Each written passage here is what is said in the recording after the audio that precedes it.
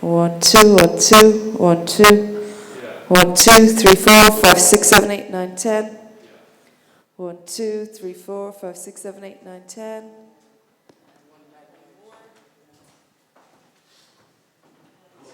1, 2, 3, 4, 5, 6, 7, 8, 9, 10.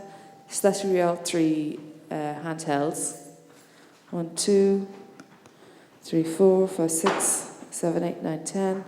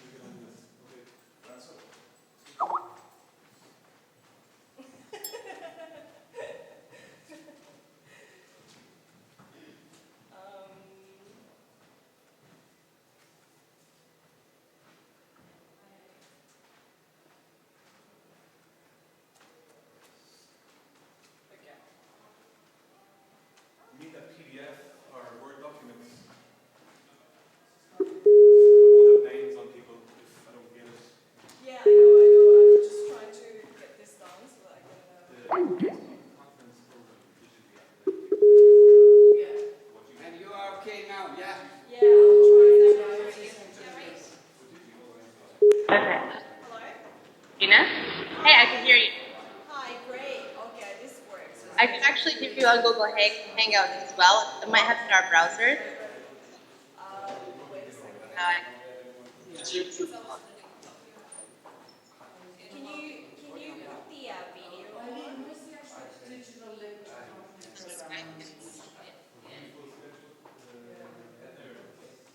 Okay, cool. Yeah.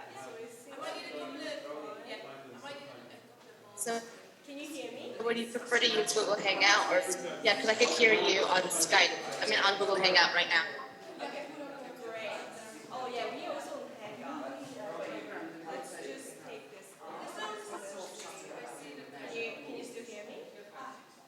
I can. Okay, great. So, just to make sure the time difference wise, it's just 1 hour, I think. At the moment, is it 9:44 for you? It's 10:44 here at the moment. What time? 10:44? 10:44. Okay, so we are Yeah. 2 hours we have 2 hours difference. So, Okay. yeah, so that means it will be 1:15 for you. 1:15. Yeah, I think so. Do you, if you What time is it going to be in Dublin? What time should I be available and online? 11:15. Okay. Yeah. So we have quite a bit of time. Okay, so I'll be online at 11:15 your time. Yeah, cool. So I will ping you probably over the email. I just don't have the laptop with me. So yeah, if you can stick with the calendar, like the Google Calendar invites time setup. I hope you have the Istanbul time. Then Yeah. it should be fine. So 11:15 Yeah, Dublin I time. think we're 2 hour difference. Yeah, so I think it should be around a 2 hour difference. So I think it'll be around 12:45 Great. or 12:15. Actually, my calendar says 12:15. Yeah, I thought it was like just 1 hour difference. So I don't know. So I'll.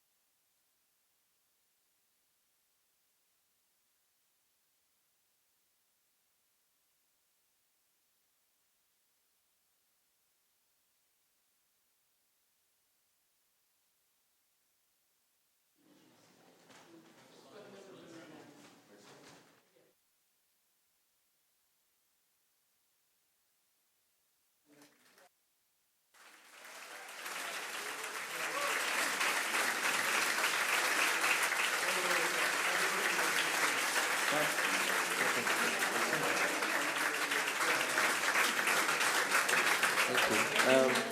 I think we have time for one or two more songs, but I would like to introduce my friends here. This is Victor Orri on violin.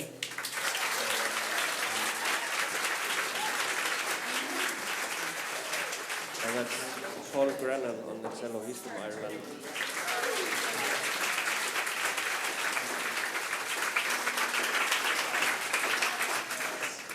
And this song is called Near Light.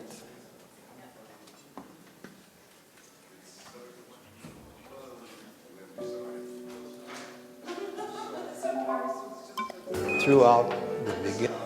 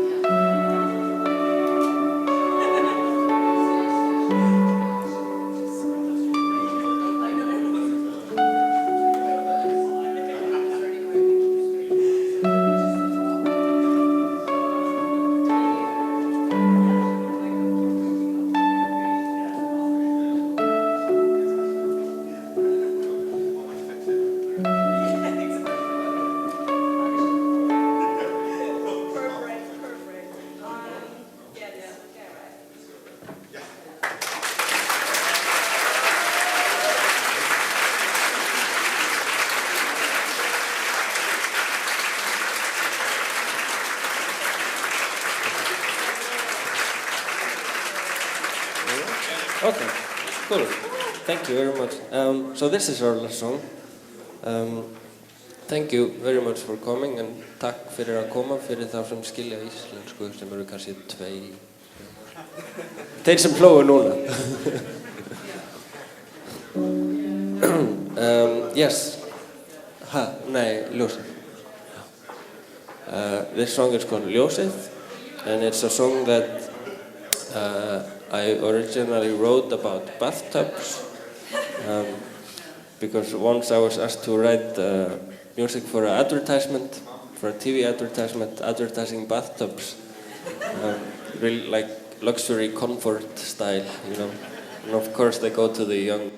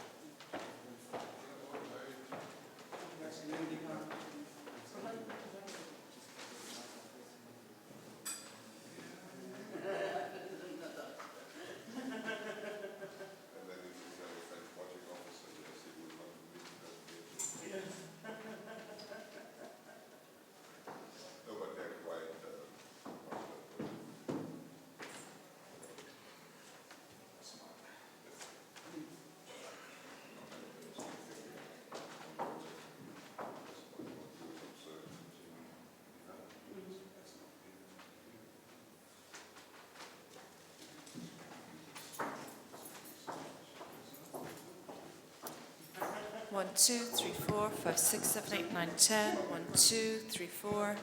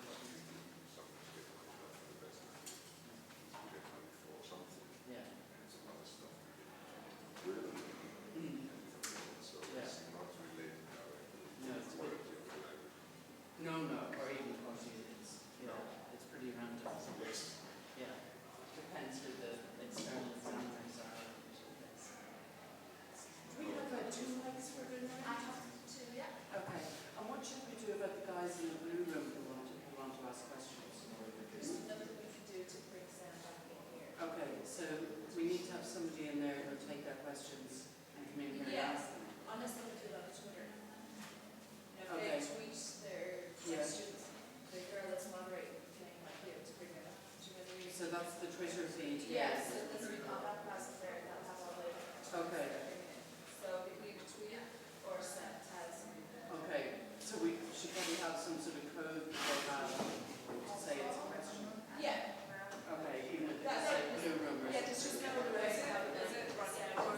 Yeah. There's no, yeah, so the cameras are all in here, feeding it in there. Yeah. Okay, so we'll get them to ask questions on Twitter and blue room. Yeah. And maybe have somebody in there who can have it in here. Yeah, that's what you put in your posts. Well, I think it's plugged in. I know. Or If you wouldn't know, yeah. yeah. Yeah. They were just asking me that if Yeah. someone has a question in the questions and answers section in the blue room, they're sitting up there. Yeah. They're going to do a tweet question. Is that how we're going to? We're gonna collect the questions. Oh, okay, perfect. Yeah, and then someone from that room will Wait, probably. oh, okay, perfect. That's something. Okay, great. Yeah, then we still know. So you have some. Yeah. Oh, okay. That's Yeah. what we're going to do. How do you get Yeah. this screen? It's in your settings. Is this your laptop? Oh yeah, it should be. No, it should be in the 7. Okay. Yeah, it's a setting. It's which display or control panel. Where's the? Oh, okay. So is Rita the person who's doing all this? Managing the floor and saying questions? Okay. Rita? Because it's on Reception reception mode. Are you You know, like you're doing a presentation. Yeah. You just need to Yeah. No problem. Yeah. So even if they've got a big loud voice, yeah, just say you have to wait. Yeah. Okay. Okay.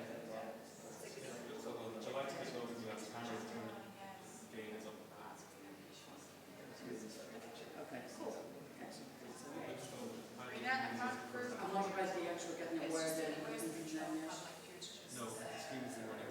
your screen's in.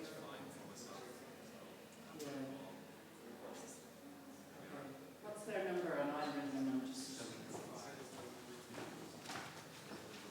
what team do I have?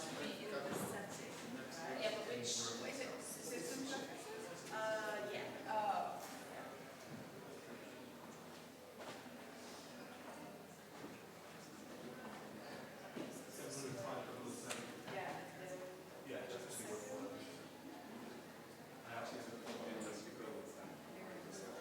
So basically what you're going to see on this, you're going to see on that. So if you go into your emails, it's all there. Okay, so it's just you do exactly what's on. Yeah. Okay. Just make sure that all your other notifications are on for the keep getting notifications on Facebook. Yeah. Just make sure all that's turned off so that the other thing that comes up is. Yeah, no, this is guest. Okay, right. We have a fair amount of Miss Stockholm, so You have to do it. yeah, I think we have. Well, we're driving off these coming in again, so that's a lot. Okay, thank you. Okay, so that's all it is. Great. Thank you. Hello, hi. I'm here with the Editorial, and we need somebody from the net services team. Yeah, he came to this.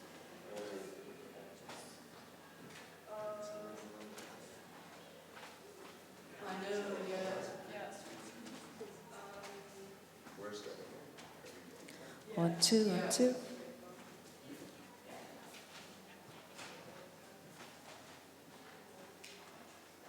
Okay, and we 1, 2, 1, 2.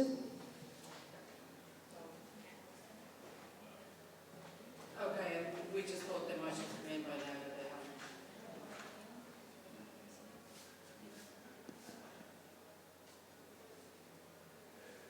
Yeah, if you could give them a buzz, like if you had their mobiles or something.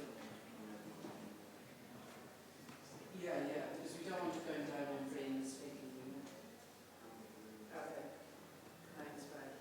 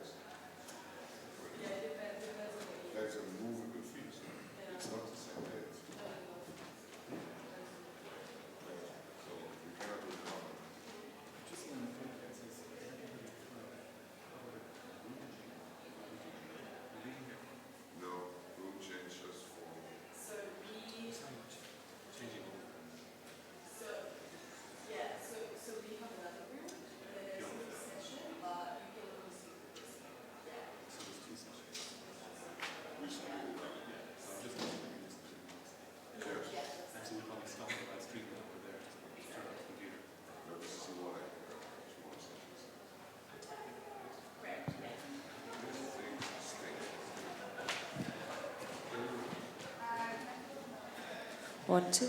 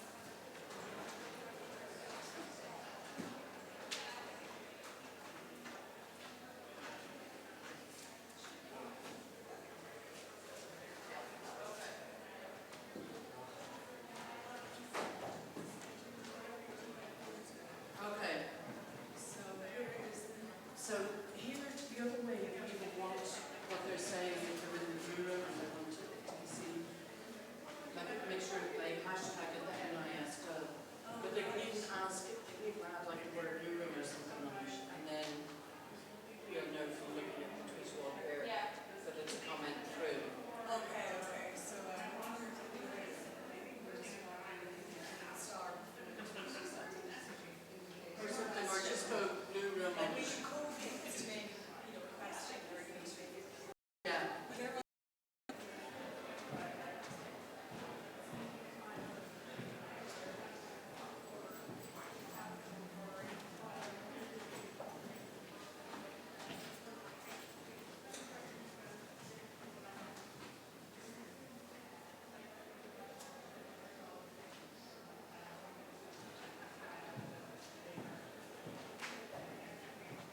Sorry, is this for the audience? Yes.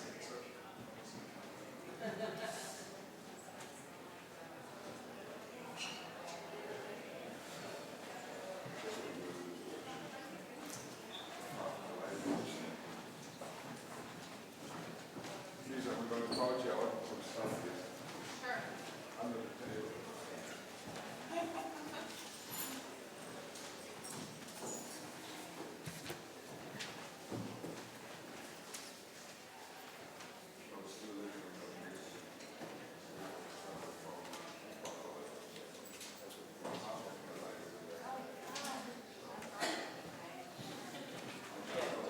Oh, okay.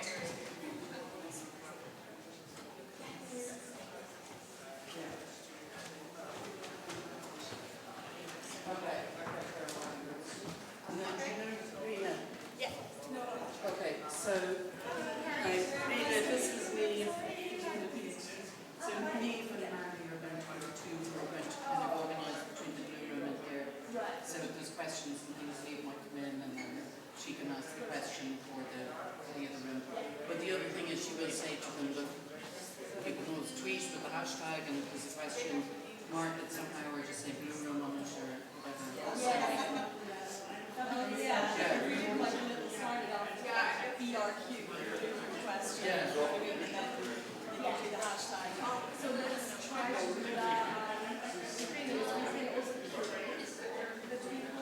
Yeah. So we just tell her, yeah.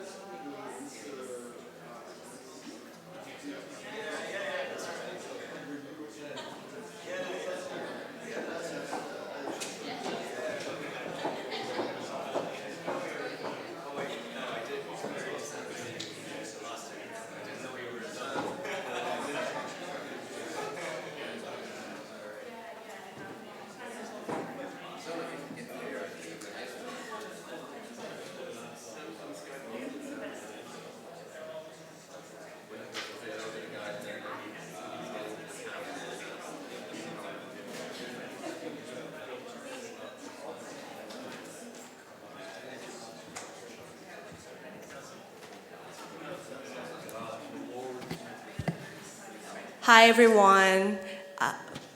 If you can take a seat, it would be great if we can start in 5 minutes, so please take a seat.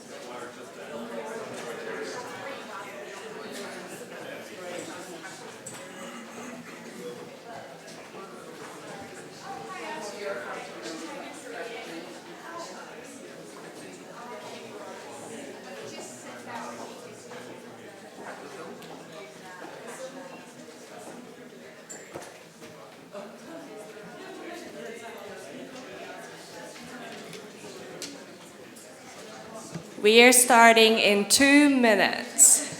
If you can come in, that'll be great.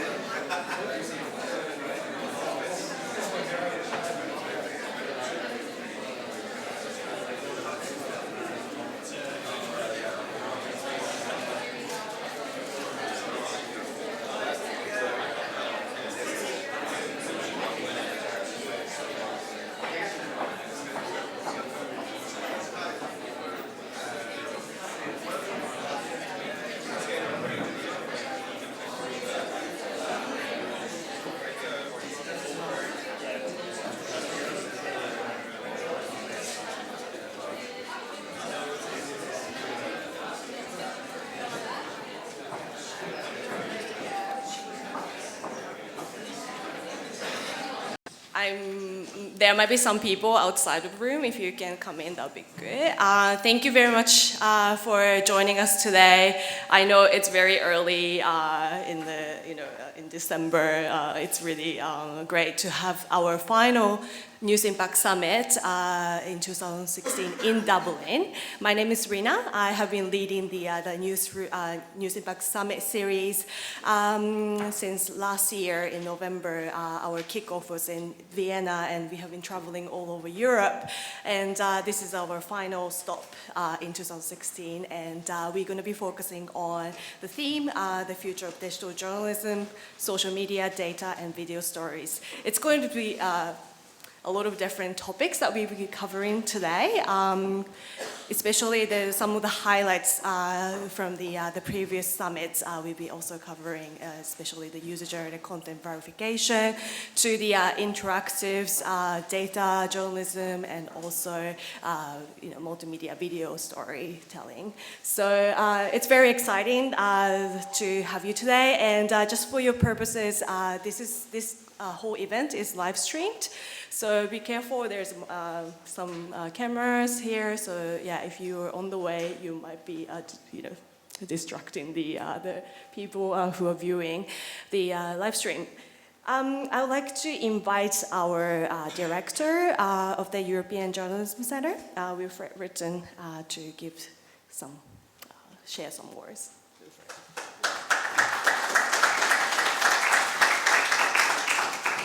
Good morning, everybody. It is early, yes, but we are based in Amsterdam, in Maastricht, and in Brussels, so we are one hour further ahead. So this gives us a break a bit. This is 1 hour. We're going to catch up with that anytime soon, I guess. So welcome to Dublin. As Rina said, this is the last of the series. We've done 9 events, quite exhaustive ones, and you will see at the end of the day today, it's a lot. It's quite a lot. So it will be really packed in the end. Just a few words on the European Journalism Center. We are a non-profit foundation in Holland, and we do trainings with journalists, events with journalists, a lot of things. Have a look at the website, ejc.net. Everything we do is there, and we do all kinds of things. We also do work with the European Commission. We have a project with the Gates Foundation. We have a project with Google here, and all kinds of other things. So have a look. We're happy to be here. From the very beginning, we said, let's end the whole series in Dublin. I think it was a good idea. It is, we're quite looking forward to it. We have a great lineup of speakers today, you will see. And don't forget to tweet. We try to always be trending in the country where we go to. Usually it works, so let's hope it does work. So feel free to do that. And then open up for questions. We have all the speakers will be here all day long, so if you have a question that doesn't get addressed from the podium here, there will be ample opportunity afterwards to talk to individual speakers if you have questions, and we'll be here all day long. So what more can I say? Welcome. Let's hope this goes well. We are set to go, and I give it to Matt Cooke from Google, who's going to say something. In a moment. Thank you. So before I go into Matt's slot, I would like to invite Jane Suter. She's the director of Institute for Future Media and Journalism, and we have been basically partnering for this summit, and we are happy to have this organized at the DCU's the Helix. Jane.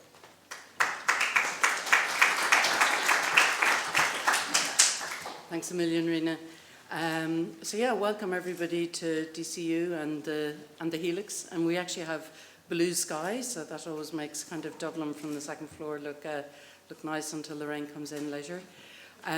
So yeah, it was great to work with Rina and Wilfred from the EJC and with Matt from Google and bringing this to Dublin. So we're really excited, and I want to say hi to everybody in the blue room next door.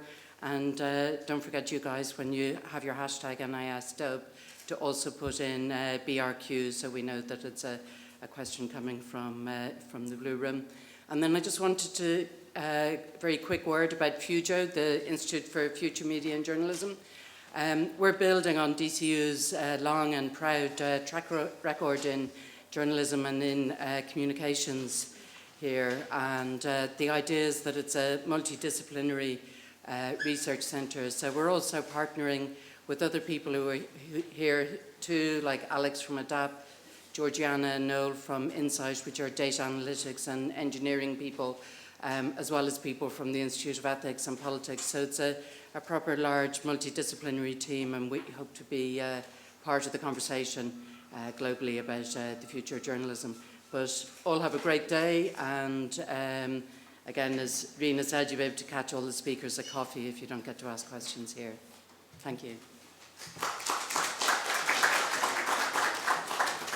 And for your note, if you're tweeting, please make sure to include the hashtag NISDUB. It's also on the program at the very top. So just make sure, because then your face will show up on the avatar wall, which is provided by Sam Desk throughout the whole summit series. And I'd like to introduce Matt Cooke, who has been running this series together with us. He's from Google News Lab, and he will be also giving you some of the insights on what the Google News Lab is up to these days. Thank you. Good morning, everyone. Someone told me this is where The Voice Island is filmed. So I'm expecting you all to be in red chairs and revolving. I'll just see if I can get to the presentation quickly. No, don't worry. So as Arena said, it's been a bit of a tour, a bit of a boy band tour across Europe. But certainly from my point of view, I've been at the News Lab for about 9 months. It's been a really interesting journey. When you meet journalists in places like Warsaw, in places like Brussels, in Dublin, there are a lot of opportunities and challenges that the digital era brings, but a lot of things we can hopefully shine a light on and give some good ideas and share some case studies. Just as a very quick introduction before we get going with the session, I'm from a team called the News Lab. I've been at Google for about 3 or 4 years. Before that, I was a journalist at BBC News, mainly in London and in Birmingham in the UK. The team is made up of people like me who have at least some appreciation of what it's like to work in a newsroom. I haven't been a journalist for about 3 or 4 years, though. And in those times, just 4 years, a short period of time, things have changed dramatically. Back in April, Google made a sort of a statement that we want to be a better partner for journalists and publishers. And it's something that we launched called the Digital News Initiative, which, to give you a quick summary, some of you might have heard about it already, hopefully. The D&I, as it's referred to, the Digital News Initiative, of which the Google News Lab is a part, is divided into 3 areas. Product development, where we're working with publishers across Europe to think about how Google's tools and products and services could be changed or adapted to make us a better partner for publishers. Things like the accelerated mobile pages product, which, there are 2 billion smartphones in the world at the moment. Is the content that publishers are creating best designed to load quickly on smartphones? With things like AMP, which is the product that has come out straight of discussions we're having with publishers, we think we can do more to support you there. So that's product development. The Innovation Fund, which hopefully some people in the room may have heard about and maybe even applied for, there's a €150 million pot of money for people across Europe, to people working in news, to apply for. The first round actually closed about a week ago, and hopefully we had some applicants from Ireland. The news on that will come out in February, but if you didn't get there this time, then don't worry, there'll be another round coming in 2016. And then the third area is training and research. So in the News Lab, we want to put on more events like this. We want to, when invited, come into newsrooms and work with journalists to show people how to use Google tools. And from my background, certainly not just Google tools, talking about wider issues around verification, around social media and things like that. And it's great to see some people in the room who we've already worked with here in Dublin. For me, it was really important to come to Ireland, and it's great to be here at the end of the year. Just one quick advertisement for the website. If you want anything more on the Digital News Initiative, that's the website to go to. As I said, though, it's great to be here in Ireland. We are arguably at the best European city at the end of our tour. I have said that in every other city, of course, but it's great to be here. And a big thank you to the DCU and Jane for hosting us. But as it's the last one, I had to say a very special thank you to the EJC, Wilfred and Rena particularly. We've been in lots of different cities across Europe. We've met hundreds and hundreds of journalists, and all the events have been free.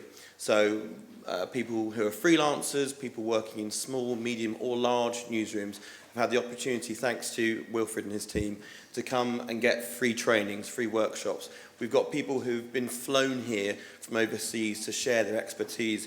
If you just look at the agenda that you've all got, just some of the brands, the names, the experts, and the experience that's represented on there is, I think, phenomenal. So a big thank you to the EJC. Pleased to say that we really want to work with the EJC, if you'll have us, next year as well. So more news on that as we go into 2016. One quick word on the News Lab. As I said, we're a team of people who work with journalists all the time. We think about ourselves in three ways: tools, which is basically in English means training; data, which is what I'm going to be talking about a bit later on in my session; and then programs, which is going to be talked about a lot today. We've got experts from Eyewitness and Storyful and other people here who are representing some of the great work we're doing there. Why are we here though? Why do we want to partner with excellent people like the EJC? Well, because we know that journalists around the world use Google tools day in, day out. And until maybe a few months ago, Google just sent journalists to one website and said, there you go. We know that people are already using things like Google Maps when you've got a breaking news story, or you're uploading video to places like YouTube. We've taken feedback on board from journalists around the world and redesigned our training. So rather than just saying, here's one website with loads of words on it, we've redesigned something and relaunched this website, g.co/newslab, which if you are a journalist at the start of your career, a journalist midway through, or someone who is an expert in digital tools, but maybe just want to check something, I really recommend this website. Of course, you'll know your own websites already and what other ones you use to train, but this is a great one for checking Google tools. Go on there and you'll see the stages of what it's like to be a journalist in 2015, all the way from researching to optimizing your content. Frankly, hands up, something I didn't really worry about 3 years ago when I was at the BBC, but now I get that's a real reality for people, particularly from a traditional print background. Rather than saying, go on there and look for yourself, you'll find there a 7-minute lesson on how to do one thing. So if you're a journalist and you want to quickly learn how to embed a map because you've got nothing else to complement your story for the first hour or so, this is a good place to go. You'll get a 7-minute lesson on how to do one thing quite quickly. We've done loads of trainings in newsrooms and loads of trainings around Europe. These are just some of the photographs from around there. We think we've done around 2,000 trainings with journalists over the last few months, and looking forward to doing many more next year. I'm going to quickly talk about some of the other partners we're working with. Global Editors Network being one. We've done lots of hack days where we bring developers and journalists together. We're thinking about how we can do that much more next year. Also working with Áine for Pointer and Neiman Lab in other ways as well. So you're likely to see us doing lots more next year.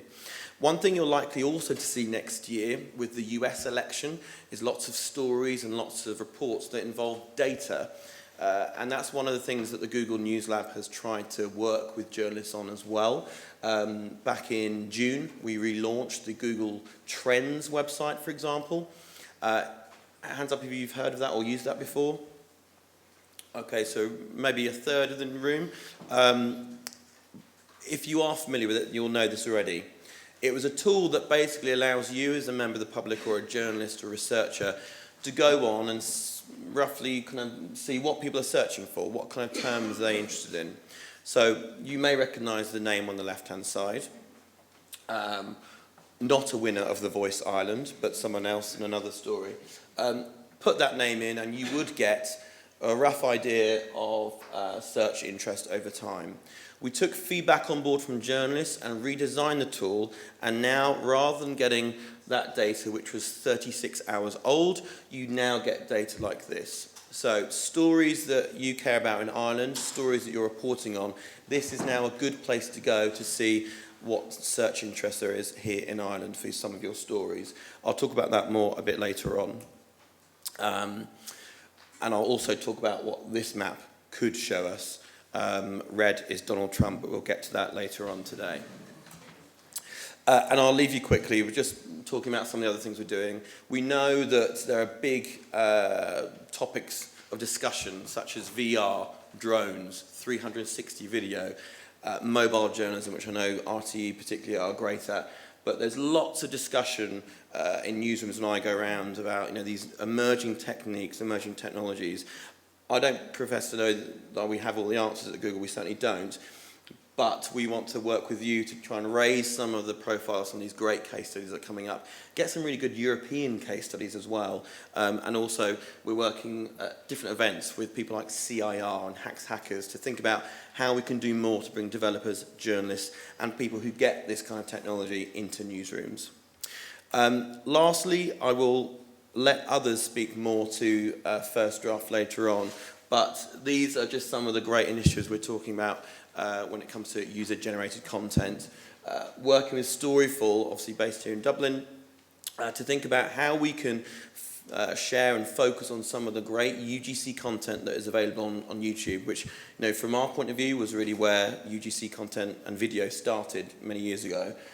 How can we make sure that newsrooms across the world are given access to verified content? That's a partnership with Storyful that we've launched a few months ago, and there are people from Storyful who will talk about that today. First Draft is an amazing collection of organisations like Bellingcat, Emergent, Dig Deeper, Eyewitness Media Hub, people who are experts in their field, have worked in newsrooms, worked with practitioners to talk about how you can verify and trust social media content. We're working in a coalition with them to think about the ethics, the guidelines, the principles, and people here will talk about that more. We've also got a partnership with Witness.org, which is a human rights organisation, thinking about that kind of important content on YouTube. These are the ways to get in touch with us. Twitter, the website g.co/newslab, and the last thing, perhaps the most useful email on there. If you are a journalist and using any Google tool, whether you're watching the live stream or here in the room, and you get stuck, firstly, blame the technology. It's always the technology's fault, it's not yours. Then email newslabsupport@google.com, and you should get a response within a day or two. It's not a great place for breaking news, but it's a good place if you're working on a feature piece. I'll leave it there because the agenda is super impressive, and I want people to make sure they have enough time for that. But again, a big thank you for coming, and a big thank you to those watching on the live stream. The hashtag is NISDub. Please tell us what you think about the event. We're keen to do more next year, so give us your feedback. And again, I think we should have a big round of applause for the EJC for organising today. Thank you.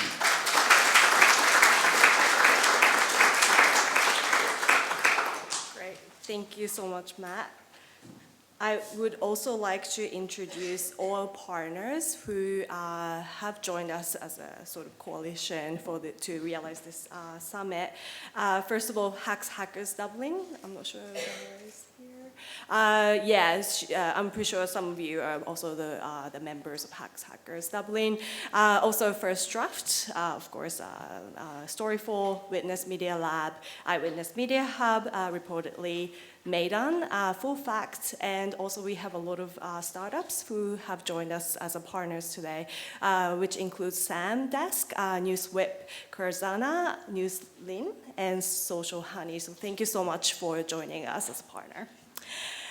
So we'd like to dive into the program. I would like to invite Micah Gelman to join me on the stage. He will be giving a keynote of the session of this program, Why Digital Video Stories Are Winning and How.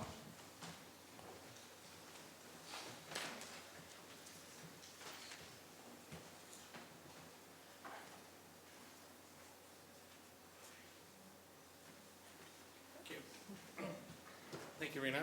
It's great to be here in Dublin with everyone. I'm going to try to stay away from the computer but close to the microphone because they might not be able to see me over the top because I am so tall. Video.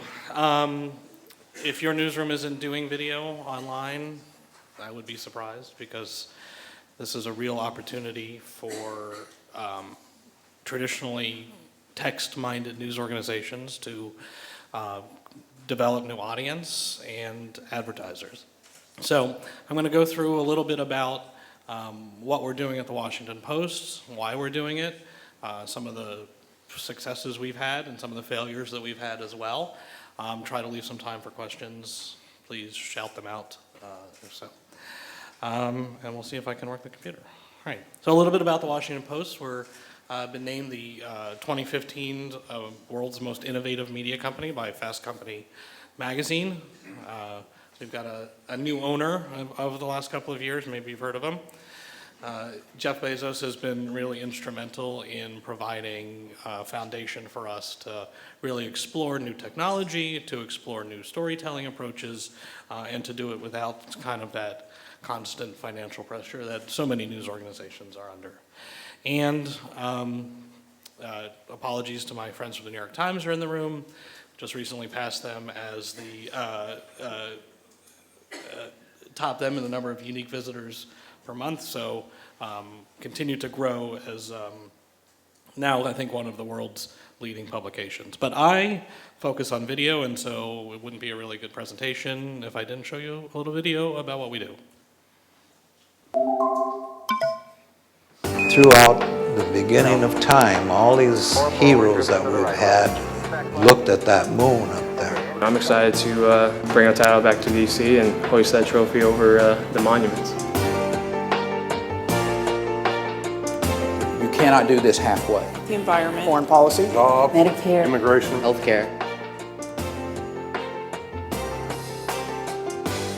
Dreams can come true. At some point, like, put the frickin' pen down and go do something.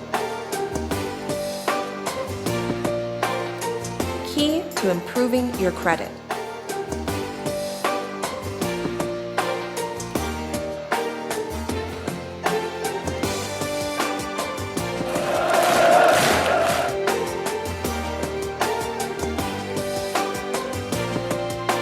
The life cycle of a candy corn.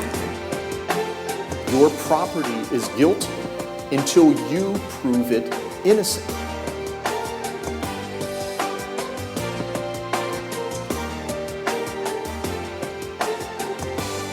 Got it. The impossible just takes a little bit longer to accomplish. If that isn't history, then believe me, I don't know what it is. 5, 4, 3, 2, 1. All right, so a little bit about what we do, and now a little bit about how we do it. What we've seen is that when we are winning with video at the Post, we're providing you video and audio that takes you to the scene and shows you something you could not see by reading the text. Up until recently, the best performing video on the Post website ever was actually an audio clip, which I think is a really good example that if the audio and video gives you a sense of there that you don't get from reading the story, then you've succeeded. If the video is something that you could get by reading the story, it's just a retelling of the story, then I don't think we've been successful. We try to stay away from what we like to call orphans. We don't do videos at the Post anymore that don't have a place in the rest of the website. We used to pursue a lot of passion projects, a lot of mini documentaries. That's not what our audience wants from us. And if you're standing in line for coffee in the morning and you pull out your phone and you click on a video in one of our stories and you get a mini documentary, that's not really the transaction we want to have with you. We really want to be able to provide context to news, explain the news, show you something in that moment. And so when we talk about not having orphans, most of our video starts, and this may be true for you as well, come from videos that are actually placed within a story. We have a video page. You can go and navigate there. I don't. Most people don't. It's kind of like, oh, here's everything we did in video. No, the key is for us is matching as many relevant videos to all of our terrific journalism. And that doesn't just mean videos that we have produced exclusively. We partner with Storyful, we subscribe to AP, we subscribe to Reuters and others, because we feel like the more opportunity we have to put video in front of people, the more opportunity we'll have for someone to watch. And we all know that that's a pretty narrow funnel. People aren't necessarily inclined to click on video. They might be in a place where they can't listen to it. They might be not willing to make that commitment. at that moment. And so the more opportunity we can put video in front of people, the greater likelihood we'll have of converting audience. And then we don't treat video as a separate entity. We don't tweet out videos separately. We don't have a separate Facebook page for Washington Post video. We really see that as a holistic strategy where we want the story, the photo, the graphic, the video all to be really one complete package, and that's where success happens. A couple of things that we've done. I think, the producing of the video is a talk in and of itself, but the presentation is really a critical function. What you saw there at the top was a video that auto-played when you went to that page. Sound off on our own site, but also on social networks. So you've started to create this idea that there's something there you want to see. And all you have to do is click to listen. Half of our video traffic comes from mobile, and most mobile social traffic is coming from social. So you really want to present an opportunity where people can see that video in line, in context. We do a lot of testing and a lot of optimization. So we're constantly tweaking headlines and thumbnails, doing automatic A/B testing, doing some manual A/B testing, using Twitter as an opportunity to refine what our headline's going to be before we go to Facebook, which is a much bigger audience for us. And then, when we talk about building the videos themselves, it's about building stories around characters that drive a personal connection.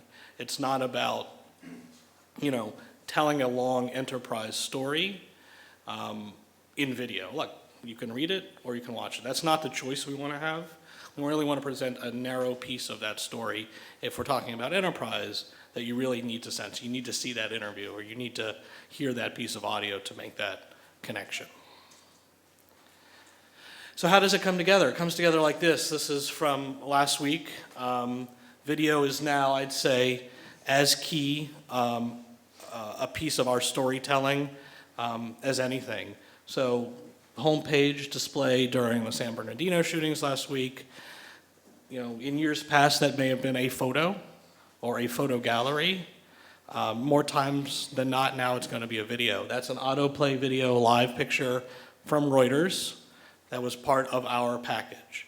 And it's auto-playing, but you had to click to listen. So we're not counting that necessarily as someone watching video until they engage in that video presentation. But people may not think of your site, or they certainly don't think of the Post as a video destination, but they do think of us as a trusted news source. And when they come to us, we really want to be able to present all elements of that story. And to say, well, we'll give you the text and we'll give you the photos and we'll give you the graphics, but you've got to go somewhere else for video, is not really the engagement that we want. So you may not come to us thinking about video, but we certainly hope you'll stay with us because we have all of those elements. And that's not something that we traditionally did. We were much more focused, as others were, on producing those mini documentaries that were necessarily related to the news, but that's not the experience that most people want from us. And we will produce and continue to do long-form enterprise stories, but we have to do this because it serves our viewers and it serves our users, and it creates the space to do the journalism. If you come to us in the middle of a story like that and we don't have that full picture, then I don't think we've served you well. So a couple of other things we're doing with video. We're really keen on producing specifically for the platform. And what does that mean? That means, at the beginning I was, one of those people who said, oh, we can't people shoot iPhones and, put that on YouTube. We're a quality broadcaster. And this is, 10 years ago. People will never watch, people have higher expectations than what they shot on their phone. Well, I lost that battle. And I've lost the battle. Turning your phone sideways is too hard. It's just too hard for people. I get it. So if you can't beat them, we're gonna join them. And so we're building vertical videos that look beautiful in portrait mode. We can use that, we do some original storytelling like that as well, but we also use it to capture user-generated content from phones. Our reporters are filing with Snapchat, they're using Periscope, they're using Vine, and that's a way for us to give that content to our readers who may not be following them on all of those platforms. And then advertisers. I mean, a lot of this is frankly driven by advertiser interest, and advertisers are in search of vertical video inventory. Now they're starting to produce it for Snapchat and other places, and so we want to be able to say, hey, we've got this content as well. And so we've done a lot of vertical videos around the campaigns on topics that are already trending on Google. How tall is Jeb Bush? How rich is Donald Trump, allegedly? How old is Hillary Clinton? Those are the kinds of questions that people are Googling. And so having, a fun little 6 to 8 second vertical video that plays well on the phone has been really fun to do and has been successful for us. Silent video. I know there's probably a lot of controversy, a lot of discussion about whether or not there's something here worth doing, but we produce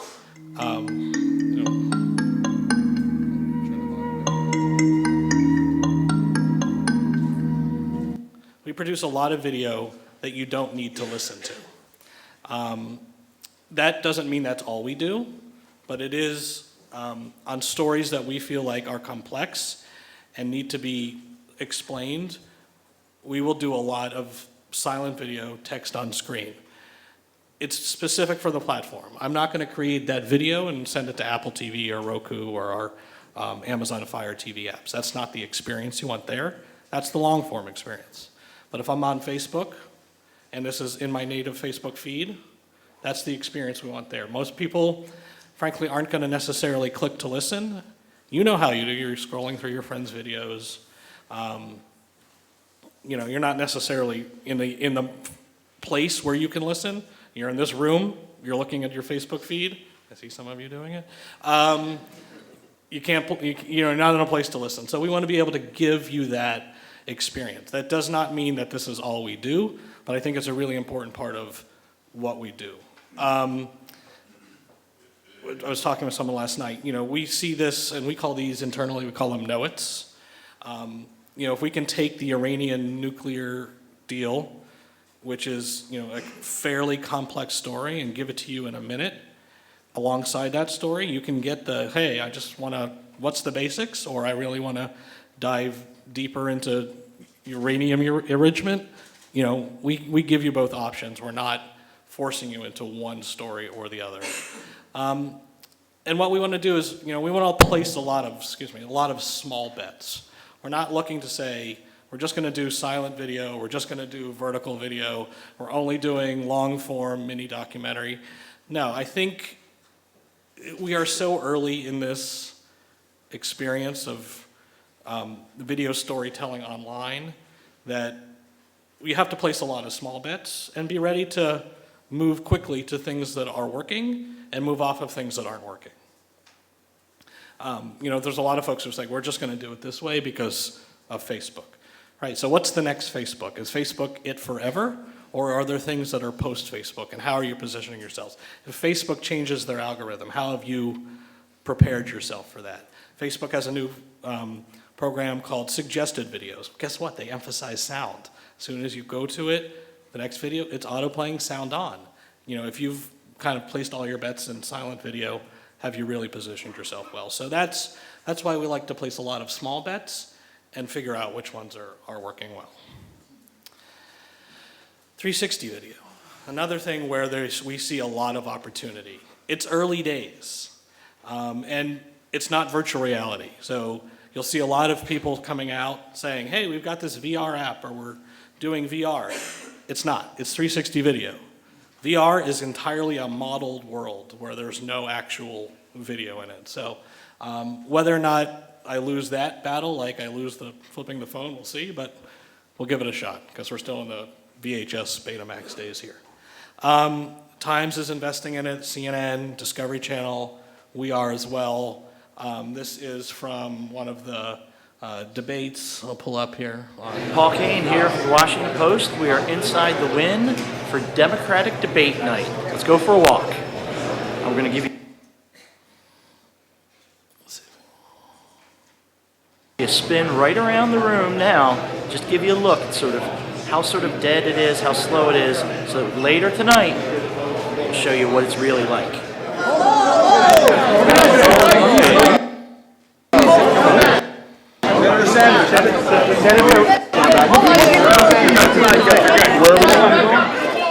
So, again, early days. Cameras are, frankly, not all that great. Most folks are using GoPros, 4 of them in a rig that tends to overheat, can't be synchronized, can't be sequenced. You have to do all of the stitching yourself. Next year promises to be better. We'll see.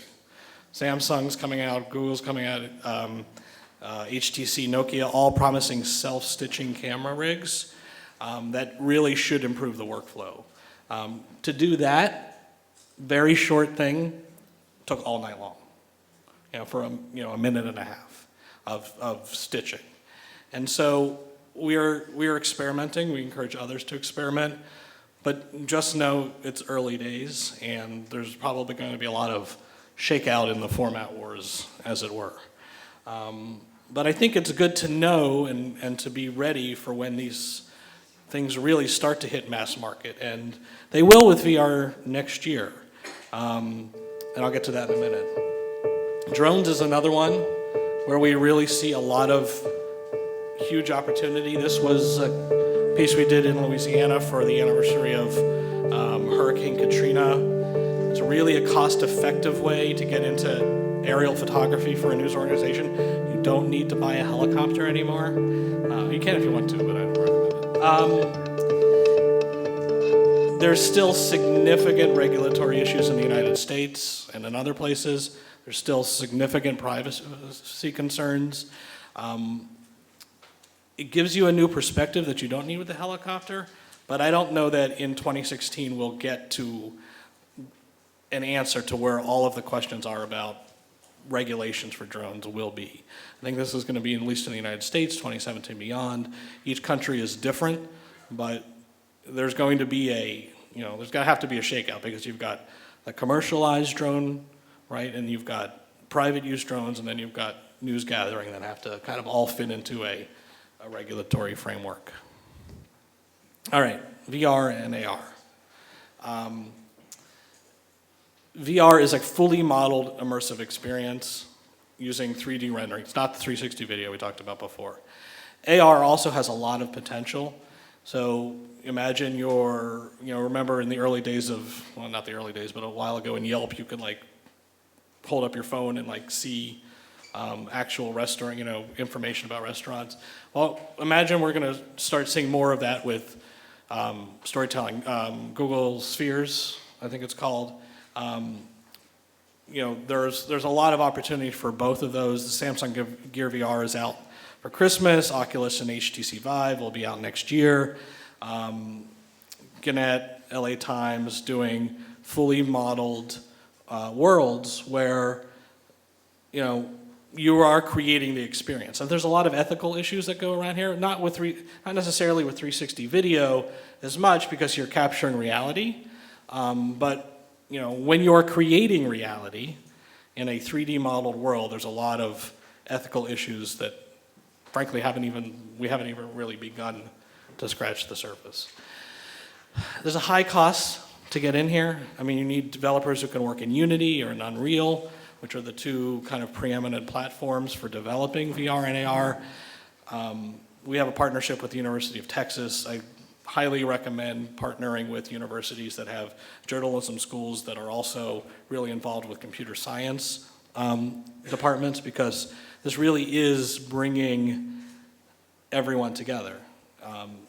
And I think that's the lesson of the times we're in now, which is, in the newsroom, the journalist alone is not going to be as successful as the journalist who sits with the engineers, who sits with the product people, who sits with design, and really makes it a holistic approach. Not any one thing.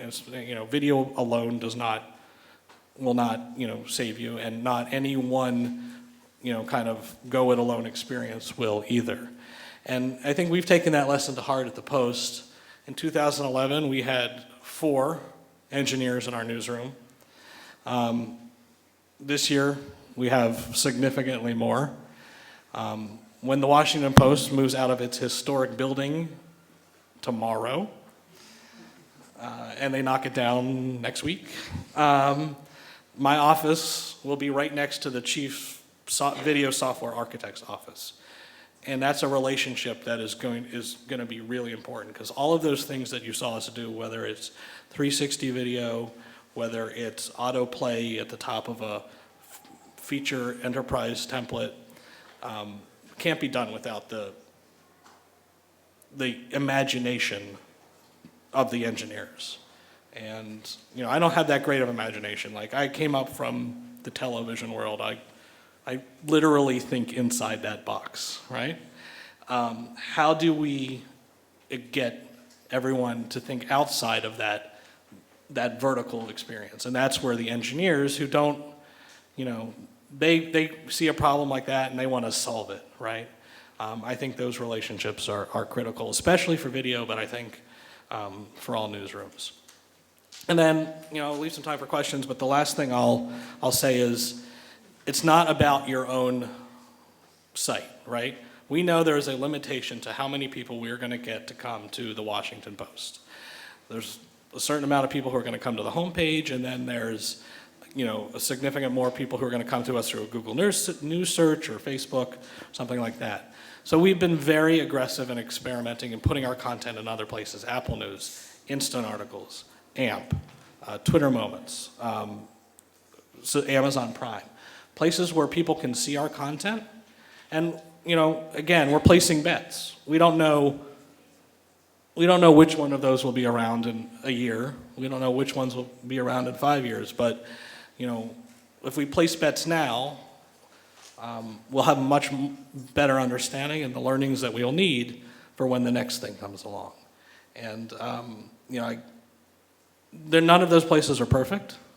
I think we all still struggle with what are the analytics there, what's the relationship with the user, who owns the relationship with the user. But we see that as the more people we can put in front of our content, the more successful we'll be in the end. I'll take some questions. Yes. So we need to use microphones so Okay. that everyone can hear, also in the other room. Sorry about that, and straight off the bat there. My name is Vicky Kavanagh, and I'm a journalist. I was at RT for 4 years as a researcher and production assistant, and now I launched a YouTube channel. My question is regarding the vertical videos. So it's funny, it's just myself and my partner who operate the YouTube channel, and it's kind of an argument we've been having back and forth, because he's very traditionalist, and I was kind of going, maybe we should try this out. But my query to you would be, do you have a recommendation in terms of length for a vertical video? Because some of my videos can run up to 10, 15 minutes. Some of them might be under 5 minutes. Yeah, I mean, we've moved away from anything over 10 minutes. To me, is something you watch on television, or you're gonna watch on your iPad at night. It's not that transaction we want. For a vertical video, we've really stayed anywhere between 8 and 15 seconds. That's a really, I think that is a sweet spot. I think I've always said the video should be as long as it's interesting, and once it stops being interesting, then it's too long. Yeah. You can't say you should do all things this length, just like we say, you can't say we're going to do all silent video because, it works for everything. It doesn't. So I think maintaining user interest and studying where they drop off and why they drop off is really important. But there's no doubt that attention spans are shrinking, and we can be a better service. People have said, my team has said to me, well, I really want to have an impact. And to them, impact means length. I really have to do a deep dive documentary. And I go, great. I think you'll have a bigger impact if people watch your content. And so you're not trading off there. I think you're creating content that's really more relevant to your users. Thanks very much. Thank you. Any other questions? Maybe from the other room?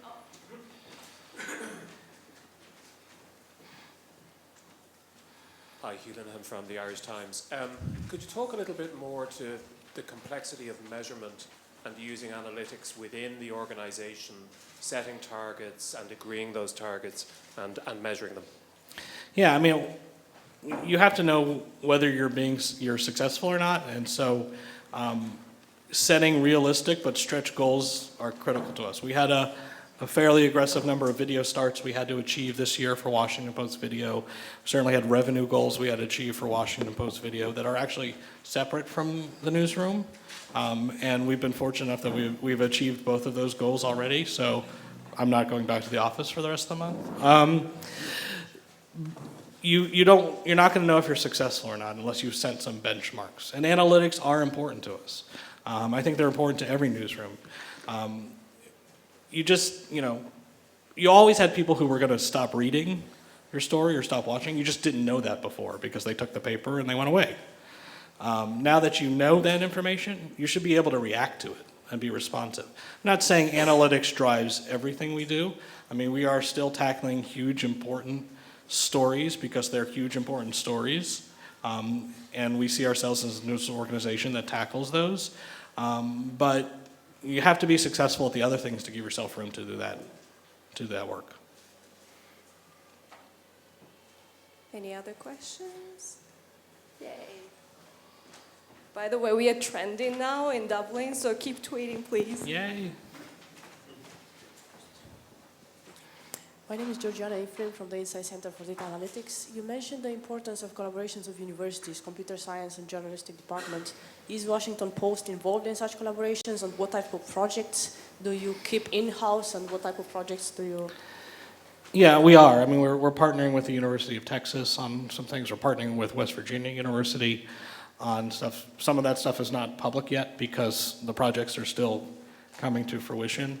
But something like VR, where we don't have that in-house expertise, and we don't frankly know in a year whether or not people are going to think that was like the next 3D television, right? Like everybody went and bought 3D TVs and this was going to be it, and then nothing, right? So you don't want to invest too heavily until you know what's going to work, and so I think partnerships are critical to that. And if it turns out that VR is what we do, then the video department becomes the VR department. I don't think that's going to happen in the short term, but for us to pivot totally that way now, I think would expose ourselves to where we have to be delivering on video, goals this year, and making investments before we know what's going to really stick. Thank you. All right, maybe final question.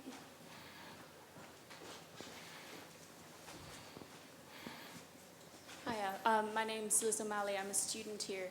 I was just wondering, in terms of the people you're hiring nowadays, do you require them to have some kind of coding or engineering skills in order to bring them into your news desk?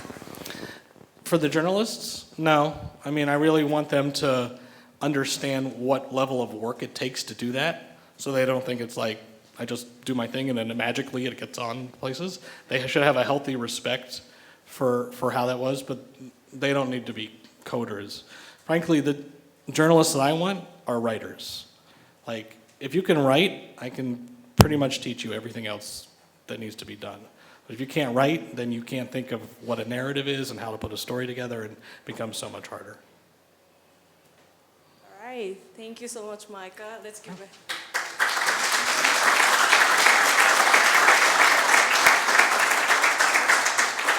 Micah will be staying together with us until the end of the day, so please make sure to grab him if you have more questions. And I'd like to introduce the next session, the panel session on one of our favorite topics, the user-generated content verification trends and practices, looking back on 2015. And do you want to have a seat, maybe? Yeah. Yeah. So, sure. So Fergus from the Dig Deeper Media will be the moderator, joined by Jenny Sargent. Maybe, I don't know if you, And then also Malachi Brown from Managing Editor and Europe Anchor from Reportedly, and Áine, Managing Editor from Storyful.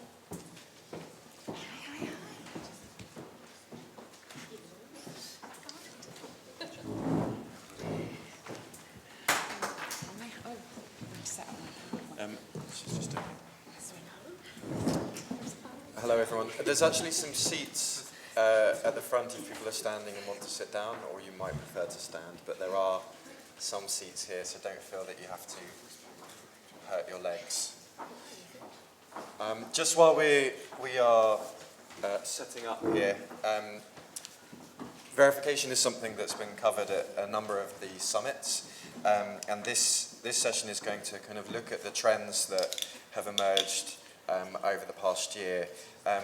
I would say, I think it's fair to say that for the last few years, there's been a select group of us who have just been banging on about verification. In fact, the people who are in front of you now. And now the rest of you realize that it's something that you need to think about, mainly because there's been mistakes made, or you're starting to look at tools that are available. So we really want to just kind of go over what we've seen over the past year and give some best practice, give you some takeaways, and we'll have plenty of time for questions. Rena did introduce the panel. I'm going to just tell you a little bit more about them. So, sorry, okay. I'm a Mac user and I have tiny PowerPoint problems. Are you good now? No. Oh. It'll be fun. Okay. So we have Jenny Sargent, who is the director of the Eyewitness, who is a director of the Eyewitness Media Hub, and part of the research team responsible for exploring audience and uploader attitudes and behaviour relating to eyewitness media. Eyewitness media and user-generated content are terms that we're both going to throw around. You can pick whichever one you like.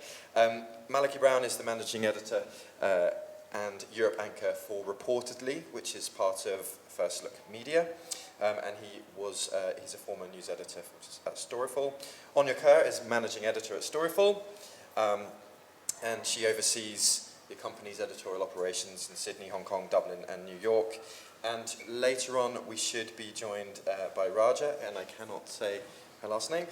She is the Middle East and North Africa program coordinator for Witness. So we've got a varied panel, all with quite different experiences or use cases for UGC and eyewitness media.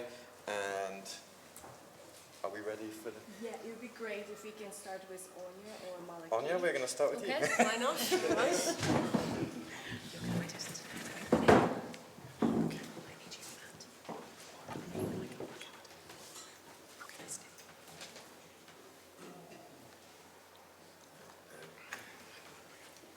Good morning, everyone. Thank you so much for having me this morning back in my old university. It seems like so long ago since I roamed these corridors doing my Masters of Journalism, dreaming of the future of journalism. So thank you so much for having me. We're all supposed to speak for 5 minutes, which is going to really be very ambitious because journalists, we are not known for our brevity, but we'll try. I'm going to speak just to kind of two themes with Paris attacks that we all witnessed 3 weeks ago. And for us in Storyful, regardless of the event, there are always core principles that we're working to, and these really go to the heart of the pillars of Storyful in terms of its constant discovery, verification, and acquisition. Now, that third pillar that you see there, I'm really happy to say, in the case of Paris attacks, we had the most generous, incredibly brave eyewitnesses that worked with us, and I would say 99% of them were simply just go and use my content, turn it into a story, show the world, just give me a courtesy. And the conversation that really never emerged in all of the days and weeks that followed were people actually asking for compensation. So that's one thing I don't think I need to speak to this morning. But just to kind of make you aware that while the events are always different, the principles are the same for us in Storyful. So these are the 3 pillars. And within that, we have a rigorous verification process that means we have to get to 100% certainty on the date, source, and location of any asset on social, be it a tweet, an image, or a video. And for our journalists to go through those 3 steps and 3 protocols, they're having to go from a position of checking a piece of information to corroborating it to then getting to confirmation. How do they do that? Well, I guess we have the next hour to talk about all of that across the panel. But it's a number of things that I'm happy to talk to. One is a digital footprint analysis. The second then is frame by frame analysis, forensic journalism, looking for clues, forensic analysis of videos to see can we find this moment in a video and match it to Google Maps, Google satellite imagery, etc. But the third one is always really important, and that's corroborating sources, corroborating assets and images. We're often very, very reliant on other eyewitnesses or other professional journalists, which really kind of brings me to one of the big themes of Paris attacks for me, which was just the power and importance of eyewitnesses and just how reliant we are today on user-generated content to actually tell incredibly important stories, to bring stories from really the margins to mainstream. And so, as I mentioned at the top, we were in a really incredible position throughout the Paris attacks to be working with people who were in very vulnerable, let's remember, circumstances, witnessing tragic, horrific events, but yet trying to deal with them in a very compassionate way. And we in Storyful are always working on the idea of signal. How do we find the signal in the noise? As we all know today, the social platforms are incredibly noisy. You're dealing with hundreds of thousands of posts being shared across all of the platforms every minute. So how do you find the signal in the noise? And what we've worked on for over 5 years in Storyful is building communities. So the community of Paris is something we've been building out, honing, maintaining over 5 years, so that when something happens, we're going to get very close to the story very quickly. And I put up here just 3 tweets to show you just how quick our journalists were in finding that signal on our technology. And you'll see here the first tweet was actually from just a German football supporter tweeting the team to go, is there something happening at Stade de France? That tweet went out about 10 minutes after the first explosion there. The second tweet that followed up, you'll see again, now reports of 2 explosions. And then we actually had, a verified journalistic source coming in, and as a third source of information for us going, this is actually happening on the ground. But the first spark for us was just, a commentator, an influencer on Twitter, followed by an eyewitness, showing again that eyewitnesses, people on the ground, when you can verify them and authenticate them and make sure they are who they say they are, can be actually an incredible source of content. Now, what we had to do with each of these 3 people that I'm showing you here, if we were to trust this signal, we had to understand their digital footprint analysis. Does it make sense that they're in Paris? What have they been tweeting about in recent weeks? What's on their YouTube accounts? What's on Instagram? But this was a really important signal for our journalists. And so Slack and I'm sure there's many of you in the room have been starting to test this, but while we're always collaborating with uploaders, we're also always collaborating as a team and increasingly with other newsrooms, coming into a platform like Slack, asking questions of each other. And you'll see here, as we were looking at these tweets as a team, you'll see here one of our news editors coming in and going, these may just be fireworks, but you never know. And is that skeptical approach that we're keeping each other honest to go, let's not go with this yet until we're absolutely certain this is adding up. But you'll see very quickly from that 3 tweets to this little bit of skepticism to then actually go and using our technology to build out the communities. What we had to do in that instance was basically go build advanced keyword searches, use our technology to start building geofences around the Stade de France, around the Bataclan, around the cafes, around all of those city centre locations, to start pulling in content from the ground. And very quickly, this is what started to play out minute after minute on Slack in our newsroom. Journalists coming in and sharing content with each other and starting that process of verification around date, source, location. So that's just to kind of say signal, eyewitnesses being an incredibly important source. And one of the things I think everyone on the panel here today will strike on is the word empathy. This has probably been one of the biggest profound words coming out of Paris attacks for me, is that you can do all of the sourcing and monitoring and discovery in the world and verification. But what can sometimes let us down as journalists is not actually putting ourselves in the position of that vulnerable uploader who has just witnessed something incredibly traumatic. And unfortunately, all of us, I think, saw instances where journalists could have represented the world of journalism better. And I put up this case because this guy was really interesting to us. He captured the moment in Le Bataclan. He was up towards the front of the stadium, captured the moment when the band had been playing, and then you just hear these awful shots being fired from the side, and just, pandemonium, chaos. And it was just that defining moment suddenly of seeing a night turn into total despair.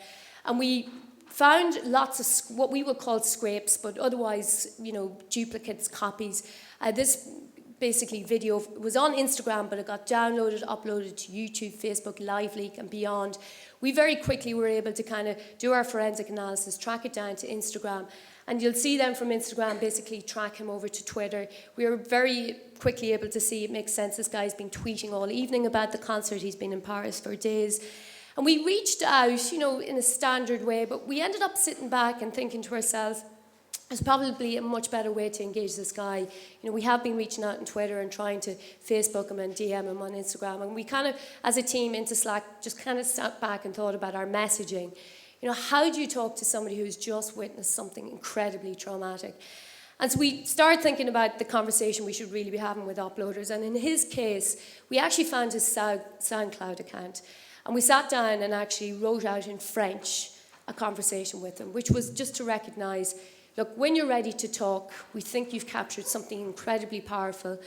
We know you must be traumatized, but we think you've got something that the world needs to see. And he came back to us hours and hours later, having been inundated by the world's media, to say, I'm really happy that you've reached out. I really appreciate the tone and the approach that you as a journalist took with me. And I would like all of your clients to use my content with a simple courtesy. And this was just some of his wording down here, which was basically to say to us, you had the correct approach and tone. Thank you. I wish more journalists would take such an approach. And that for us has been really one of the huge lessons for us in Storyful. You can have all of the technology to help you make sense of social. You can have all the best protocols in the world. But if you're not thinking about that trust and your tone and approach, you've got nothing. Because we all as journalists and editors live and die by that. So I kind of just put up, these were some of the things we were thinking about during Paris attacks, finding the signal, finding the visuals, debunking as we went. Like we were authenticating as much information as we were debunking. Doing digital footprint analysis, because all the time, and Maliki will speak to this as well, trying to think about how do you add value, because one of the big takeaways for us has been this year, not everyone now wants to scramble for that first 15 minutes, because you risk being wrong. How do you come around and own the second 15 minutes, the second click, the bigger story arc, the bigger breakout story?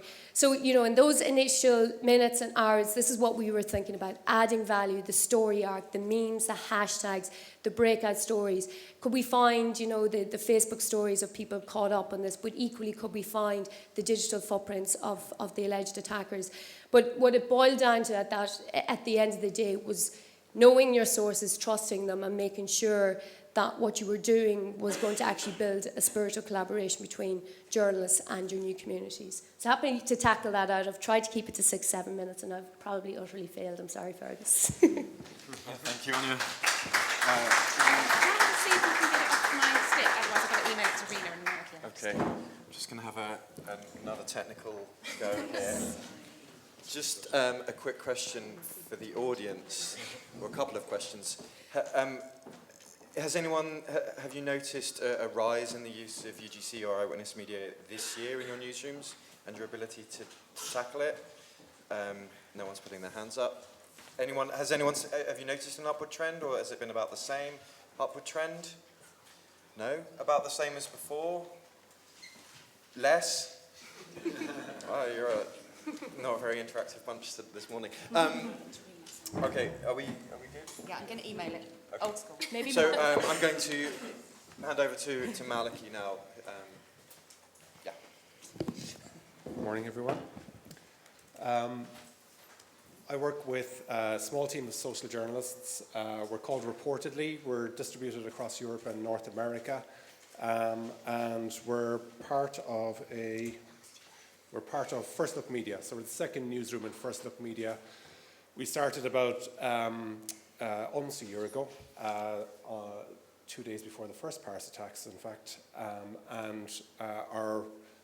We were told to go out and experiment aggressively this year and see what works, do some good journalism, try to build a reputation for yourselves, and then we'll come back and see what the future is. First Look is a not-profit. It's American. The Intercept is the first newsroom in it, and they've just launched Field of Vision, which is about documentary films, and there's some really nice ones up there, short-form docs up to about 10 minutes for online audiences. I suppose reportedly before, the case study I'm going to go into is the Mali attacks that happened after about exactly a week after the Paris attacks, the second ones. And just a little bit about reportedly first. We're not always doing breaking news or live news. We kind of operate in 3 gears. We'll respond to big stories like that and jump in. But we also, after the fact, we'll publish digests and stories to our website. And then we'll do deeper investigations. And like Storyful, really what we want to try to do is build a community around the journalism that we're doing. We're publishing primarily to Twitter and to Facebook rather than to a website. And the point of that is that that allows us to bring people into the conversations that we're having and try to tease out from people who are at the scene of an event or have better context than we do, or our local translators, to involve them in the conversation and try to build an iterative process around the story and try to figure out what's going on, doing recaps around what we know, what we don't know, and that. The Mali attacks. So this was, as I say, a week after the Paris attacks, happened early in the morning, and because I would say our community in Mali isn't as strong as other stories that we've covered. So our process here, without having the same tools that Storyful has, which are really powerful tools, is to use the what's innately available within the platforms. Facebook has just launched a new tool called Signal. That's primarily to discover trending and emerging topics, but it also has a terrific search in there. And so we're popping in keywords into Facebook Signal to try to surface eyewitnesses at the scene. We managed to find a couple of them there, local journalists. And then our Mali Twitter list. And we've blogged about this on First Draft, how you can create Twitter lists by leveraging communities that other people have built. And for me, on a story like this, it's what is the best quality information that I can find to try to make sense from my desk in Dublin, what's going on in Mali. Looking at our photo services, we saw that AP very quickly had photographs up there, which meant that they had a reporter at the scene, which meant that they were going to get good information as people were fleeing out of this hotel. Anybody who's not familiar with the story, gunmen seized the diplomatic car, got through the security at the gate, shot security guards, entered the hotel. There was 170 people or so inside there who were either hiding or held hostage for several hours. And lots of people died, actually. And so who else are going to be good on that story? AFP have a very good, Mali is a former French colony, so AFP are going to have good sources there. RFI, Radio France Internationale, are going to have good sources, and of course France 24. So I'm looking at all of these sources initially, as well as our Mali Twitter list, to see, okay, what information is surfacing from the ground there, what can I triangulate, what stands out as not fitting with the narrative. One of the eyewitnesses there had photographs, or there were several eyewitnesses. There was a local radio station were down at the scene very quickly. Mali Kahere, we found them on Facebook, but they were more active on Twitter, and they had people at the scene there as well. Another local journalist who was on our Mali list was down there giving pictures, and this allowed us to visualize it. And of course, France 24 observers, they've got a very strong Francophone Africa community, and they get emails in every morning from that community as to events that are happening in those countries. And so they've got a really well-established network there. So I'm paying attention to what their editor, Julien Pan, is saying. And also then looking for secondary sources who have form on Mali, who are talking to eyewitnesses, ringing up their sources. One guy who's a Mauritanian activist who has family there, who's very well established and has a good reputation on Twitter, Wee Daddy. He spoke to his cousin who came out of it. We're trying to figure out how many gunmen were going in, what are the reports. There's anything from 2 to 10. We had one of our journalists knew people in Mali as well who had kids in a school that was nearby. I got those people on the phone, spoke to some of their friends as well, and just trying to make sense of all of the information that's coming out of there Very fast initially, some of it inaccurate, some of it incorrect, and just trying to be consistent in the information that we're seeing, and asking questions of people as well. Of course, if people are at a distance from something like this but are getting information, it's possible to probe them and bring them offline if necessary as well. And then, of course, watching the France 24 live feed. So all of these people are, they're talking to either eyewitnesses or official sources. And as well, having the presidency's official Twitter account on there, having the gendarmes, the French gendarmes on there, they posted a tweet saying, yeah, we're sending forces in. This guy, Robert Naguila, who's got forum on Africa, he spoke to UN sources. Just trying to remember when I was covering it, who else did we get information from? Yeah, the president was overseas, and he said, we're coming back. He was at a summit. And so, when we get all of this information, we're publishing it, as I said before, directly onto Twitter, and then directly onto Facebook, and then we'll do a digest afterwards with what we know, sort of a live blog type of a story. Just one of the things that we started doing on Twitter, over here on the left-hand side, is, because tweets are lost in the wind as soon as you put one out. In fact, our metrics show that the engagement on average is lost after 12 minutes on any given tweet. That by replying to the previous tweet, if you're trying to build a narrative around what's happening on a story, that keeps them together in a thread, and that will appear in people's timeline, and it'll give you the context of the previous tweet. And of course, in between that, we're also retweeting sources directly, rather than just taking and republishing their information as reported as information. We're amplifying them, because that all helps the community effort. And then publishing onto Facebook. Facebook's algorithm means that information doesn't necessarily reach people, with the same swiftness as it does on Twitter, and then publishing. And that's pretty much it. A lot of the case studies that we've done around these and around longer investigations that have taken several weeks are published on First Draft. That are kind of the how-tos and the skills that we used in those. And the only thing I would say about building communities like that and involving people in the in tweets and putting their handles in there is that they really respond to that, and they see that you're a publisher who's using social media not to just amplify and drive traffic to a website, but actually to be inclusive around what you're trying to do. And on the night of the second Paris attacks, somebody pinged us from outside Stade de France and gave us, we don't do breaking news, we kind of do timely stuff, but that gave us a lead of 20 minutes on I'm sure Storyful were fast on it, but on main publishers. It was I think it was 5 minutes after the first bombs had gone off, that's happened on countless occasions, be it on tracking bombs from Italy to Sardinia, or Italy to Saudi Arabia. We've done investigations on that. People coming to us saying bombs are being loaded again, can you track the flights and stuff like that. So there are plenty of case studies, as I say, on First Draft. That's it.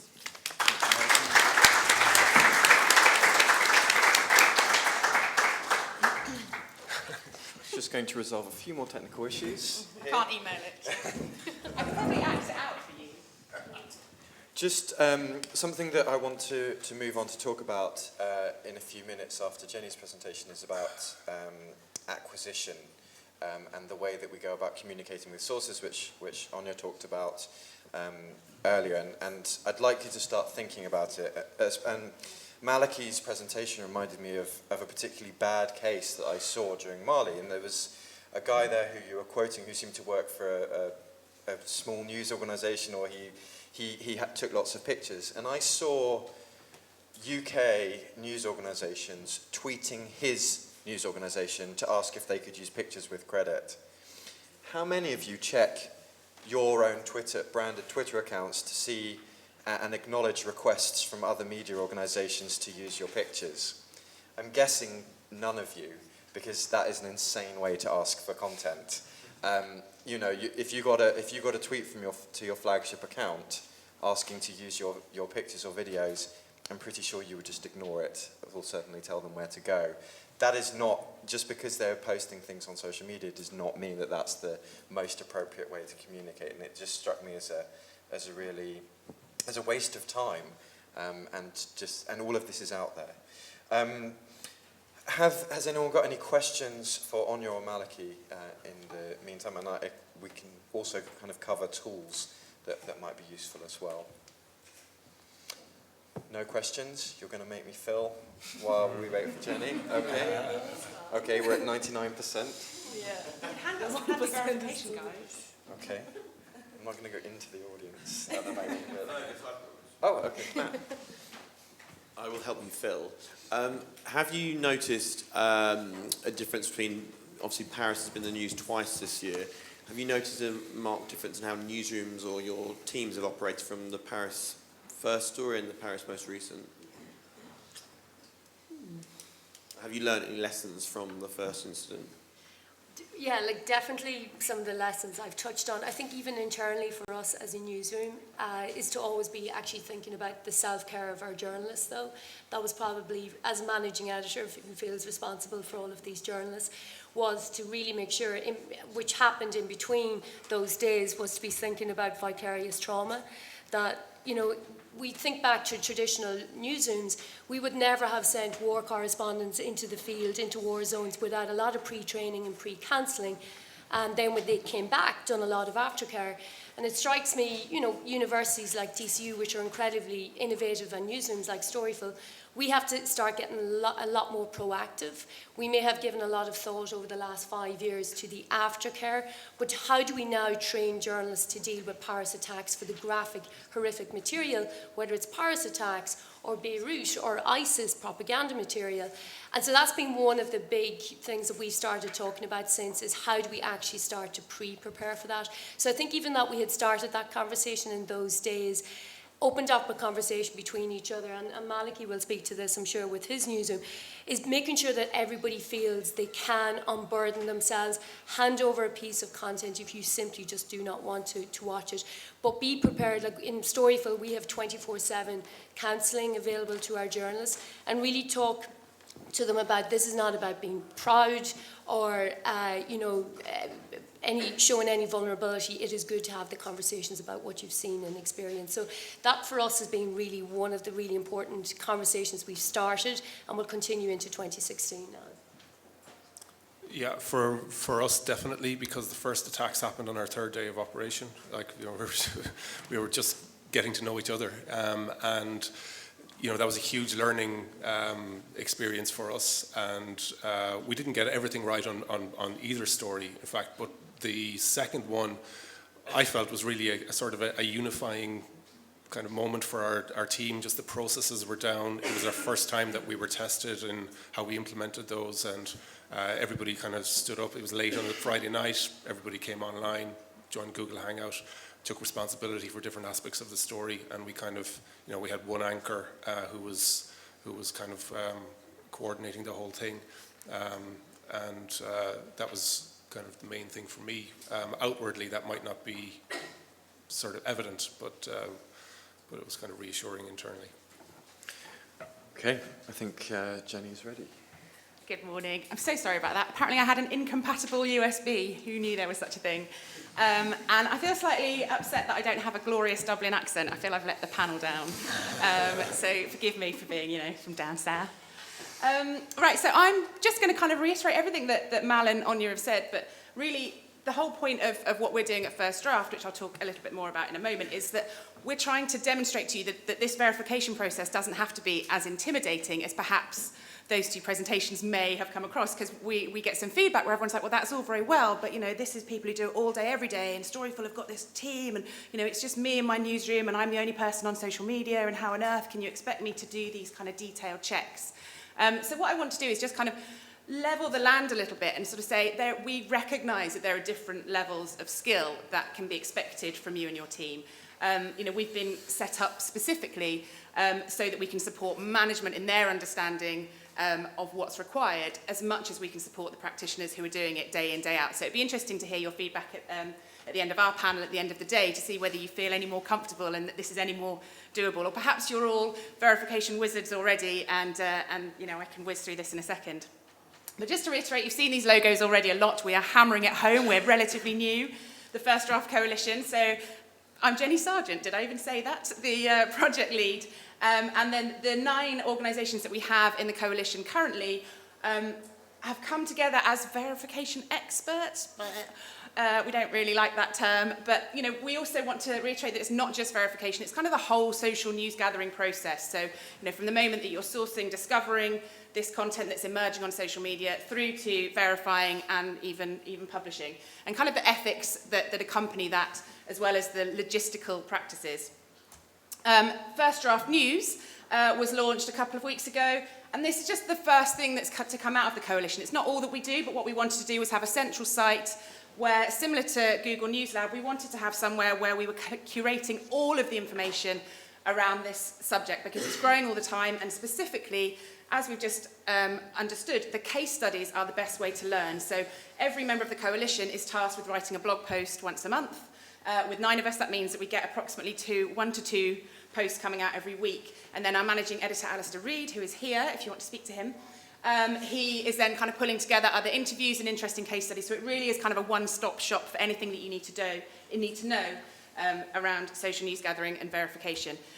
The resources page, again, very similar to Google News Lab, is lots and lots of videos, very short, quick how-tos, just to help you during a breaking news story when you realise that there are so many clever little shortcuts and hacks and tips, and you can't be, possibly be expected to remember them all, because you're not Malachy and Áine and you're not doing this all the time.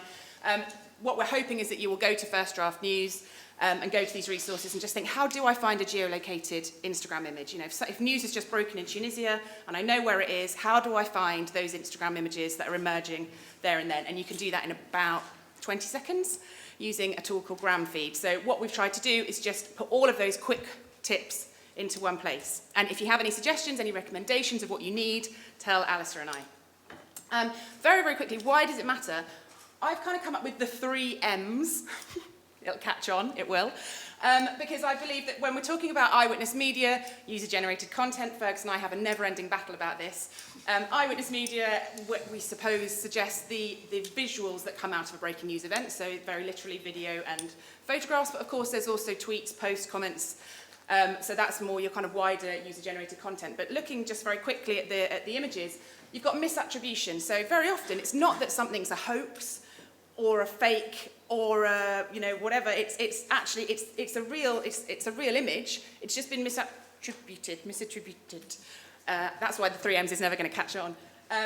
But basically, this image here, which purports to be, in Germany of somebody, wielding an ISIS flag, actually was in Germany, but it was from 2012. So if you're sourcing your content from social media and you read the exact description in the tweet that tells you one thing, you have to still complete your verification checks because you can't believe what that tweet is telling you. The other one, obviously, is the famous shark that just seems to pop up when there's any storm. This particular image emerged during Hurricane Sandy, and then it popped up again during the Mexican storms very recently, earlier this year.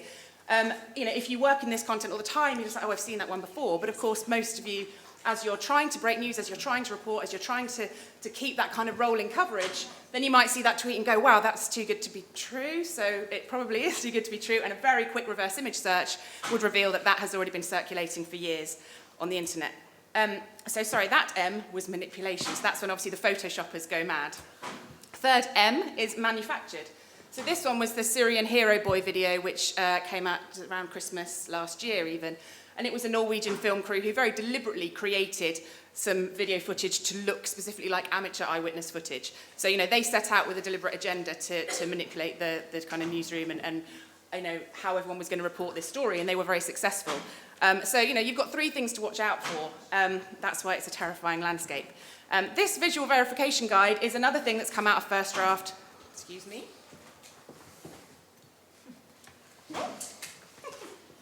I was going to unravel in a flourish. But it's basically got all of the verification tips that we have for verifying photo and verifying video. We've managed to get it onto one handy sheet, but once you've opened it, you can't fold it again. It's almost impossible.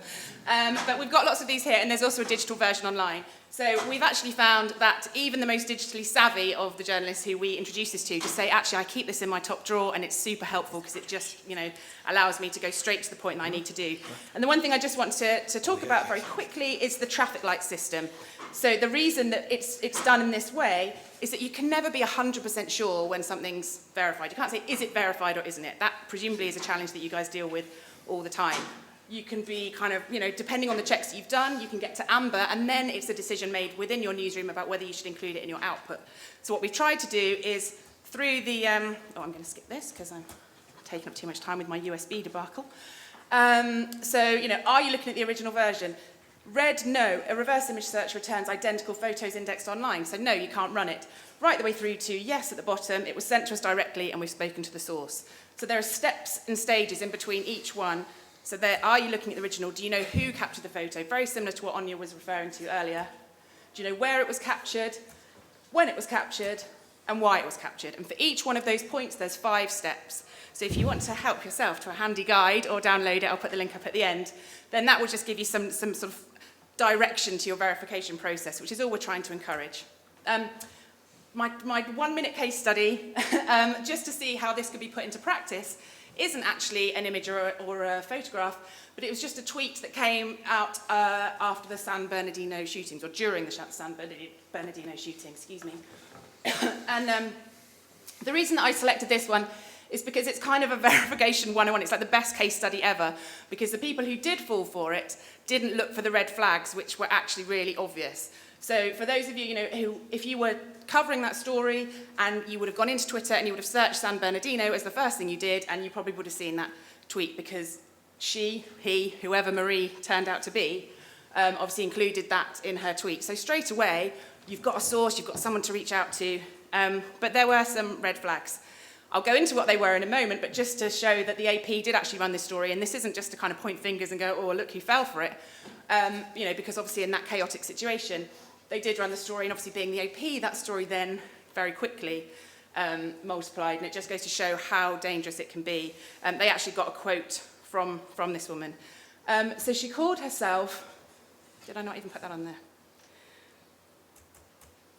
Oh, she called herself Merry Christmas, or Marie Christmas, which again, these tweets, just to explain, when I was screenshotting, her account was suspended, and then she put it back up again using a different username. So that's why she's there as Marie, and then Oruna, O-R-R-U-N-A, was her replacement username. So I was able to go back in and see all these tweets because she'd reset up her account. Later on, funnily enough, very late last night, she opened her account again under her other username, which was Dewy Marie. So she was Marie Christmas, Dewy Marie.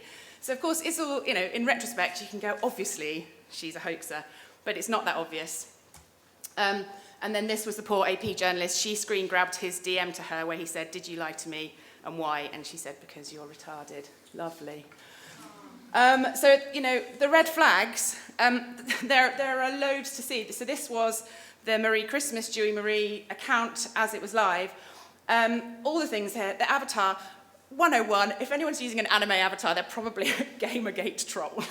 Like normally, don't say that, I'm not saying that all the time, but usually if you look at all of her followers and all of her community, every single one of them has that kind of avatar. The username is a red flag. I'll go into the join date and a few of the other bits later on, but you just want to instantly look at things like, she's done 25,000 tweets, over 25,000 tweets. And you think, well, since August 2011, that's still an awful lot. I mean, I know kids really do like to tweet, but that's a phenomenal amount. Look at the amount of photos and videos. She made one list, so I'm going to just quickly go through. This is a hat tip to Malachy. This is one thing I didn't notice, which was the wording of the tweet. I saw the shooter shooting people. Do people talk that way? Would they refer to somebody as a shooter? It's those kind of red flags that we've written about in a bit more detail. And again, saying San Bernardino in the first place, the way the tweet was worded is a red flag.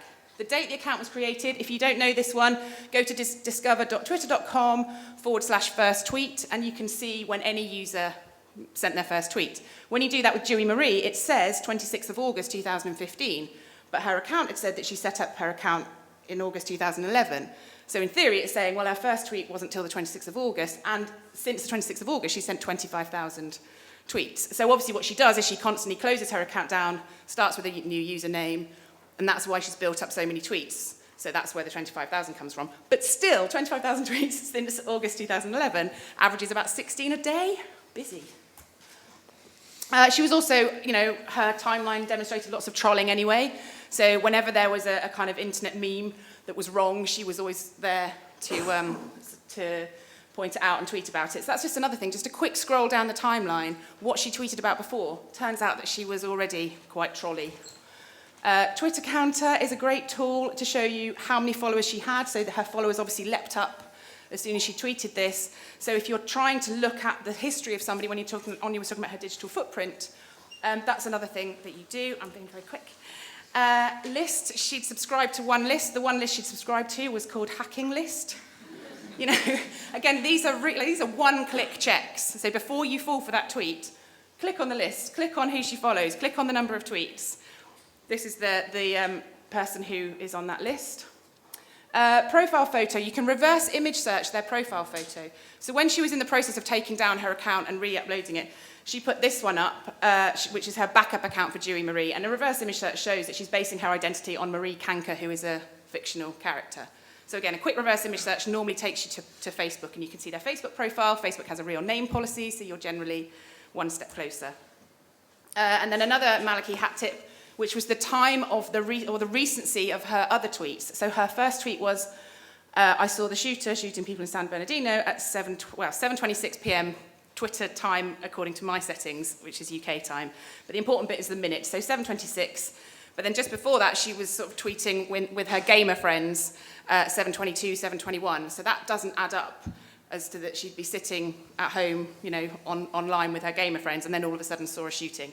So, and this, just to lead us neatly on to probably what Fergus wants to talk more about, is the number of permission requests that she received. So it can just sort of scroll on, which was all of the journalists contacting her. And if you look at those in any detail, they do range from some people just saying, what did you see? Have you got pics? Send us more. Which, if she hadn't been a hoaxer, would have been the most inappropriate way to contact somebody. So it's another case study in itself. Thank you very much. Oh, brilliant.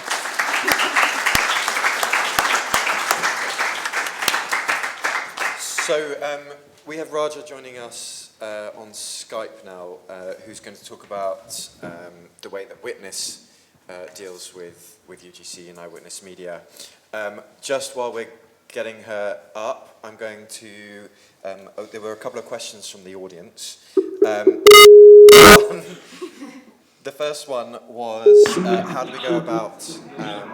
you know what? Let's just go straight to her, because I'm not going to be able to compete with... Hello? Can you hear me? Yes, definitely. Oh, perfect. Okay. Just one moment.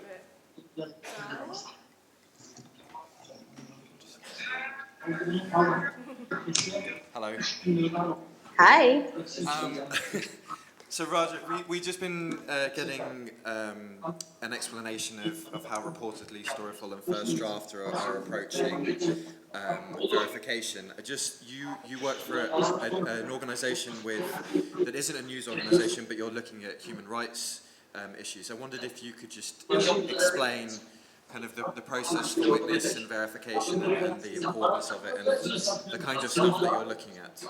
I'm not going to interrupt you, but everyone can see you on the screen, and they're listening to you now.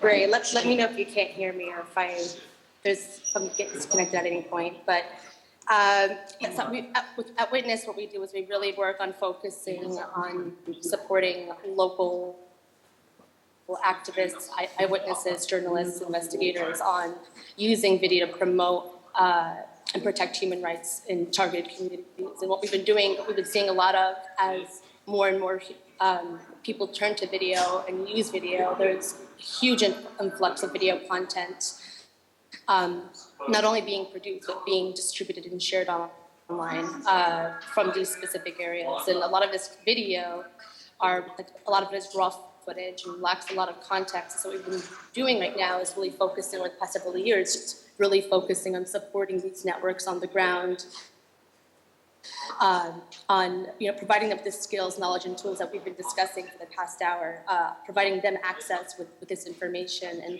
with the hopes of enhancing the type of content that they're producing. But it's also looking at individuals who are also sharing content online and how to do it more responsibly, ethically, and as a way to kind of minimize risks and minimize harm, not only to the individuals producing the content, but the subjects in these videos. And what we've seen is like through our trainings, we provide direct trainings to these specific individuals, again, activists, investigators, citizen journalists, archivists, on how to really take the content that they're producing, produce it in a more high quality way, just increase the veracity of that content to make that content more verifiable, but at the same time, for those looking to integrate these videos into their investigations or into their reporting, what to basically do, which processes to use when they're receiving third-party footage, whether they know who the content creator is or not. And what we've seen is there have been so many cases where we've had individuals produce specific types of content that has and share it immediately without really considering how this content will put people at risk, and a lot of the Raja, I'm just gonna stop you for a lot of the individuals that we've worked with have been put at direct risk because of this. And I'm sorry, I missed what you just said. We've got a lot of background sound, so it's quite hard to hear you. I think what you've just kind of what you've just touched on is if you're able to go somewhere, are you able to move so you're a little quieter, a little bit of a quieter place? No. Okay, well, we're going to come back to you. If you can just mute yourself for the moment, because you started mentioning something that actually leads into a question from the audience, which was around the kind of stuff that isn't real and how that might be labelled. So that was a question that came in on Twitter from someone in the audience, I think. From the other room. And so the question is, how do we go about kind of identifying and labelling stuff that isn't real, that has been identified as fake through a verification process belonging to one of your respective organisations? I know that each of you kind of has a process for identifying that stuff and stop it being shared. It'd be useful if you could just give a kind of couple of sentences on your respective approaches. I want to speak on this, hopefully. I don't know which microphone, if any. But yes, it's one of our sort of key points of First Draft is how we start standardising some of this across the industry. So we've written a couple of blog posts actually after the Paris attacks because the French teams were doing some brilliant work with just a big old red dot in the middle of anything that they verified saying fake or faux or whatever the language is. But what we want to do now is try and actually develop some actual tools that people can use so that it's fully embedded into that image. So as that image then travels, or as that photograph travels, the fake flag travels with it. Particularly because even though we all might be quite good, and we can do a great job in training up journalists, and everybody now is able to quickly identify fake or hoax content, but the audience isn't necessarily going to be keeping up with us. We have a responsibility, I think, to make sure that as these things are being debunked, that the audience are keeping up, because they're seeing this content at exactly the same time and through exactly the same channels as we are. So there is a real problem here that we can all be very proud of ourselves saying, oh, it's not real, and we've reported that it's not real, but whilst we're reporting it on this channel, then it's going viral on another channel. So how can we start trying to rein that in? It is a real challenge. It is going to require some technology, I think. And the lovely Ed from Medan is here, and his team is already doing some brilliant stuff with this. So hopefully it's something that we can push out from First Draft in a few months. Áine. Yeah, and just added to all of that, I think there is a duty on all of us to start thinking about news literacy for our audiences. Even starting to teach them what are some of the skeptical questions that they should ask when they're starting to see, a lot of this raw content on Facebook, Twitter, and beyond before they come to a journalism source. So just even teaching them skeptical questions. But I think we have to start bringing our audiences, showing them, underneath the hood, how do we actually do our journalism? It's not enough anymore to say, well, this is debunked or it isn't real, or we haven't been able to verify. I think we have to be a little bit more transparent with our audiences and actually show them the processes. I don't buy this argument anymore from people that say, well, we don't show people how we make sausages and they don't want to know. I think our audiences are curious because the power of social is that everybody loves to be able to share content first and in a very unique, original way. So when they're called out by it being fake or that it's been repurposed and manipulated, they're the ones who feel embarrassed. So I think there has to be a two-way exchange of information. Some journalists basic skills being shared. But when we do the debunk and when we do the verification, I think there should be, ideally, and we've both, I think Malachy and Jenny here, we've talked about how do you do that on your news sites, in your broadcasts, where maybe you give a little bit of information to your audience. So Malachy, you perhaps work for an organisation that does this to the extreme. All of your sausage making is out there. Yes. People are really nerdy about that stuff, actually. Jenny was giving me stats on a case study that we did on a how-to guide, and the how-to had 7 times the traffic of the original story, which is actually a nice way back into the story as well, in fact. But yeah, I think, you know, there have been developments this year, if you look at like Grasswire Facts, Twitter accounts like that are dealing with debunks and what's real and what's not. And also a lot more live blogs and publishers are doing what we know, what we don't know, breakdowns. And also the language around live blogs, I've noticed, you know, some of the more responsible ones are changing, are paying attention to how they describe how information has changed over the course. You know, originally it was reported that, and now we know that. Thing. And also some of the conversations that we've been having in the background is, you know, particularly around eyewitness media and content, is there a sort of a visual guide, almost like the Guaranteed Irish logo, or, you know, that people would recognize, kind of a traffic light system saying, well, we know this is the source and this is the credit and we know that this is the location, but, you know, sort of like that might be possible as well. So to pick up on something that Áine said about this literacy within with the people that we're dealing with, and I just want to throw to Raja actually, because you're communicating with people who are witnessing terrible things. What is your kind of duty of care to that person, and how do you go about making those approaches? What kind of things do you have to bear in mind as you're doing that from an ethical and practical sense? And you need to unmute yourself. Yeah. Yes. Sorry, guys. Our neighborhood was hit with a power shortage, so I had to go to a cafe.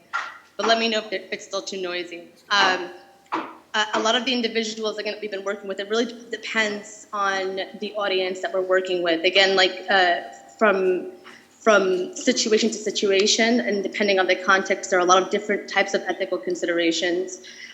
With regards to our trainings and the type of resources that we produce and share, we really take time to consider cultural, there are a lot of cultural considerations, political considerations, really thinking about the individuals that we're training in terms of gender, the types of human rights abuses and crimes that they're documenting and collecting, and the type of people that they're, the subjects that they're actually interviewing and documenting, and these are all the considerations and the things that we take into place and we take into consideration before approaching these individuals.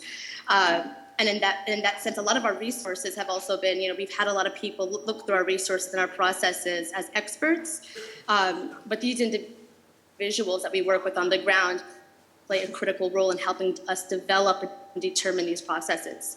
And so whenever we just published ethical guidelines around, you know, the curation and sharing of eyewitness video, and a lot of that has also been fed.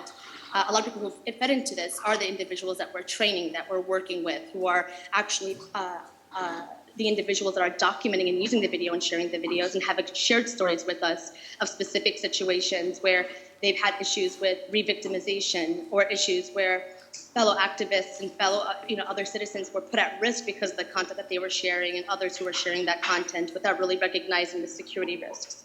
And all of this is a constant and consistent part of our work.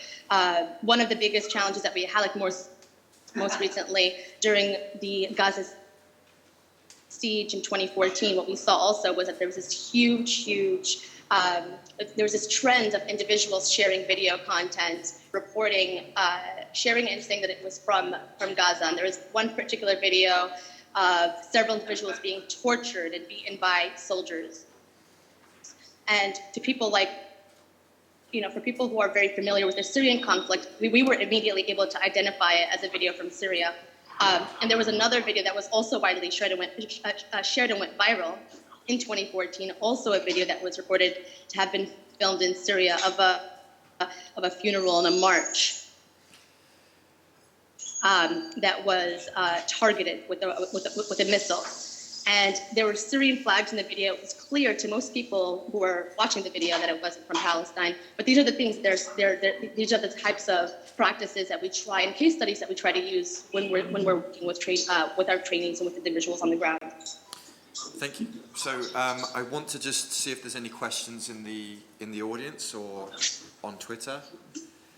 Any questions on Twitter? I do not have my tweet device in front of me. Can I just pick up on the media literacy point as well? It's interesting to note that actually Marie Christmas, her whole motivation for doing what she did was because she was responding to the vulture-like approach of media organisations contacting eyewitnesses during these breaking news events. So it's this strange kind of cycle now that how we do kind of reach out to these eyewitnesses, how we do manage that relationship with them. Because there's two different types. If you look online, there's the can we use your photo stream, which is constant, which is, obviously news organisations finding this media and wanting to use it. And then there's the can we talk to you as a witness, as a source stream. And now, it used to be the first stream was the most popular. Now, like, everyone's just piling in. You'll often get requests from 5 or 6 news organisations.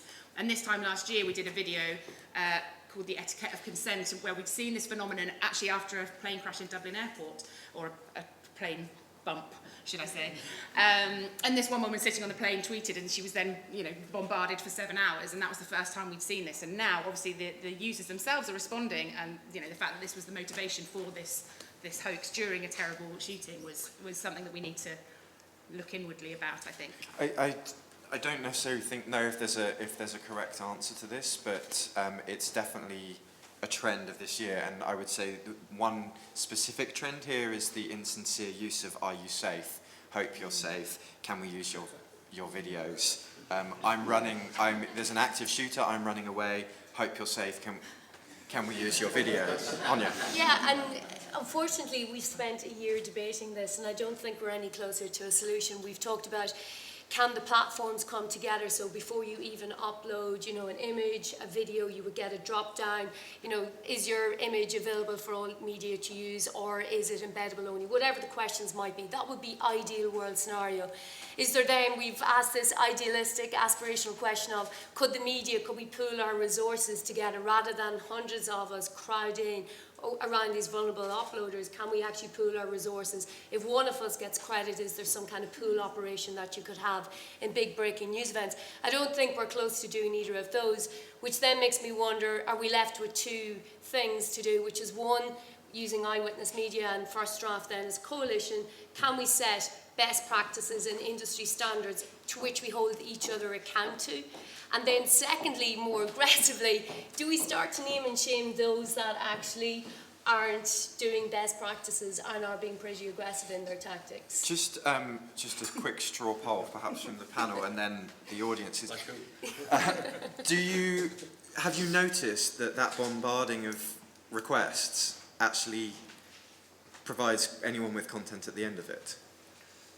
The interesting thing for me is we have great advice from a lawyer who only represents, or is always very careful to make me say that it's UK law only, but the fair dealing defence, actually, if for photographs, you need to put a credit on there, but you don't necessarily need to have gained consent during the breaking news scenario. So there's that big debate about, well, if you don't need to seek permission to use it during breaking news, in theory it's fair dealing, but that's when the ethical question comes in, which is if you're going to put a credit, which you have to do in order to use it for fair dealing, which means that you're revealing the identity of the witness and you're using their photograph without permission. So in theory you're legally solid for the first sort of 48 up to 72 hours, while the story is still in progress, but ethically not so sure. What was the question? Well,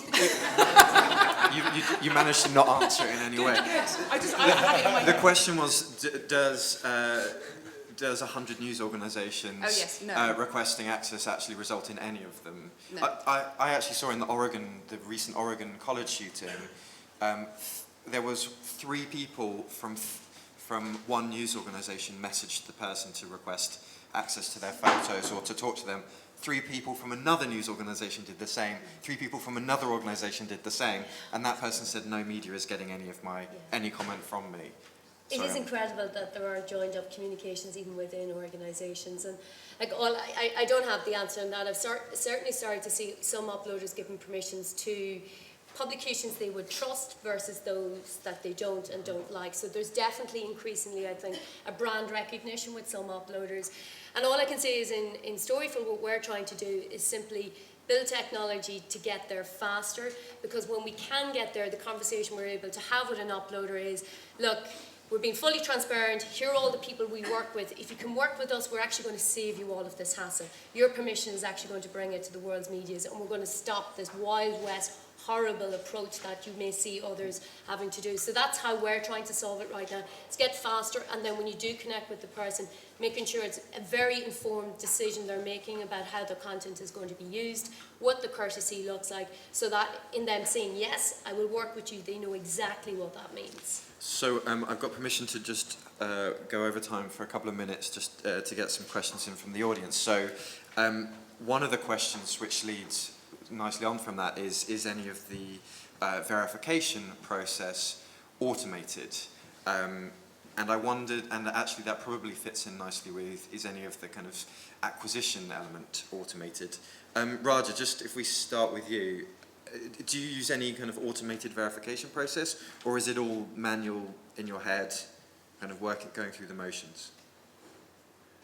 No, what we use and what we teach and encourage other people to use are usually, we do have the technical side, which is like the automated online platforms and tools. We do have the more conventional, non-traditional methods that we also use, which is like really looking at context and really understanding the context of what, the type of the footage that you're looking at.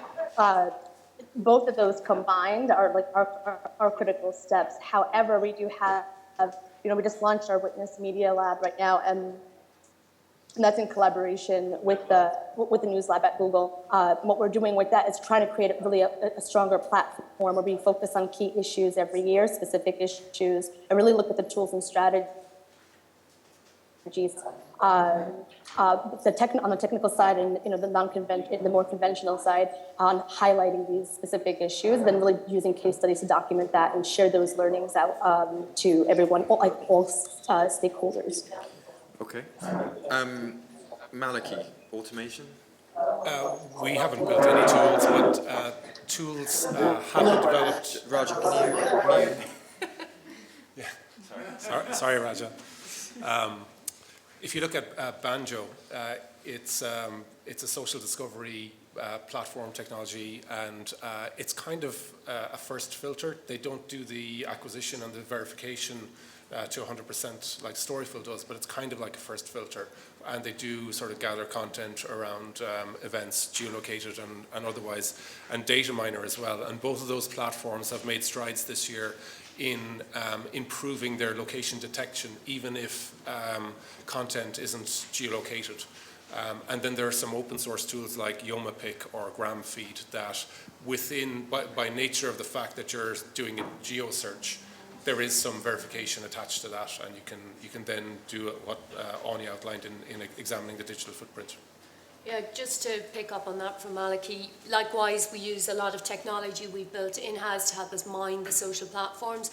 You have some free third-party tools, like you've got Google reverse image searches, you've got a tool like TinEye, to help you with verification of imagery. But I would always say technology only brings you so far. You still need human journalists to add layers of context and understanding, layers of data and analysis and narrative to take a piece of content and turn it into a piece of journalism, to turn a piece of content into a story.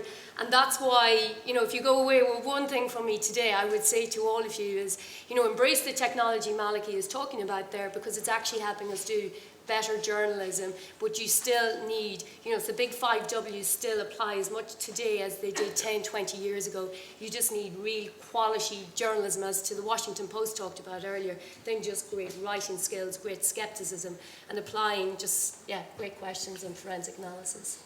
Well, I couldn't have ended it better myself, so thanks Malachy, Áine, Jenny and Raja. Thank you. Thank you.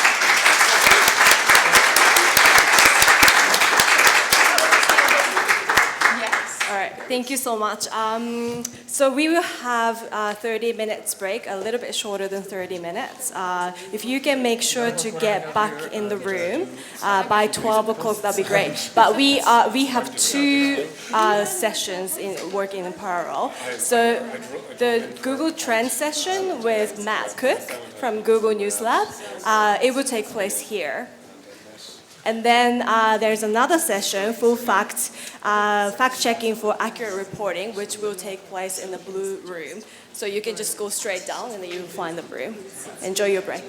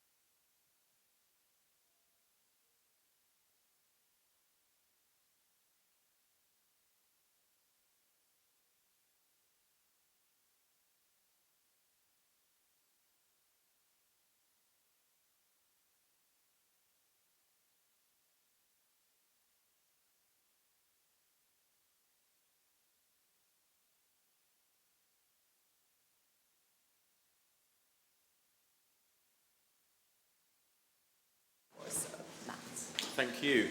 Also, thank you to the person who just went, shh. That's the first time I've heard that at a presentation in years, since I was at university, which was many eons ago. Thank you for coming today, and hello to people on the live stream. We've got about 50 minutes now. I am going to talk about some Google products, Google Trends and 360, but also going to think about just lots of different digital tools and how they can be used to visualize stories. So it's not just going to be me talking about Google. For those of you who were here this morning, you'll know that I'm from a team called the News Lab. We're a team that's growing. Since April until about a month ago, I was going all over Europe. Happy to say that I've got colleagues joining me on the team. And when it comes to next year, I'll be focusing on the UK, Ireland, and the Nordic countries. So planning to come back to Ireland as many times as you'll have us next year, and running many more events like this in 2016 too. So quick reminder, we're a team that looks after tools, data, and programs. Tools basically is training, and that's the g.co/newslab website we talked about. Data, which is what we're going to talk about today, that's Google Trends, and programs, which you heard about already this morning. The screen's slightly chopped off now, but hopefully we'll be able to see most of the examples as we go through. So we're going to start by looking at Google Trends. And again, just a quick reminder, anyone in the room who's used Google Trends, can you raise your hands for me? Okay, so maybe about a quarter of this audience. Google Trends was a tool that was available from 2007. It was a site that encouraged people to go on, members of the public, journalists, researchers, and look for information about what people are searching for. All the data, though, was 36 hours old, and some journalists told us that wasn't that useful, so we took that feedback on board.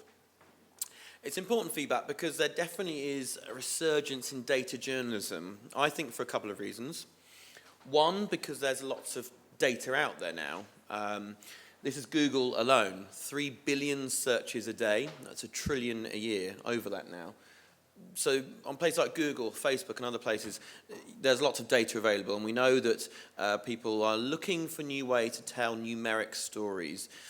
I think another reason, as well as the technology, though, is the number of new players there are in the publishing industry. Players like Vox and BuzzFeed and others who are going after a new kind of storytelling that is fit for mobile, it's fit for audiences, some would say younger audiences who want fact, number-driven storytelling as opposed to opinion. However, whatever you think about data journalism and its role, one thing is true, it's not new. There's nothing new about it really, because this is a graph from the 1900s from Italy. On top of all the examples I'm going to show you and walk you through now, much what Áine said before and others said earlier, I absolutely think you need, on top of all of this data journalism, decent quality journalism as well, because otherwise a lot of the assets and the images and the maps I'm going to show you, they just lack interpretation, they lack any meaning without journalism on top of it. But Google has tried to make the tools that we provide more useful. As I said earlier, this is what you got on the Google Trends site. You'd go onto a feature called Explore, and you put in a term, and it would come through with search interest over time. But notice, though, this big white space on the right-hand side. That was because all the data we provided and shared on this site was 36 hours old. So we've had big storms in the UK and Ireland over the last couple of days. Let's say you're looking to see if there's any interesting search stories when it comes to that weather story. You'd have had to wait 36 hours to see if there is anything there, whereas now it's real time. So this is what you have now. Much more granular, to the moment. When I'm in my hometown in London, if I'm watching the main BBC News at 10, by about 5 minutes past 10, I can put in the name of whoever appeared in that package, the first package, and you'll see a slight increase in search interest in that person or theme.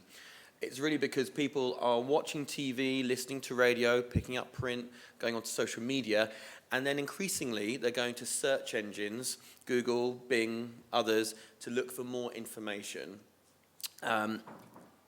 All the graphs that we're going to show you on the Google Trends site can be embedded, and I'm just going to show you now what we have as of about a month ago in Ireland, and this is pretty new.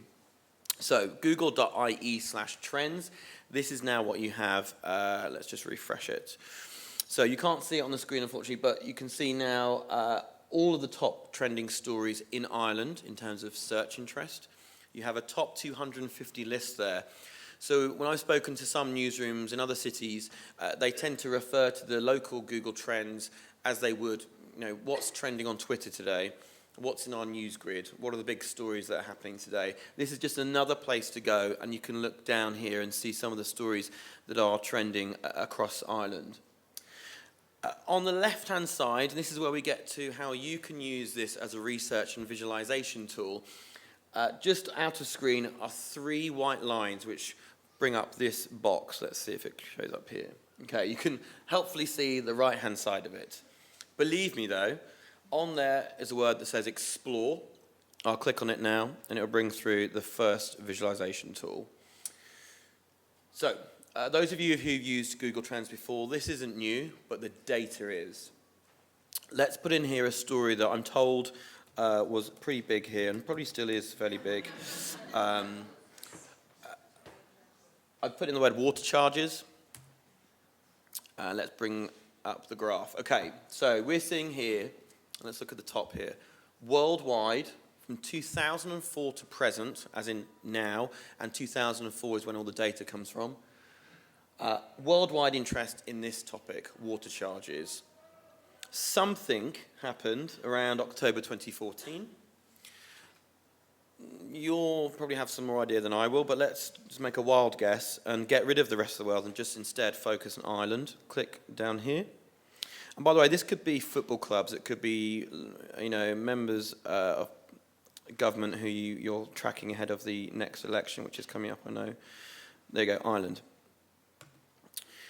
There you go. Search interest in water charges from 2004 until right now. Something happened October 2014. Can't think why. Let's say this is something that you think is interesting. I'm doing a story next week about water charges. Maybe it's a year since this new legislation came on, the new thought came in. At this stage, you can share this on social media by looking up here, and there's 3 dots at the top right-hand side. Next to it, you'll see 3 dots which allow you to download this as a CSV. So you can straight away get a spreadsheet and turn it into a graph that's suitable for RTE, the Irish Times, or your own personal blog. Or let's just say you know someone else who's doing a story about water charges and you think this might be quite interesting to them. Just grab the URL and copy it into an email and just say, hey, is this interesting for you? The neater way of embedding it and using this, though, if you don't want to use your own charts, is to use the embed code, which you'll find just here at the bottom right-hand side of the graph. That gives you a code which you can embed straight away. The Guardian in the UK and the BBC both use this feature. Underneath as well, you can see something which is not readily available in all countries, but is here in Ireland, regional interest. So if you were to say, right, what place in Ireland has searched for this feature or theme the most? Population-wise, of course, it'd always be the big towns and cities. What if, though, you aggregate all the data? Of course, everything on here is anonymized and to an aggregate anyway. But let's say you aggregate all the cities and towns, and here you can see relatively which place searched for this story the most, according to this site. Lucan, as I understand, is a sort of an area, a suburb of Dublin, which apparently there was a protest there. You'll know much more, I won't pretend I know much more about the story than that. But there'll be things like that that may be a bit quirky. For example, going back to the UK, when we were looking at the Labour leadership race, you were putting in there the 4 candidates for Labour leader. Quite interesting to see that 3 of the candidates had lots of focus in what I would kind of call traditional Labour heartland. One of them was getting lots of interest all over the UK in places like Brighton, Hove, London, even Scotland and Wales. Jeremy Corbyn, of course. These little things, even if you don't choose to visualise them, are perhaps good cues and clues for you as journalists in terms of storytelling. I will just go back to another example. This is something that, let's go to the UK for a moment.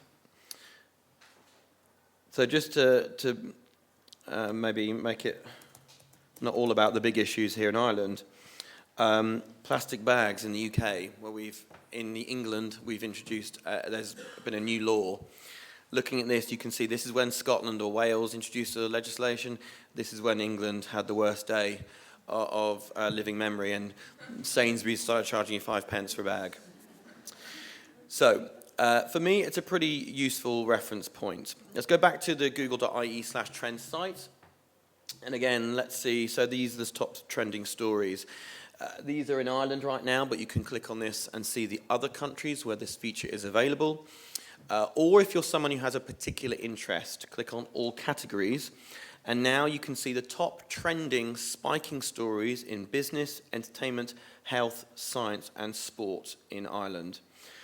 The UK and Ireland are the only countries in the world so far where we've done this, where sport always dominates the top lists, particularly on the weekend. It's not going to change journalism forever. It's not a silver bullet. There are still things on here which journalists tell us every day could be better. But for me, this is a good move in the right direction. Everything is anonymized. Everything is aggregate. You still won't get on there details about what people in your street are searching for, which I think is obviously a very good thing. You still won't get on there exact numbers, which journalists say would be useful. That's feedback we're still receiving and working on. But everything on this tool has to meet strict red lines of consumer privacy. But for me, from the 2007 model to this, which we've just relaunched, I think it's a bit of an improvement. I'm going to show you quickly how other newsrooms around Europe have been using this kind of data. But first, this is, apologies going back to my home country all the time, but this is the UK election. I know you've got your own coming up very soon in 2016. I went on to the Explore feature, the one where I put in plastic bags and water charges, and put in here some of the candidates for the leaders of the party. This was before the relaunch. You'll see there is a bit of a white space on the graph on the right-hand side. Any guesses as to what the two spikes in search interest for these candidates show? TV debates. So people are at home watching the telly, and maybe going to the laptop, probably though going to their mobile phone and asking for information. They're looking for more facts about what they're hearing and asking some of the questions about the candidates and the policies. This is something that The Guardian embedded in their live blog. These are search interests questions. These are the interesting questions and thoughts. And as a pilot, before we relaunched Google Trends, we decided to share the top 10 questions that were being searched for during that second spike, the leaders' TV debates. Why? Well, because journalists say that it's a useful way to find out what are people searching for, what do people want to know more information about. And I think this is an example that proves that they have a point. On the left-hand side, we're seeing the top 10 questions searched for in the UK about the TV debate. Take a moment to look through them all. Some big issues there. You'll find your own favourite. I think, though, some of it is about human nature. So people were hearing maybe an accent that they were unsure, where is that accent from, which is question 5. Maybe they're seeing some of the candidates lined up against each other for the first time, question 8. For me, though, the really important questions, question 4, what is a referendum? Question 9, what is austerity? So these are words that, journalists, unfortunately, and politicians and other key opinion formers use as shorthand. But in the UK, during the primetime TV debate, the 4th and 9th most searched for question was, what does that word mean? So we shared these with publishers in the UK as a pilot, and people like The Guardian answered the questions. It's pretty simple, isn't it? They did a line saying austerity means this, then a proper, thorough, long piece about why austerity is a key theme during this debate. And this is the kind of thing we want to do more of next year. We're already working with lots of newsrooms and lots of different news organisations in lots of different ways. And at this point, I just want to be clear, my background is the BBC, so ingrained in us is that you have to be very careful about, branding and all the rest of it. In fact, in some countries across Europe, it's the law. In some cases, brands want to use, like BuzzFeed, they wanted to use a map that we created.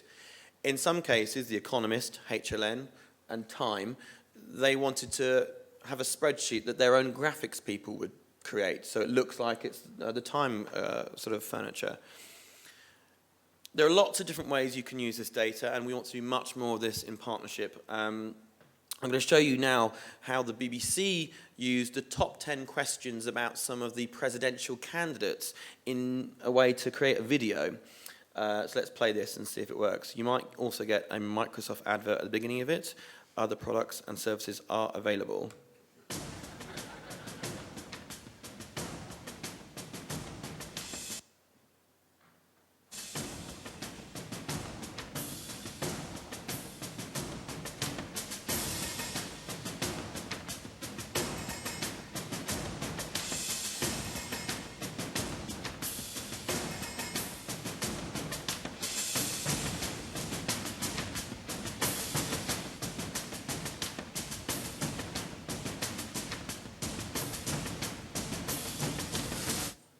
Yeah, their names aren't just a coincidence. They're brothers. Jeb's the younger, he's 62.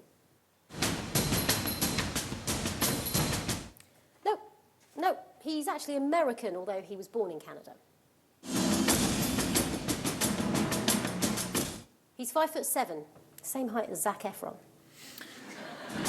And I think we'll leave it there. Well, nobody actually knows. Thank you, BBC News.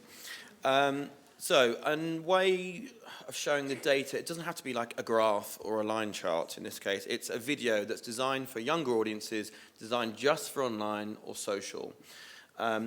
Some other examples, when it comes to elections, these are maps that we've made with Politiken in Denmark and TVN24, which is a Sky News kind of equivalent in Poland, showing search interest, not search sentiment, but search interest in some of the candidates before the main elections.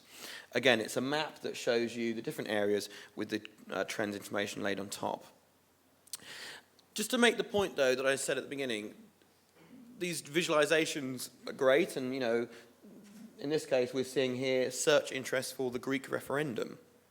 So on the day that Greece was voting on the big Euro story of the year, where in the world are people searching for information about this story? The data shows you spike interest. It shows you renewed interest in this story. It doesn't show you, from my point of view, some of the other key stories, though. Your journalism, your research, and your local knowledge will. For example, lots of interest in Europe. Why, though, down here in Australia, are we seeing lots of search interest in Victoria? The data doesn't tell you why, it just says there is interest in this story. You'll know that it's apparently because Melbourne's the second biggest Greek city in the world. This gives you, as a reporter in that part of the world, a cue that there's a new angle to this story. Or if you're the reporter based in Dublin, London, and Brussels, who's done this story every day for about a month, this is a new way to tell that story, a new cue. Likewise, staying with the Greek story, we're seeing here on the day the Greek referendum story was still always in the headlines. What about on the day that when the Chinese stock market story started to bubble up as well? If you compare those two stories and say in which country is the story most searched for, you get an interesting view here of the world. Blue represents interest in Greece and red in the Chinese story. I think really interesting, again, what the data doesn't tell you. What's going on in Africa? Why do some countries closer to Athens and Shanghai, why do they look for more information about that than something that's geographically closer? The data doesn't tell you, but you'll know, your own research will give you clues as to why. And just to make the point about the BBC using it as a brand that doesn't use branded content, they went onto the Explore feature that I showed you, built their own graph to tell the story about when the Pope landed in the US and the shock the Americans had when he got into a thing called a Fiat rather than a monster truck, whatever it was they had laid on. This is a comical piece saying, what social media reacted, what the reactions were to him getting the car. And as well, they've used what is available in Ireland, this regional map underneath, saying, the best place in the world right now to set up a Fiat dealership is maybe Washington, D.C. So, one last example, Eurovision is always a story that comes around once a year. You'll have stories in Ireland that people in newsrooms or journalists have to report on once a year, whether it's the calendar stuff, the big festivals, you have big events or fairs. You could probably write the headline to some of them already, couldn't you, without even going. What about one year doing it a bit differently? Not necessarily with Google Trends, but with other data sources. This shows you Eurovision using data. For some weird reason, Australia was in it this year. But this shows you search interest in the songs. Another way to get into that story. As I said earlier, big news next year is there's an election going on somewhere, other than Ireland. This shows you county by county search interest in the Republican candidates at that time. Red is Donald Trump. Search interest, not search sentiment. Also, I think, what does the data not tell us? I think, putting my old journalism hat on, I think it's really interesting what's going on here by the lakes. Why is it that a specific candidate in the orange is cutting through? Is it about the local geography, the candidate, the policies? What is it? For me, this is just another cue to get you into that story. So that was Google Trends. Have a look at google.ie/trends. Play around with the Explore feature. Put in some of the phrases or words, whether it's sport or politics or business or entertainment. You'll find your own ways of going and using that tool. One question from the audience on Twitter. Can you filter questions from Google Trends? So that's a really good question. So at the moment, you in newsrooms can only use the Google Explore feature. There's not currently an API. We've heard lots of feedback that people would find that very useful. We are taking that feedback on board, is all I can say at the moment. The questions and things like that, when we have a big moment like a national election, it's likely we will make it known via social media and other channels about how we want to surface some of those questions. With the UK election, it was a pilot. We then did the Danish and Polish election, and we are now working on the Spanish election, which is coming up in a few weeks' time, where in that case, we're sending out via a newsletter the top questions about the candidates to an array of different newsrooms. So we often get requests from newsrooms. We've had requests from Dublin newsrooms already about how they can use trends, and we've worked with them on that. And if you someone who's thinking of a story where you think Google Trends could be useful and you can't find the information on the tool I've shown you, then the best email is newslabsupport@google.com. I'll be honest with you, in some occasions there won't be sufficient data. So all the data you have on the Irish site relates to Ireland. It has to meet a certain threshold for it to appear on there. For example, even in the UK, where we were asked by a newspaper, what are the top 10 questions about all of the candidates, the leaders, candidates? In one occasion, one party leader, there wasn't sufficient data about them. So the Guardian wrote an article about all the leadership candidates, apart from the one person. They had to put a bullet point saying, Google said there's insufficient data about this person. I mean, it's better that than to, not do the article, and it's better that you have the accurate data rather than just, 3 lines of what could be. So there are limitations to it, but we do want to work with as many newsrooms as possible. And if you've got a specific request, then newslabsupport@google.com is the best way of getting in touch.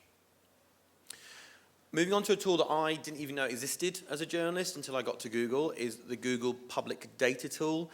This one, I've got my own criticisms about, but I think it's more useful at the moment as a research rather than a visualization tool. Has anyone heard of it? A couple of people. It's basically a digital library where academic groups, NGOs, and in some cases governments have chosen to upload their reports. Some of the sources include the World Economic Forum, World Bank, Eurostat. They've done a big piece of research, a big report. Then they've uploaded it publicly to the Google Public Data Explorer. Let's go and have a look at it. So Google Public Data, and you get to it. In this case, next week, let's say I'm doing a piece about Wi-Fi charges in Ireland. I want to do some research about it. So at the top, I'm going to put in here a keyword. So in this case, I'm going to pick broadband because I know that it's there. And it comes up with all the reports that are available via the Google Public Data Explorer. They've chosen to upload them. A couple of caveats here. Some of the data is a bit old, but that's because the research is a bit old. Some of the data doesn't cover all of the countries you might want it to, but it's, for me, just another place to look if you're looking for information. I also think as well, this is a good place if you're doing a TV piece or a long written article or a thesis for university, and you want to find some other sources, maybe you want to find out who can I interview about this particular issue. This is another place to go to find details of academic reports and academic sources. I'm going to stick with this broadband example, though. I want to see broadband penetration across Europe, according to this research that was done by Eurostat. So I'm going to click on this piece here. And what it does is straight away visualizes the research. This shows you here the graph. On the left-hand side, handily, you can't see the different countries. But I'm going to start clicking on some of the countries that are coming through. I'm able to play around with some of the settings. So I can kind of manipulate this data that's been uploaded. I can, at the bottom here, change the date. So I get rid of some of the countries, some of the years. And in this case, I'm seeing broadband penetration rates across Europe. Ireland is in there, and you can't see the right-hand side, but let's just assume that Ireland's number one. It's not, but let's assume it is. Let's say I'm happy with this. Again, I think this is useful for my colleague, my friend who's doing a piece. Either just grab the URL and chuck it into an email, or at the top, there's a chain icon which gives you a URL link. Also, a link for you to embed it, HTML code. My caveat about this site at the moment is check what it looks like on mobile first, though, because in some cases it doesn't look as good as it should yet. Play around with some of the settings up here. There's a graph, a line chart, a bar chart. Let's click on that one. Let's click off Europe. And again, you can start changing around some of the different settings. So in this case, I want to track Belgium. Imagine this embedded alongside your written piece talking about broadband penetration. You can press play as the reader, and you can see the story visualizing in front of you. It's not going to replace or distract from your journalism. It's going to complement, I think, and give a different visual for your audience to play around with. Just wanted to flag that because I think it's a useful example, but at the moment I think largely useful for research. Next up, for me, like trends, maps are also a tool that many people are familiar with, but maybe haven't seen what you can do with it in terms of storytelling or in terms of complementing your articles. Let's say you are someone in a newsroom or you're a journalist and you hear about a breaking news story. It's the middle of the night. Maybe you want to get a picture to complement your tweet or something to go on your website, but you've got nothing. You've looked through all the tools that we were talking about earlier, Twitter, Facebook, and everything else. There's nothing there. You've got nothing in your archive to help tell the story. Why not go to Google Maps, find the location, the relevant location, and use that, even if it's for the first hour until you get something better to replace it. Let's say something's happened, in this case, at the Google office in California, but it could be here at DCU. Find the location on Google Maps. Once you're happy you've got your icon in place and it comes up with the red dot, go and find the cog, which in this case is at the bottom, and look for the words share and embed map. That brings up this map here, which gives you straight away an embed code. Some people, particularly journalists who are doing crime stories, who just need a picture straight away to tell the street or the landmark, they'll do this. They won't maybe embed it, but they'll screen grab it. That's fine if you credit Google Maps properly on there, but some people pretend not to. But you can also do it in a more neater way by embedding it with the code. Whatever way you do it, this is a good way to get visuals quite quickly. I think as well the more realistic, more relatable one is to click on the satellite image in the bottom left, and you get something that straight away looks more familiar to me. It's something I can identify with. It's a location. So One step on from that, of just going and getting a quick grab, a screen grab, a quick map, is to start to editorially add layers to Google Maps. And this is something called Google My Maps. Now just one thing about my background, I was a journalist. I'm not, and never will be probably, a decent coder or techie person. I can barely turn on this. This took me about 15 minutes to play around with before I personally felt that this is something I could embed or choose to represent my work without being embarrassed. Some of the other tools I'm going to talk about took me a bit longer, but this one for me is pretty easy to use and pretty intuitive. In this case, it's CTV News in Canada telling the story of flight MH17. So going via Google Drive, the journalist has found the approximate crash site.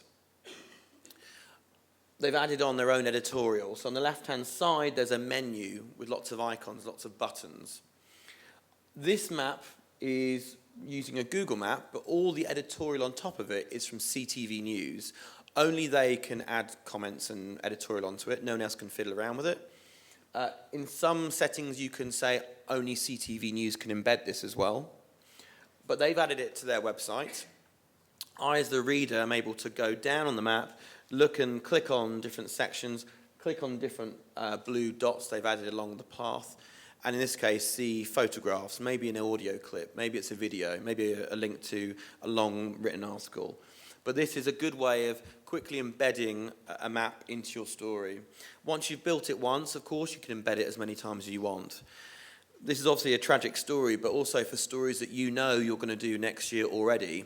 In London, it was the Olympic Games, but every year it's the marathon. You're doing those kind of stories that involve race routes and, maybe you're doing a story about Christmas markets in Ireland. Whatever it is you're doing, these kind of maps can quickly add another layer to your story to keep people on your websites for longer and engage in your content. Everything you build is embeddable, as I said, and can be embedded many times over. This is CBC News in Canada again. This time they're looking back on a story. Maybe you want to remind people about a story 10 years, 20 years, 100 years on from something. This is a map of the story.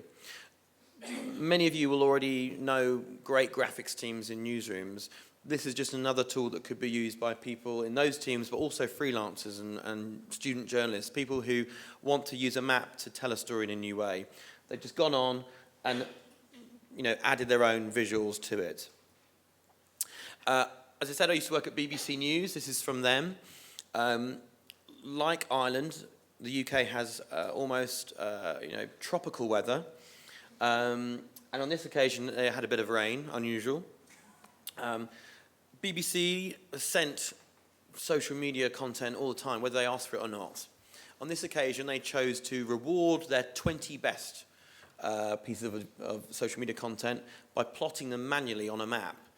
You can do this automatically, by the way, but they've chosen to go onto the UK map and find the average locations of where these images were being tweeted to.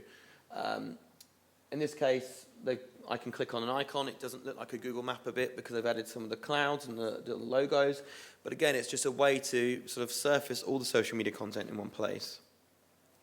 One step on, and again, one step away from it looking as much of a Google map as it was before. This is Huffington Post. In this case, yes, you can see underneath down here there's a Google watermark and there's a Google copyright, but they've changed the settings somewhat, so it's a different layered map. They've also changed the buttons, so I can click on a flag, but that could be a logo, it could be, a football team brand, whatever it is, they can add any JPEG there. In this case, the story is, where can I go in Chicago to support my favourite football team during the World Cup? These are the best bars. It doesn't have to be big breaking news, of course. So to do this, go to Google Drive, click on New, and find something called Google My Maps. If you can't find it there, click on Connect More Apps. And there, even if you just try it for 15, 20 minutes, I think it's a good place to see and get the hang of it. As I said, that's something that I did, and it took me a fairly short period of time to get the hang of. But I think some of the examples are pretty strong. Next up is something called Fusion Tables. A quick show of hands of anyone who's used Fusion Tables before? Great, okay. Unusually high number, actually, and not even half the room put their hands up. But fusion tables are something that I think do take a bit more practice and do take a bit more getting the hang of. Certainly for me they did, but can have even stronger impact. Kind of pub talk, put simply, what are fusion tables? Well, it's a story with numbers. Let's say you're doing a story about the average house price in every county of Ireland. Maybe you've got that from a press release, maybe you've done your own research, whatever. That's in one spreadsheet, so that's your story. Every county with the average price. The next spreadsheet is the geography of Ireland, the county longitude and latitude. That sounds a bit scary, doesn't it? But don't worry, someone's probably already done that for you. In some countries, the official Ordnance Survey equivalent have done that. You get those two spreadsheets, the story and the geography, pour them together on something called Google Fusion Tables, google.com/fusion tables, and it merges the two together. You tweak it and put some editorial on top of it, and then you can embed a map. This is a map that The Guardian built. This is a map that was embedded many times over. It took them a long period of time to get the hang of this because the story was so complicated, not the tools. This is Iraq, and every dot represents a death, a recorded death. The map was embedded many times over on several different articles. The reader can zoom up, zoom down, and click on individual dots, and up comes a piece of editorial, maybe a link to a photo gallery, maybe a link to a story or a video about what happened, what incident there was. In some cases, unfortunately, it's just a line, a statistic about what happened there, civilian and military personnel deaths. This, though, I think, from my thought, is a very powerful case.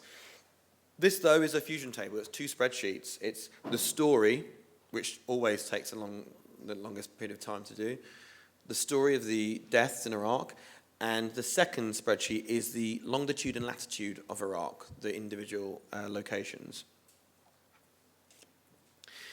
This is an example of the San Francisco Chronicle. Now, for them, they, I guess they pretty much have a very strict patch. Maybe once they've worked out what the boundaries of San Francisco are.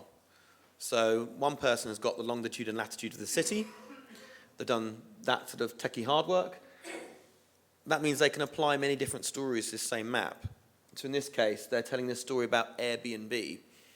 The darker the green, the higher the cost of Airbnb flats, apartments. The purple dots represent where the traditional hotels are based. So in this is three spreadsheets in this case. 1, Airbnb costs, 2, the addresses of all the recognised hotels, and 3, the geography of the city. For me, again, like trends, this is a great visual to get you into the story, not replace it. For example, I want to know, what's going on with this weird hotel here? Why is there only one of them? Is that a feature piece? Is it a special interest? What's the business story? What's going on in the nighttime economy around all these hotels where apparently, I'm guessing, the implication is that there are less people staying in these hotels. What's going on down here, where it's really dark green, but there are no traditional hotels? What's happening to the neighbourhood? This is just a way to get you into the story. Other examples across Europe, this is 2 spreadsheets, the geography and the stat, from a Swiss example showing you the population of ethnic Russian population in the countries surrounding Russia. The left-hand side is the Netherlands. Again, they know their patch. They've got this map ready. The darker the colour, the higher the gun ownership. It's not crime, it's the rural economies. On the right-hand side, the local newspaper for Hamburg. This is the morning after a local election. Again, they've got the map ready to go. All they need now is a story to add to it.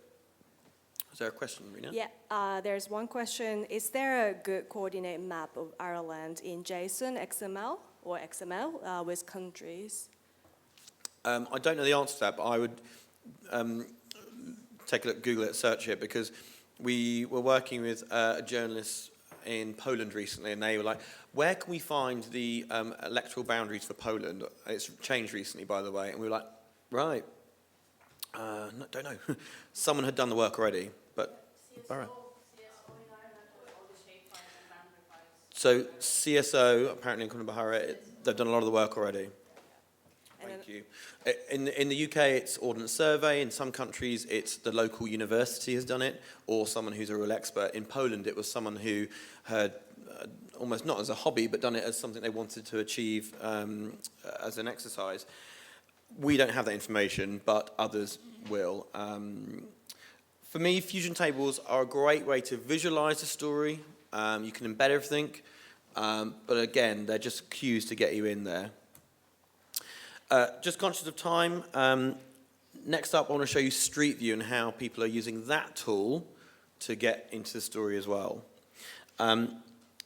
This is an example from the New York Times. So, some of you might have seen this before, but the New York Times are showing here one way you can use tools like Street View to get people to relate more to the story. Yes, in these kind of unfortunate weather stories, you'll have lots and lots of rich content. This is one way to contrast and compare. Underneath, we're in Moore, Oklahoma. This is Google Street View. And you're able to look at what was a fairly, ordinary suburban street. Above is a photograph that the New York Times took a couple of days after a cyclone went through this part of the US. The story here, I'm told, is that someone's dad had a very expensive camera in their boot. They drove to the area and they took a 360-degree photograph. They uploaded it to Google Maps, and then they were able to make this. So they uploaded it to Google Maps API at the New York Times. The clever people there, using the API, located it and matched it. And now I, as a reader, using my mouse or my finger, can have a real 360 look around this neighborhood. So you're seeing things like, I don't know if this is quite right, but there's the car before, underneath. There's it afterwards. But more striking, perhaps, these are the houses, the remains of the houses that are left. So back then, you needed a very expensive camera back in 2013. Now, you could do that on your mobile phone. For me, this is a quick way to get people to see more about the story in a really strong visual way. Another way to go back in time is to go and use Street View to look at maybe famous landmarks, famous sites. We're now going to look at Oxford Circus. So I've gone onto Google Maps and put Oxford Circus in. On the bottom right-hand side, I'm going to click and look for the yellow peg man, which you can't see. Let me just drag it on. I'm going to drag this yellow icon down onto Oxford Circus. So let's hide that. Okay, so what you're seeing is obviously central London. The cars, by the way, go through varying regularity depending on where they are. In some cases, local authorities where they've made road changes will request a Street View car goes through to update the maps. But in this case, somewhere like central London, you'll imagine it's fairly often. This is one of the most recent screen grabs. We're getting a 360 view of this area. Let's click up here on the left-hand side, which you can't see annoyingly. Let me try and... Can you see it now? Yes. Hurrah. Right, click on this little clock, and it drops down almost like a time machine. You go back in time. You're seeing here most recent Street View images from this part of London. It goes back to 2009. This, by the way, is what it's like to live in an Olympic city. In 2009, everything gets dug up. Everyone complains, but we always complain in London about everything. This is Oxford Circus. Notice the road markings. Things like the buses, everything's dug up, hurrah.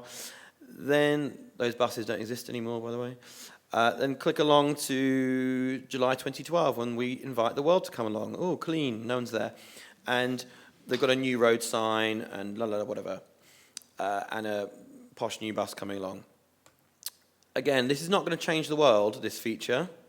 But in places like, the Dublin docks, where there's been a ton of regeneration over the last 10 years, certainly East London again, you'll imagine, A place like Glasgow, where the Commonwealth Games have really changed that part of the city. Things like, just a small social note, these flashy new buses, things like that. This is just a new way to get you to go back in time and get people to relate to the story. A really nice example of how this was used in the wild was from the Wall Street Journal.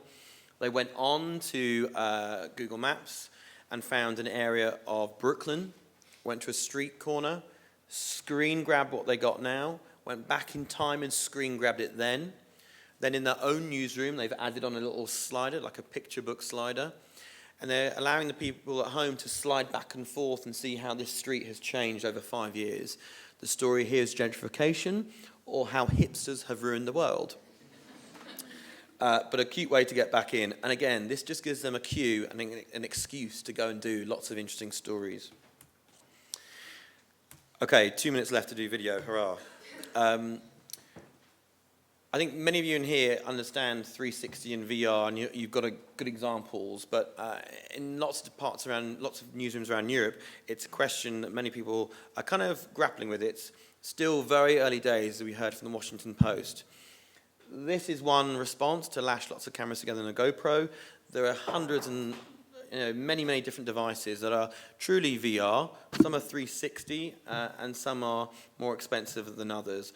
I'm not going to go into a sales pitch about them all, but I'll give you some examples instead about how this technology is being experimented with to different results.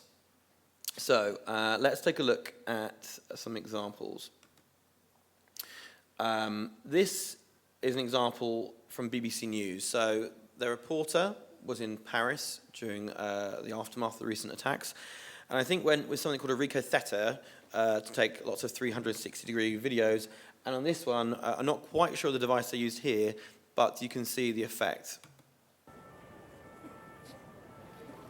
A 360-degree video. If you see this icon on the screens, you can see it's 360. And we're looking now around. The reporter is here with his arm out, holding a device. You'll notice that he has added a track afterwards. For a few minutes in front of this You'll see we're not getting, perfect quality here, but we're getting certainly a sense of what it's like. People milling around, leaving tributes and reading. Sing the national anthem to themselves. When this was posted by BBC News, some people responded saying, "Oh, very interesting." One or two comments saying, "Not quite sure about it," and so much so the reporter retweeted those comments because it's an interesting debate. But I think, for me, my taste, I think this is an interesting example to get people into the scene. So something quite informal, not the big kind of shiny productions that some of the American newsrooms have done. This is another one which, again, is very close to home in Europe. This is from AP. This one is much more of a documentary style. And have a look at this.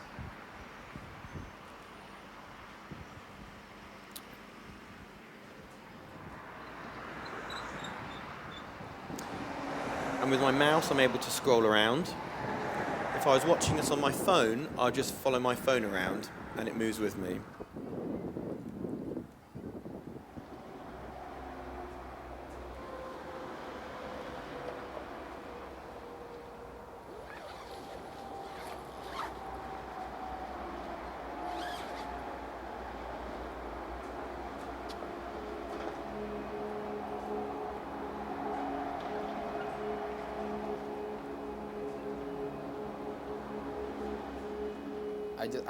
I miss my wife and two kids. I had never seen them for a year and 3 months. This 1 year and 3 months I had never seen them. And I'm not sure that I'm going to see them back again or not. So it's really, really difficult. My future is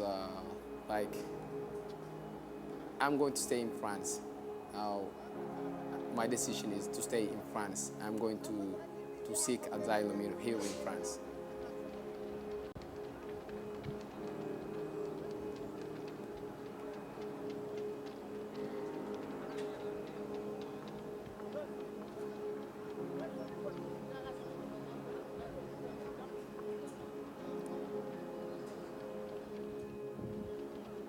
Life in Calais, in jungle, As a refugee camp here in Calais here, I think life is very tough, very hard, because it's too cold here and it's rain. I'm going to leave it there, but I think that's a pretty powerful example of how this technology can bring people into the story in a new way.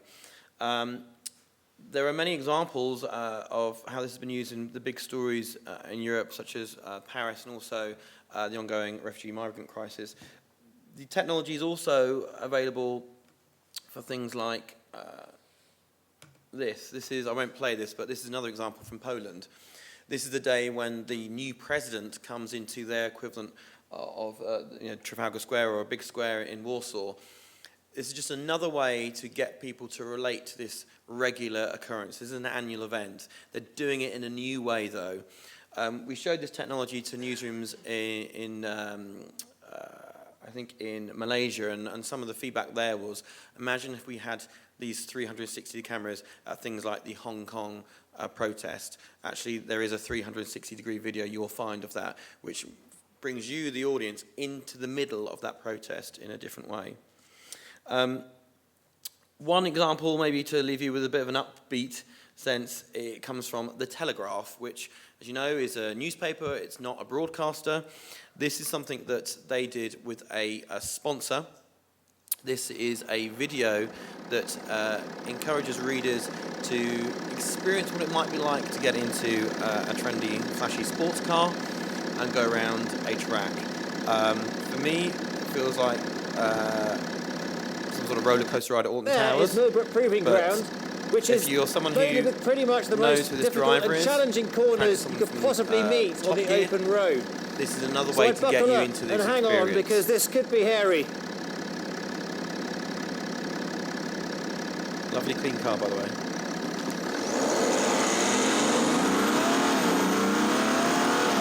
So again, the driver's going to continue speaking. Hopefully he's watching where he's going, and you can experience what it's 5 seconds into the first of this S, and it's a very misleading corner, this, because it suddenly tightens up in the middle. So, this technology is new. You can find emerging examples on something called the 360 Video Hub on YouTube. Just put 360 in and look for this red icon. Here you'll see lots of different examples around the world. Most of them, I have to say, at the moment will be entertainment-based, music, interviews, concerts, but you also saw some documentaries coming through. Go down to how to do stuff, and you'll see some examples of people experimenting. And the eyewitness stuff, I think, is pretty strong. You can see here examples of, for example, the Paris Vigil, scenes outside the Bataclan. Also documentary pieces about Japan and the changing architecture and landscape there. Another place to look for information on this as it emerges is the 360 YouTube Help Center, which is, here you go. So upload 360-degree videos. This is on the YouTube Help site. Here you'll get information about how to create the video, thoughts on some of the technology, the non-Google technology you'll find on there, and also some tips and tricks on how to prepare for upload. The feedback we're getting is that many newsrooms want more help from Google on how to experiment with this. So next year we're hoping to do much more.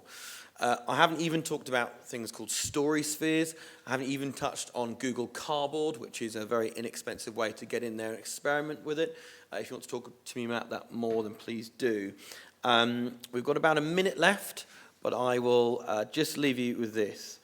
Again, the best places to find more information. Newslab support, there you go. Newslab support at google.com for questions on trends.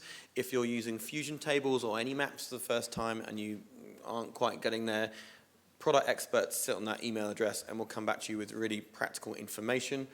It's not good for breaking news though. g.co/newslab is a place to get lots of online tutorials.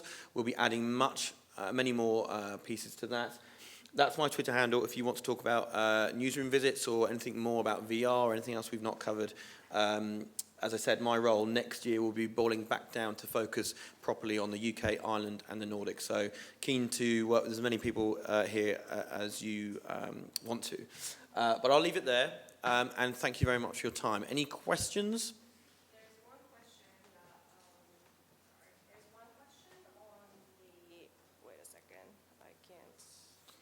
All right, so regarding Google Trends, can you see whether the searches are from mobile? Does the results show social searches as well? No, unfortunately not. That's a good suggestion we've had a couple of times. At the moment, the tool is, the tool that we changed from 2007 till about June, it took a big push for us to get lots of engineers. So we now have a direct line to engineers on the Google Trends team, and we're feeding feedback like that in all the time. For us, there are other things we want to achieve ahead of things like social and stuff like that, but it's a really a good reminder. And any other questions in the room? Yeah. Yeah. Thanks, William. It's not so much a question as much as just a comment on the 360, because Yeah, we've please. been experimenting too. The best reaction we got to a piece we published a week ago went out on Twitter, and someone said, "Why did you share a shot of the floor?" Which basically meant they hadn't copped the idea that if you moved the phone around, you could see the scene. Yeah, so yes, it was the toy shop. Yeah. I mean, you'll see, that's a really good point. I mean, I don't want to use some of these more serious stories to tell that but it's a serious thing. Let's look at Baby Rhino devised his morning bottle. Hopefully this is a, okay, great. Sure. Something from Nespresso. Intense. Full-bodied. Yeah, I won't call him Rhino, yeah, sorry. This is from Discovery. Let's look at how they've done this. Hi, my name is Lindy. Okay, so hi, Linny. Let's look down here, though. You're seeing here part of the tripod. Sky News did something recently, which I'm sure you've seen, which they've added their own logo to kind of cover this up. It depends on your personal taste. For my personal taste, I don't find that offensive that I can see the cameraman, the tripod. Depending on how much time you have to do these things. We heard from the Washington Post, it's not, quick turnaround always. It can take all day to do one of these things. But, I think in some cases, like the Polish example, where I play that, you can see throughout the guy holding a stick with the camera lashed to the top of it, that big GoPro, always silhouetted. It doesn't make me not want to watch it, but I just go, oh. Other times, this word stitching, which we said earlier, that's basically getting those different shots and literally lashing them together. In some videos, it's not done like Steven Spielberg would do it. But it doesn't stop me from feeling, particularly if I'm watching it on my mobile phone, quite Rhino, it doesn't make me feel like, I will turn off immediately. For these kind of 360 experiences at the moment, it's much more for me about just feeling a sense of being there. But I think the question about that was raised on Twitter when the BBC did one at Paris, I think is an interesting one. But it comes down to your own taste and your own thoughts. But I think it's really interesting. People, when a lot of my friends work in media and they still don't quite know what that is. And when I say, look at that, and I move their phone, they kind of think, what are you doing? It's very new technology for people who work in news, let alone people who consume news, which I think is exciting as well, which means there's the time now to experiment and see what you can do. You're going to see much more of this coming out next year. Already we've seen, spin rooms, for example. When would you think about doing a VR experience at the Republican Party conference or whatever? The Washington Post did an interesting piece of content with it. It doesn't always have to be rhinos, although I'm sure this baby rhino is a great addition to the library. There you go. Nice.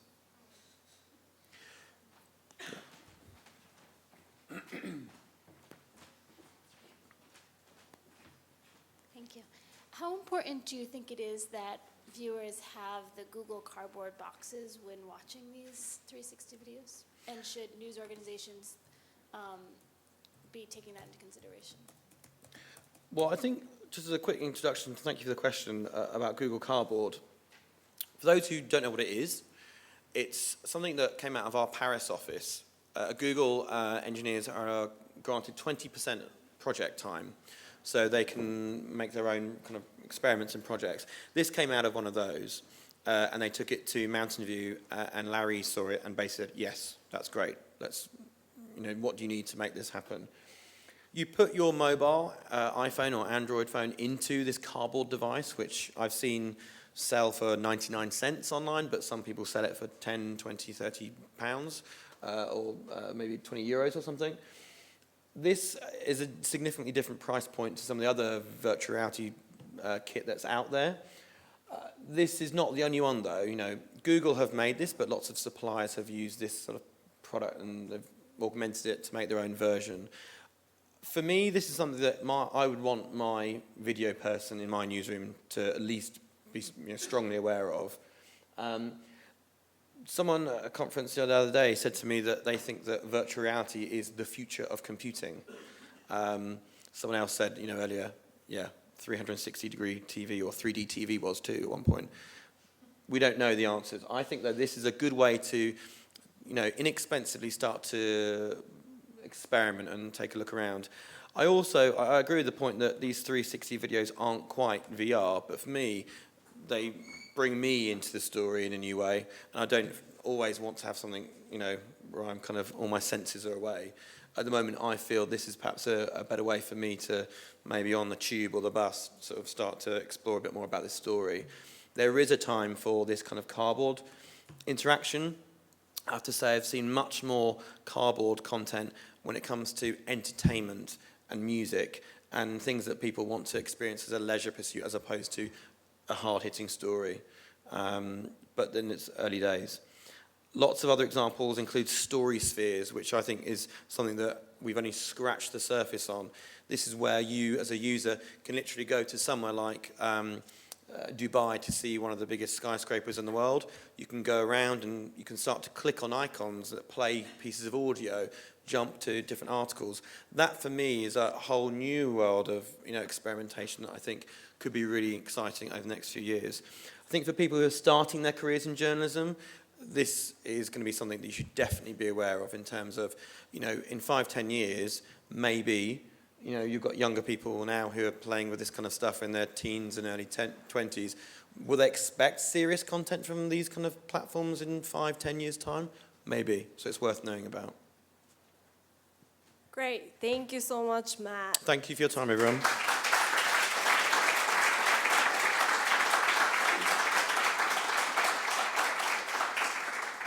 So we have lunchtime about 1 hour. So enjoy your lunch. It's served already, just right outside of the venue.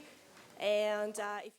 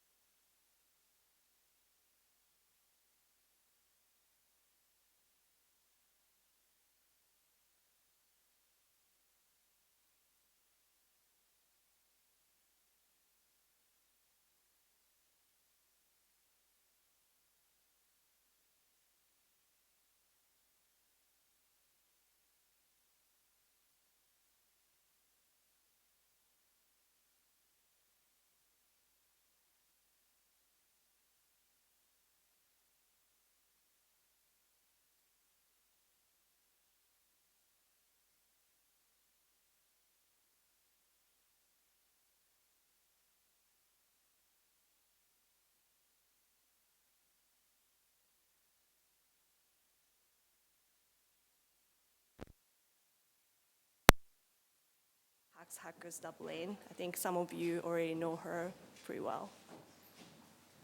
Hooray. Thank you.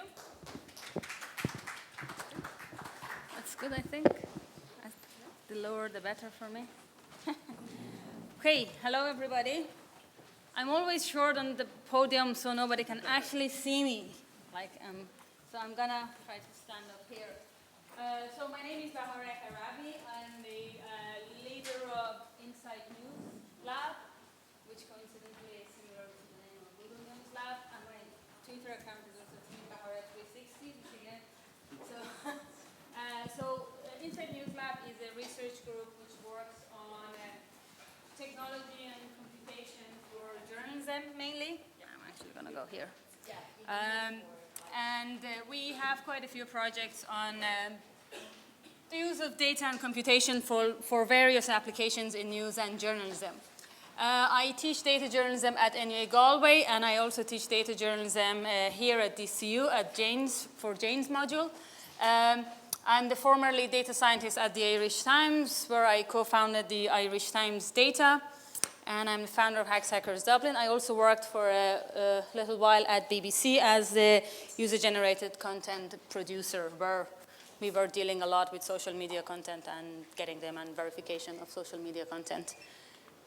Okay, so who knows Hacks Hackers before starting anything? Okay, quite a few of them. So Hacks Hackers is basically a forum which is aimed at bringing journalists and programmers or information scientists or data scientists, whoever works with data and coding and programming together to, in a way, think together and build the future of journalism and news. We have, in Hacks Hackers Dublin, we have monthly or bi-monthly meetups normally and events, and we have speakers normally from media organizations or research groups who are talking about some sort of a computation and data and journalism. Okay, so today I'm going to talk about data journalism and what data journalism is a little bit. I'll talk about data journalism process. I'll show you quite a few examples of data journalism and also some tools and how we can use these tools to produce data stories. So before I start, who is familiar with data journalism here? 1, 2, 3.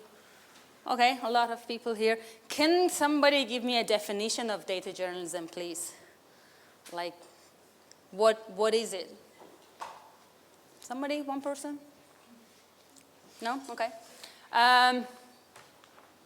Okay, data journalism is basically about telling stories with data. It's really nothing more than that. You will have different definitions if you look at the literature of data journalism, which is not a huge literature anyway, or look at different books and websites. The definitions are a little bit different, but at the end of the day, it comes down to telling stories with data and using data as a source. One thing that I'd like to kind of make it bolder here is data is not only number, because I've heard, especially in the newsrooms, that when they talk about data, they only talk about numbers.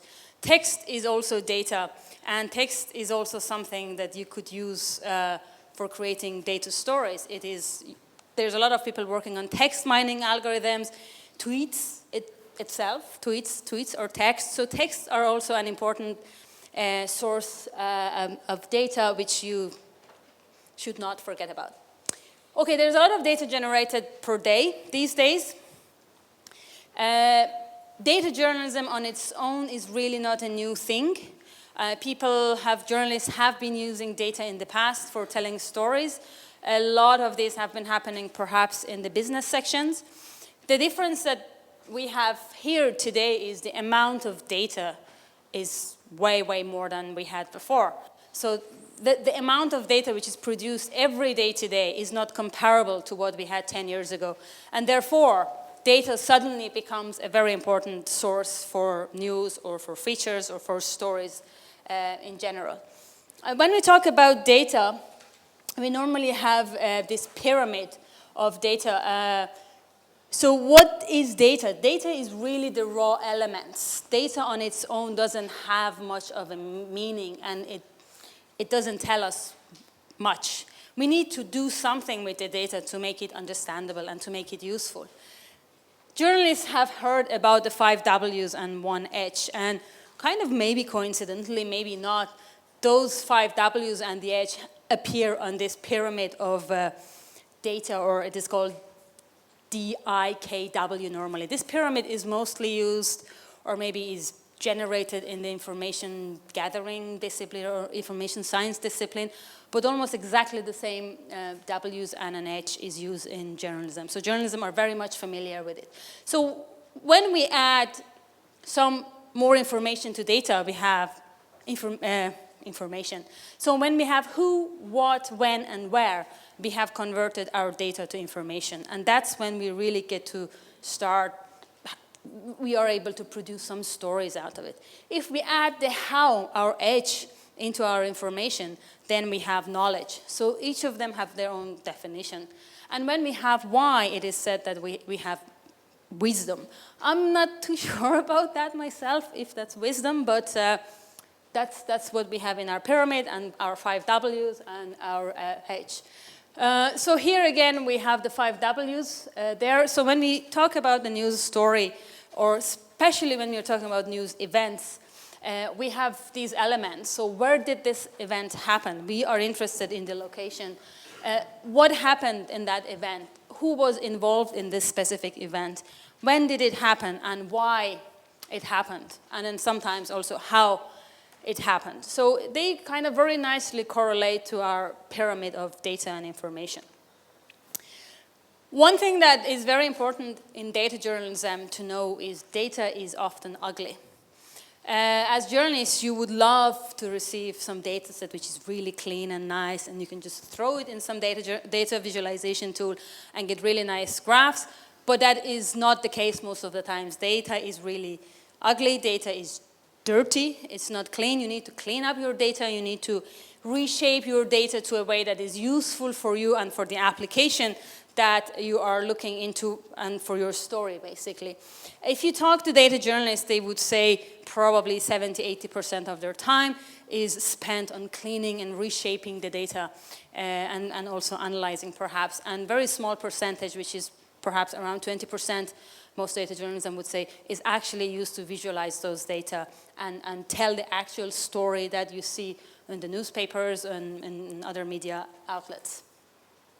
Is anybody familiar with this picture? Does it ring a bell? Has anybody seen it? No?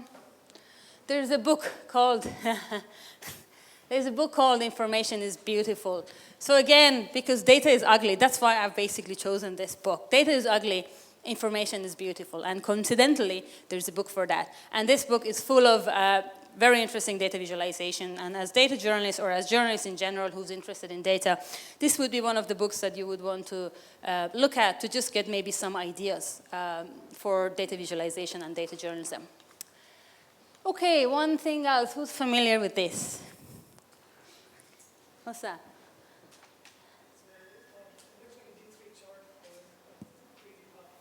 Yes. Looks like that. It could be, yeah. It's another book called Knowledge is Beautiful. So these books are kind of going up the ladder in our pyramid. And it is written by the same author. And again, it is about a lot of data visualizations, very interesting ones. And my guess is the next book of this person will be Wisdom is Beautiful, probably. Okay, so what is the role of data journalists here? So we have a lot of ugly, dirty data, which we know there is a lot of stories hidden in our ugly, dirty data. So what does the data journalist do?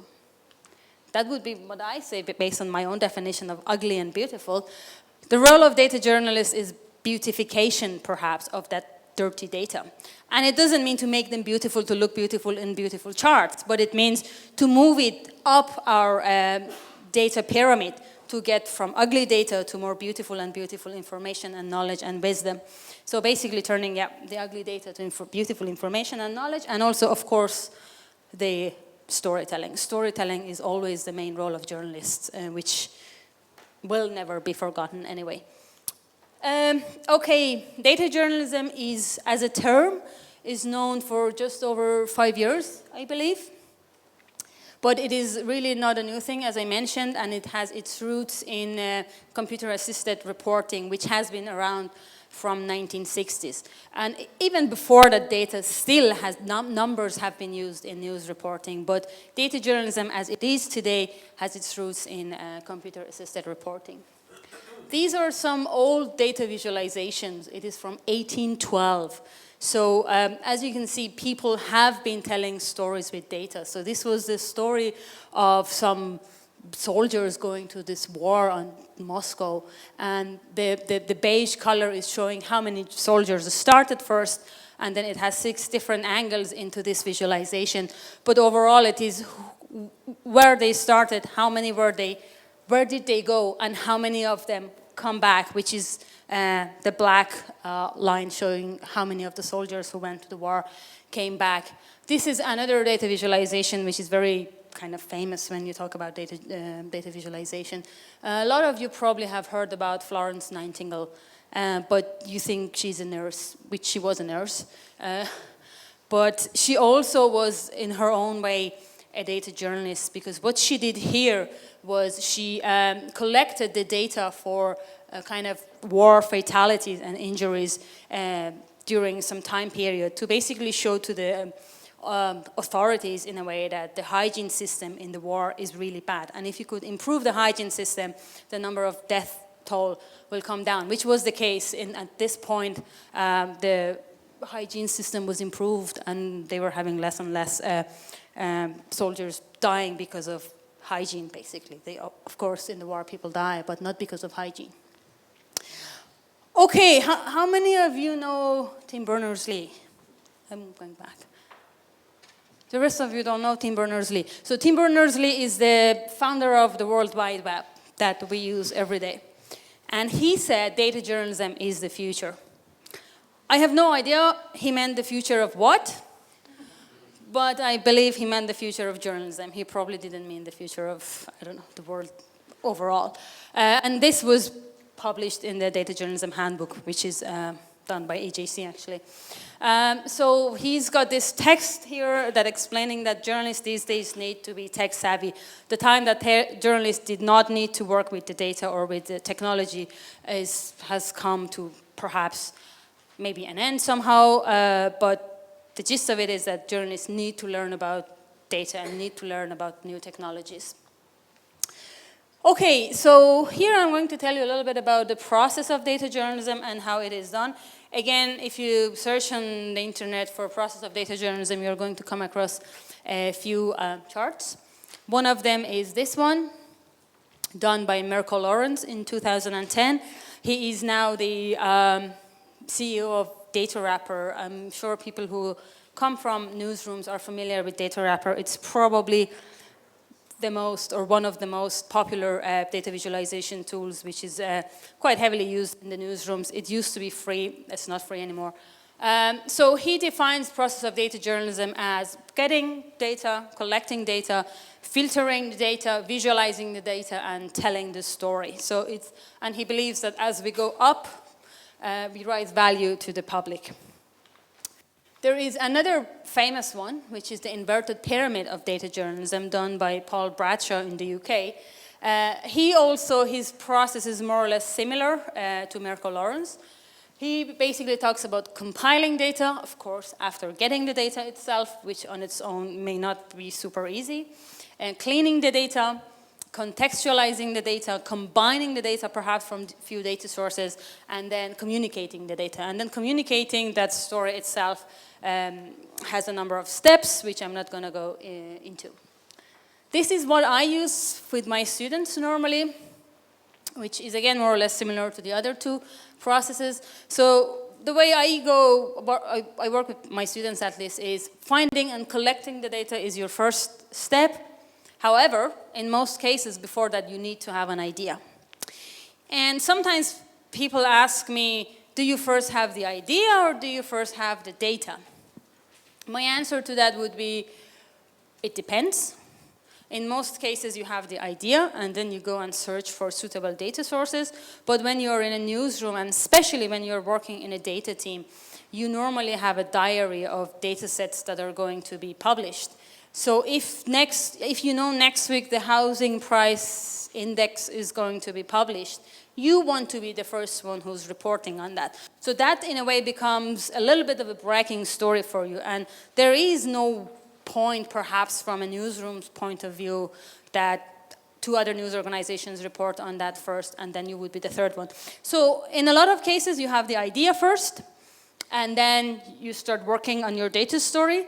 But in some cases, when it is about data sources being released, you have the data. You know that next week you're going to have this data. So you start planning for that, and you start creating ideas in your mind. And sometimes even you start collecting relevant data sources that you know you can somehow combine with the data set that is coming out.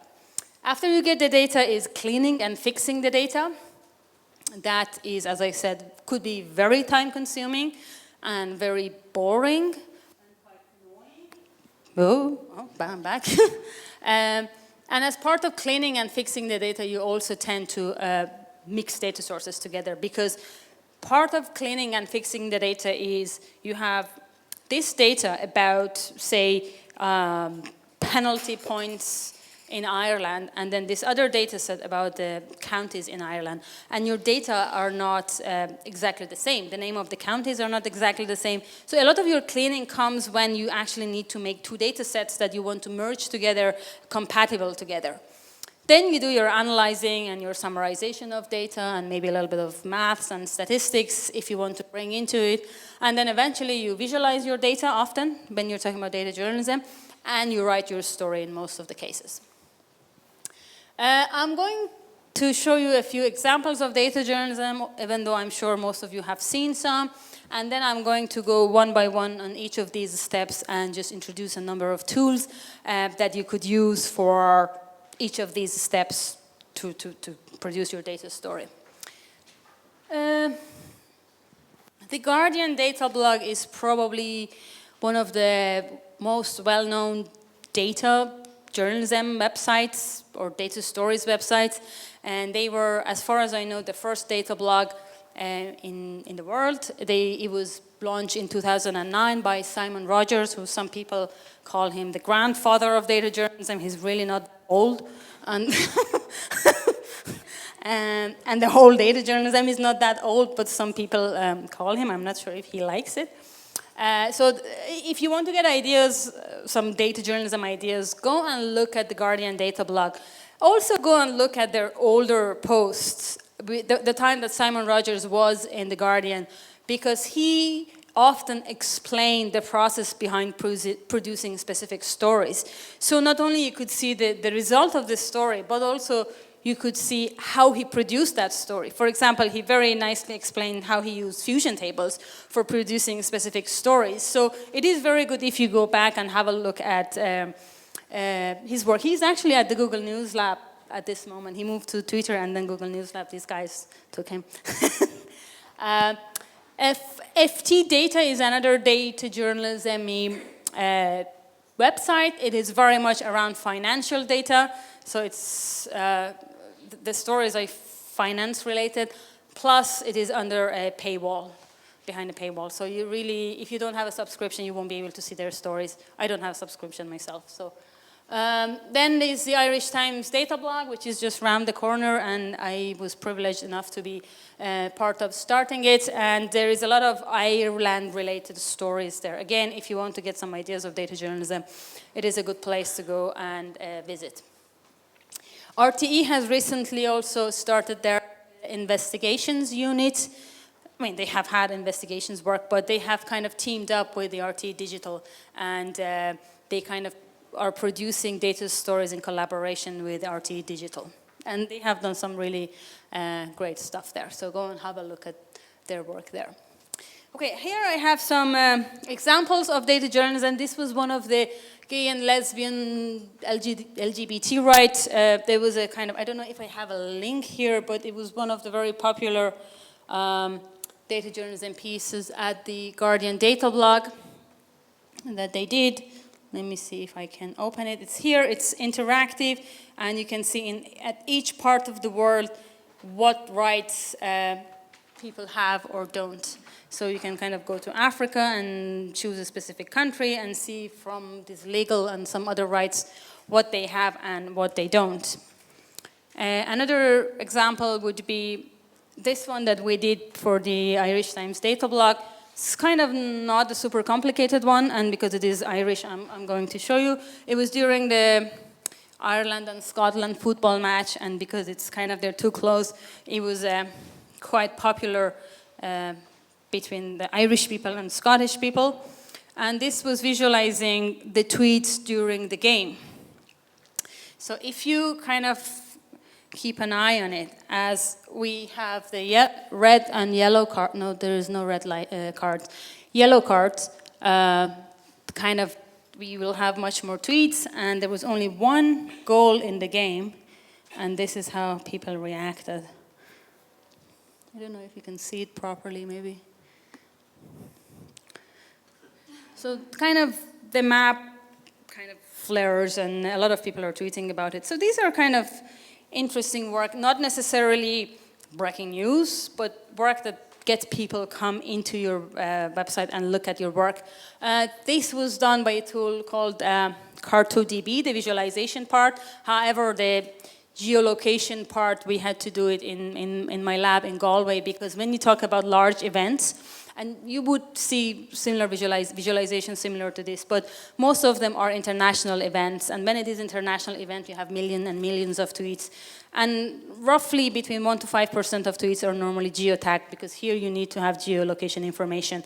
And when you're talking about Ireland and Scotland, it's a relatively small population that you're talking about. So one thing that we did here, we were working with the computer scientist. So it was kind of a collaboration between the Irish Times and my lab in Galway. And we had some algorithms to kind of estimate the location of the tweets. So from around 5% geolocated tweets, between 20,000 tweets, we managed to come up to 70% of tweets being geotagged. Just imagine if it was only 5% of 2,000 tweets visualized within, I think it is 1 minute. Every second you'll have one or two things kind of appearing there, and it would have been really boring. This is another example, which is the rates of asylum in Europe, people who have gone from one country to another country. Who has seen this? Sure, a lot of people in Ireland have seen it. This was done at the Irish Times Data by Pamela Duncan. This was a story that went on the Irish Times Data blog. The first day that Data blog was launched, but that wasn't something that we thought would be our headline. So we picked another story for the headline. But then this story, even though it is not an investigative piece or something, it just had the names of people, kids who were named in Ireland. And it went crazy. And until when I left the Irish Times, it was still the top most read story at the Irish Times. And Paddy, I don't know if Paddy's here, on the weekend during the Data Journalism Hackathon, he was saying it is still one of the top read articles in all of the Irish Times. So it was data, it was not rocket science, it was basically a data set of people and names and how many times they were used in Ireland. But the number of viewers that it brought to the website was crazy. This is another piece. The tool used here is called Infogram, which is for creating infographics. It is the result of, again, a research that we did in Galway, which was about, Marie was here actually involved in that, which was about how journalists in Ireland use social media. Again, the analysis behind it wasn't super simple, but the visualization of it, the tool, were really, really simple. This is another story on the NCT. At the Irish Times. This is another interesting one. It was the social network analysis and visualization of tweets for the marriage referendum in Ireland. So the idea here was that while people were waiting for the results of the marriage referendum, they wanted to go and get some information while they were waiting. So the idea was, okay, let's collect the tweets and let's visualize the tweets. And let's see out of the tweets we have collected for both yes and no hashtags and also the neutral hashtags, what is the result? Are people saying yes or are people saying no on Twitter? And the answer was yes, and it was, I think, around 70-something% of people were saying yes, which was not really that far off from the results we had for the referendum. And this is the social network of people. So people who were talking to each other on Twitter, and the colors are cluster of people who were talking to each other. Within the tool, when you're doing it, you can kind of zoom in and out and see exactly who's talking to who, or who is connected to Iona Institute, for example, or who's connected to Yes Equality or Panty, for example. But, and also you can switch on and off the clusters. Again, this is a super, super simple tool.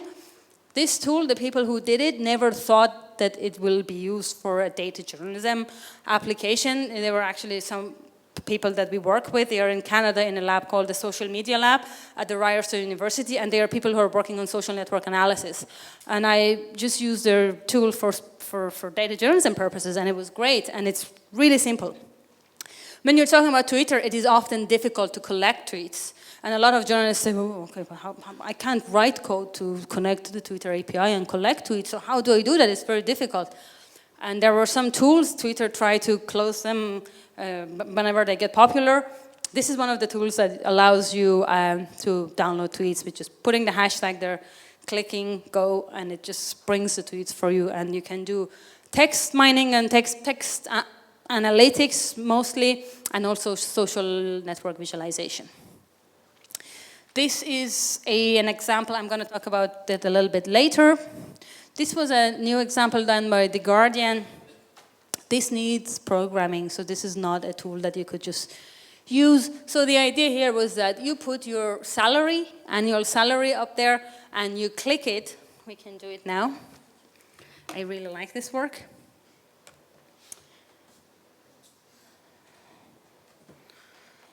And we see where we can buy a house, basically, in the UK, if we wanted to go to the UK. So Matt knows how expensive they are, probably. So if we talk about London, yes, shed, yeah, exactly. Not a shed even. I can't zoom in with this laptop. The mouse is, okay. Okay, so if you earn 26,000 a month in the UK, just forget about it. I don't know how you can work there. Basically, you can't live anywhere. You can work there, but there is no chance that you can live anywhere in the UK. But let's say, okay, you're a little bit richer, and you earn 50,000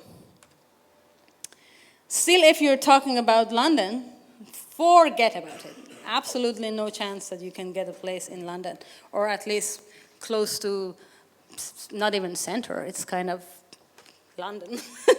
So you need to go really high up to be able to find a place that you can buy in London. And of course, the higher salaries, like £50,000, probably a lot of the jobs with this salary are in London anyway, and you can't still buy a house in London. This was a story that it didn't really have a big written part, but it was very popular, and it drew a lot of people to their website. Okay, and this is a timeline of Nelson Mandela's life. This is done by a tool called the Timeline.js. I'm not going to click on it, but you can just scroll here and see what's happened. This is, again, a super, super simple tool, free tool. The backbone of it is Google Spreadsheet. You put your data and the date and the picture in a Google Spreadsheet. You paste the link of your Google Spreadsheet in timeline.js, and magically it just creates a timeline within a second for you. You absolutely don't need to have any technical skills to create that. Okay, so anybody really can do data journalism. As long as you have an idea for a story, the skills are not so difficult to gain. And Simon Rogers compared data journalism with punk, and he said that everybody could do, in a way, punk, because young people started picking up musical instruments and they just started playing whatever they like to play, and a whole genre started. And data journalism is like that. There is so many free tools out there that as journalists you can just pick them up and start working with them. There is this conversation and discussion around data journalism that journalists should need to learn coding. My background is software engineering and information science, and I should be one of the people who say, yes, journalists should need to learn coding, but no, I don't. It is great if you learn coding, if you're interested, but I don't think for being a data journalist you need to learn coding. There is so many free tools there. that you can just pick up. And if you're not interested in coding, it is just going to take a lot of time from you. If you're interested in coding, perfect, it is going to help you. Okay, now I'm just going to talk a little bit about the types of data analysis that we have when it comes to data journalism or any other types of data analysis. When we're talking about any types of data analysis, there is normally 4 factors, which again, if you look closely enough, they're probably very close to our W's. There could be a temporal aspect into our story. There could be a geospatial aspect into our story. It could be a topical story, or it could be about a network. Okay, so what is each of them? Okay, this is our W's again, and those 4 actually sit very closely, coincidentally again, maybe not, next to our W's for information.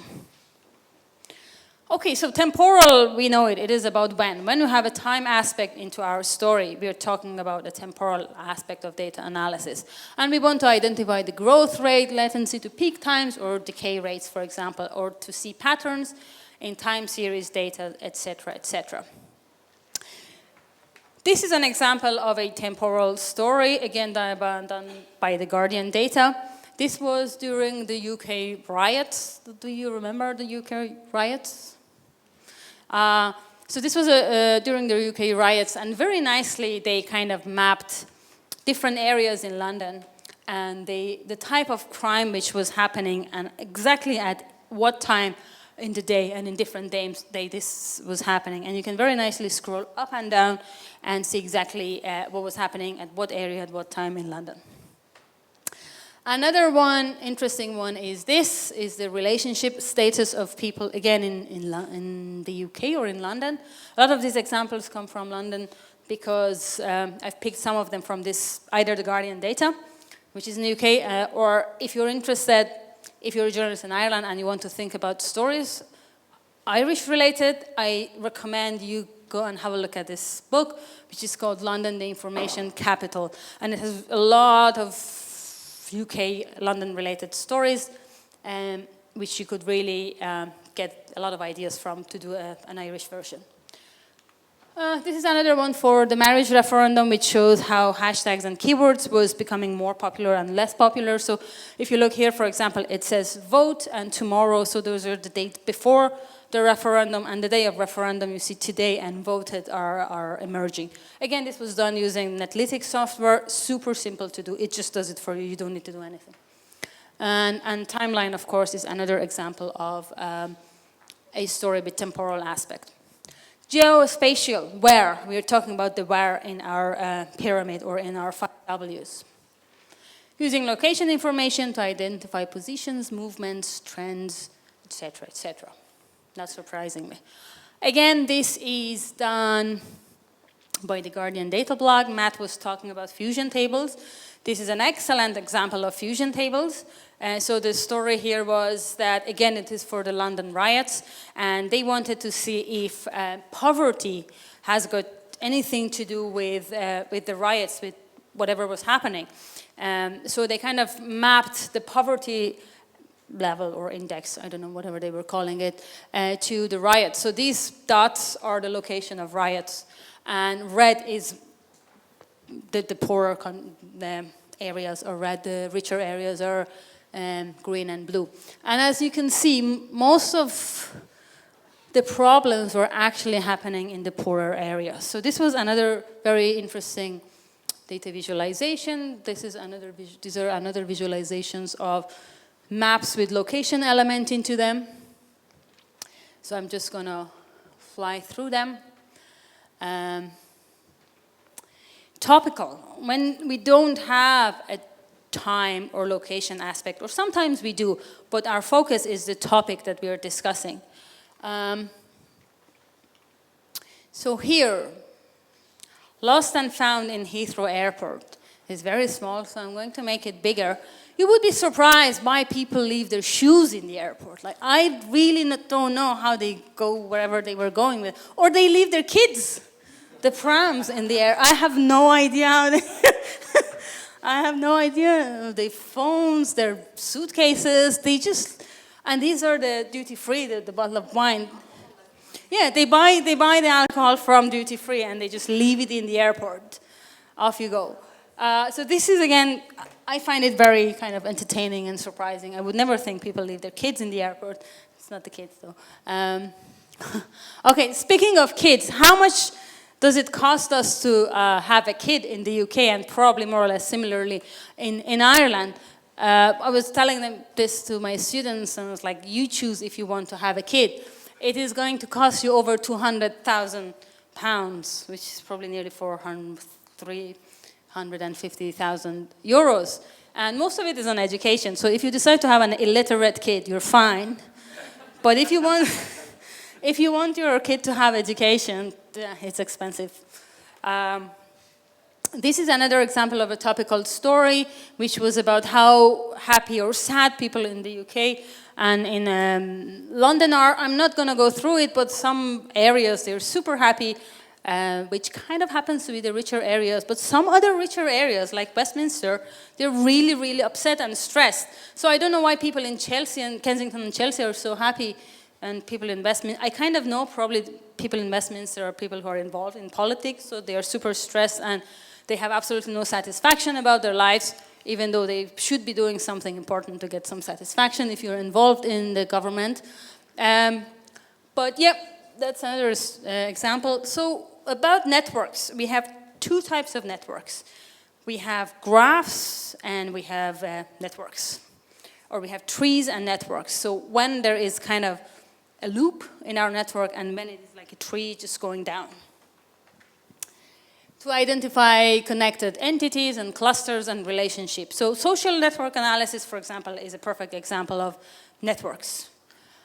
This is a map of scientific collaborations between people in the world. As you can see, there's a lot of collaborations between the US and Europe, for example, and within Europe, but not so much with other continents.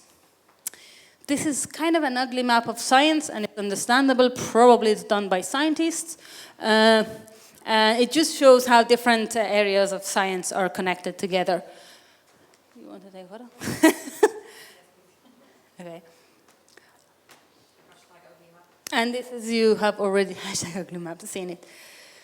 This is a tree example, which is a kind of a tree map that if you're talking about the allocation of budget to different departments of the government or different departments of an organization, could be a good option to choose. And this is another example of the same, more or less the same map, really, just done in a different way. Okay, in the remaining of the time, we've had so many examples so far, but the question is, okay, good, how can we do that? There's a lot of tools, as I said, and most of them are free, or to some extent free. Some of them give free versions to the journalists. For example, Silk gives free access to journalists. Some other ones give access to a number of data points, some other ones for a certain amount of time. It really depends. Some of them are not free at all. Okay, here.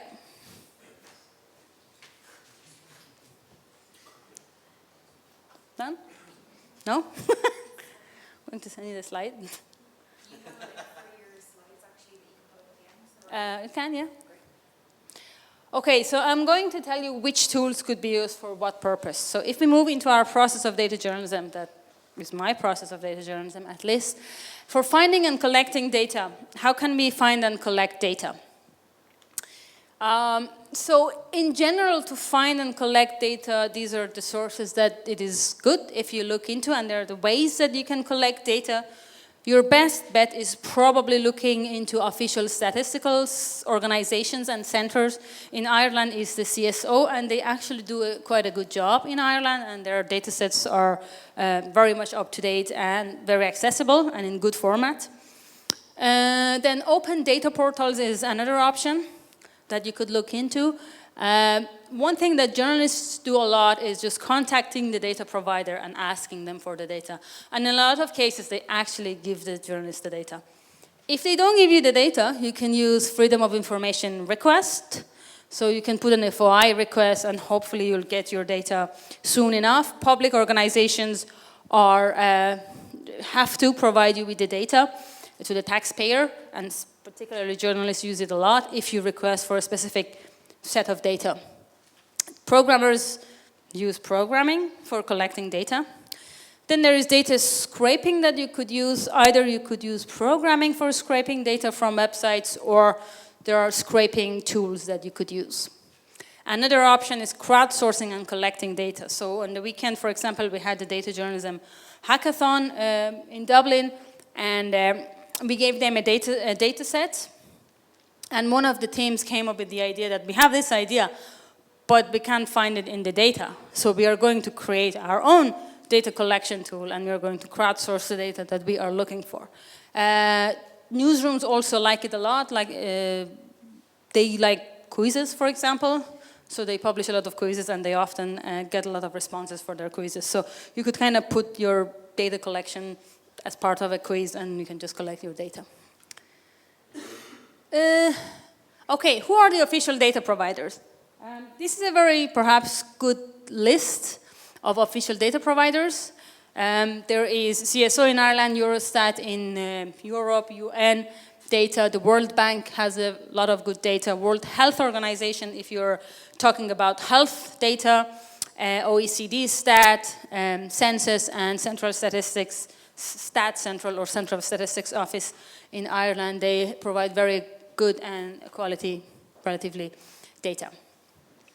This is the CSO. I'm not going to go through that. Open data portals and aggregators. In Ireland, we have Dublinked, which is for Dublin. There's a lot of data sets there for Dublin about different things. Then there is data.gov.ie, which is a relatively new initiative. And they're trying to bring more and more data sets, public data sets, kind of aggregated under data.gov.ie. Data.gov.uk is a very, very good source of data. It's mostly for the UK, but whenever you want to make comparisons between Ireland and the UK, which kind of happens a lot, when you talk about Ireland, it's a good source.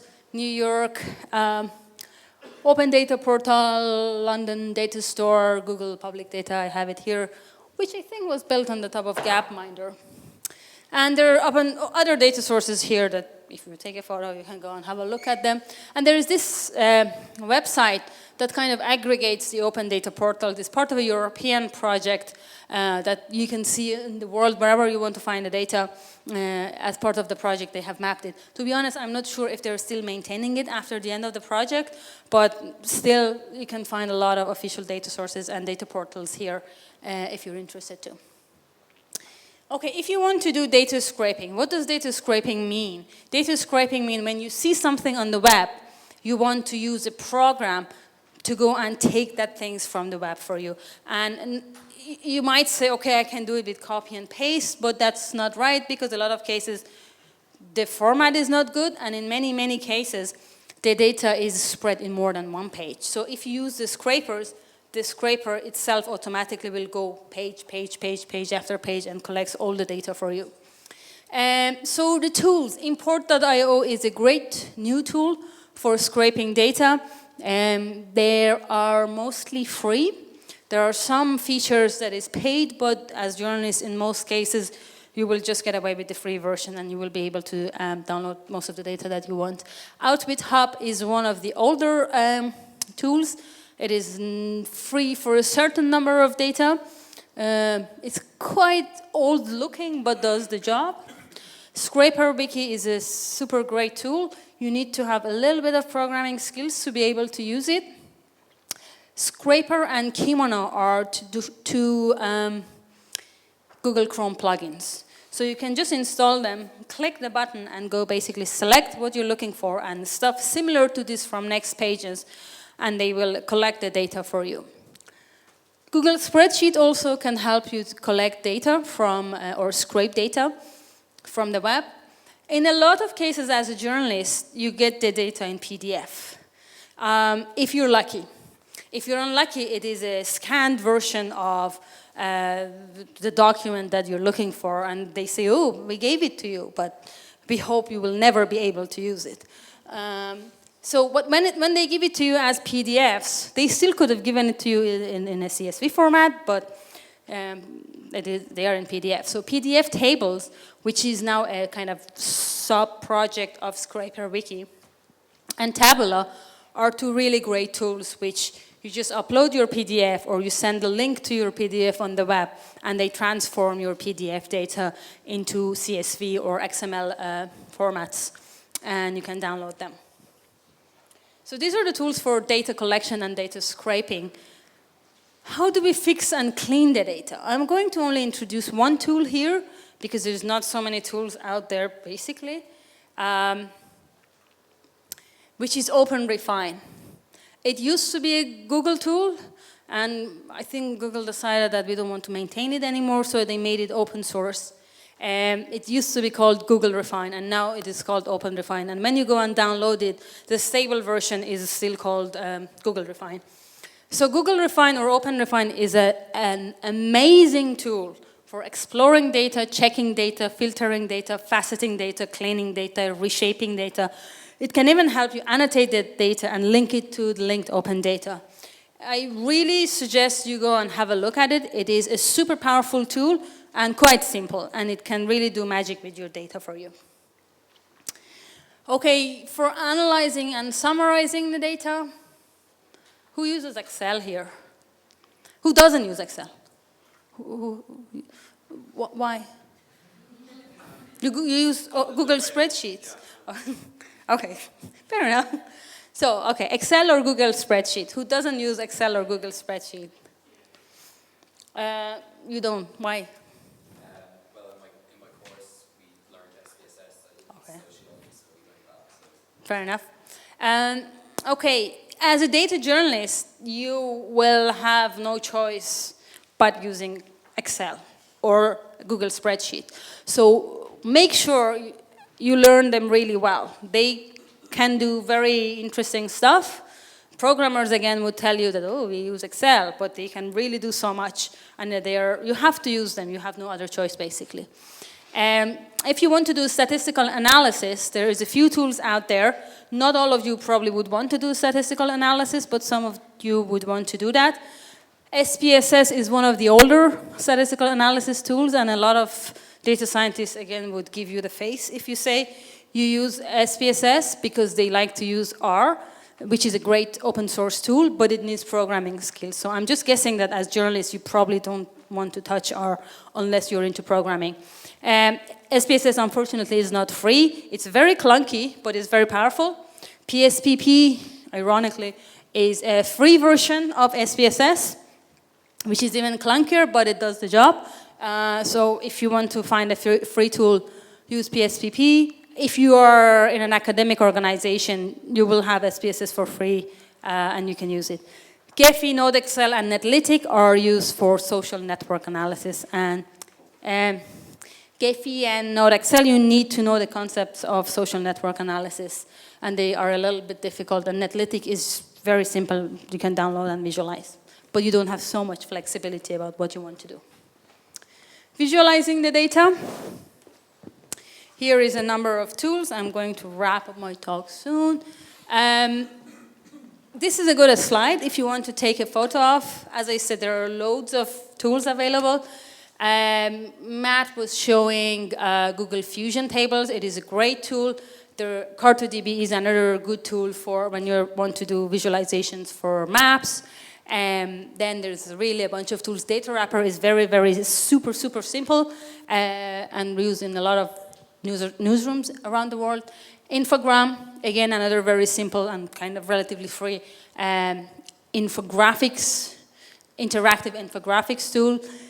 Google Chart, HighChart, Plotly, Quadragram. Silk is an interesting one and free for data journalists or free for journalists.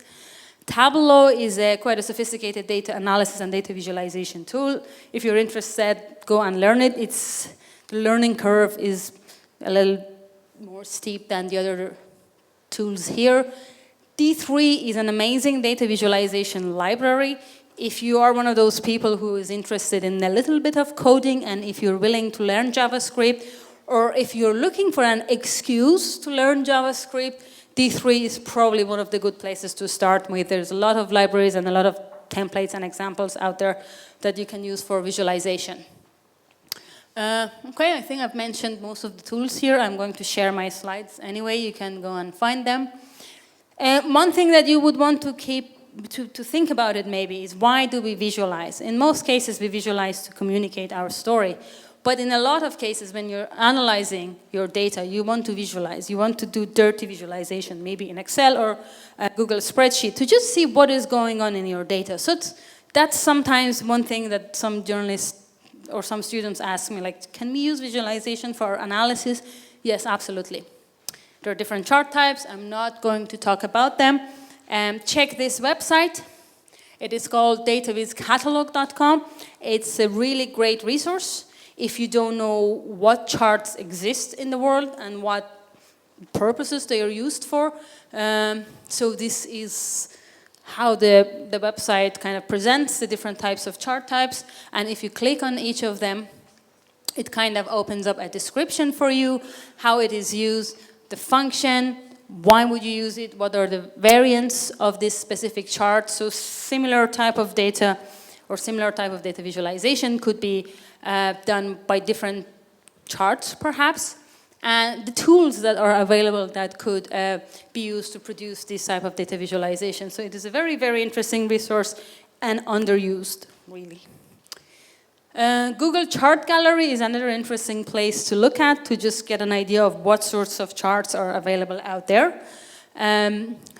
That's the list of the charts there, and it's quite a long list. So it's a good place to learn, and also it's a good place to play with the chart types and the data. This is the D3 gallery. D3 really can do not so conventional types of charts and graphs. So again, if you're interested in data visualization, go and have a look at their gallery. They've done really interesting work there. Okay, as journalists, I'm sure you want to come up with ideas for data stories. Maybe you're all thinking, okay, all great, there's a lot of tools, but where can I get ideas for data journalism? This is one of the websites that you want to go and have a look at. It's Global Editors Network competition for 2015. It was, and the winners and the runner-ups, or the winners and the finalists are there, and you can see a lot of really interesting data journalism work and ideas. This is another one that just came out last week, the results. Information is Beautiful Award, which is again an award for data journalism. Again, have a look at the list of winners. There's also a list of data journalism websites, data journalism tools, and each of them are very, very interesting. So if you want to get ideas or if you want to learn a little bit more there, go and have a look there. Data-driven journalism website, which is run by the EJC, is another great resource for data-driven journalism, and they have all sorts of articles, and there's a data-driven journalism handbook there, and also the online MOOCs that they sometimes run. It is a really good resource to go and have a look at. If you want to, I make all my slides for my MA course available online. So if you're interested to have a kind of a walkthrough on how you can learn data journalism, go and have a look at this website. It's basically my name, baharet.net/NUIGDDJ15. But if you just go and search for my name, you can find it. My slides are not so up to date. I think I haven't uploaded the last few weeks, but it will be uploaded, and you can kind of get a sense of step by step how you can learn data journalism if you wanted to do so. Okay, thank you very much. And if you have any questions. I have 4 minutes, I think, for questions, if my watch is right. Any questions?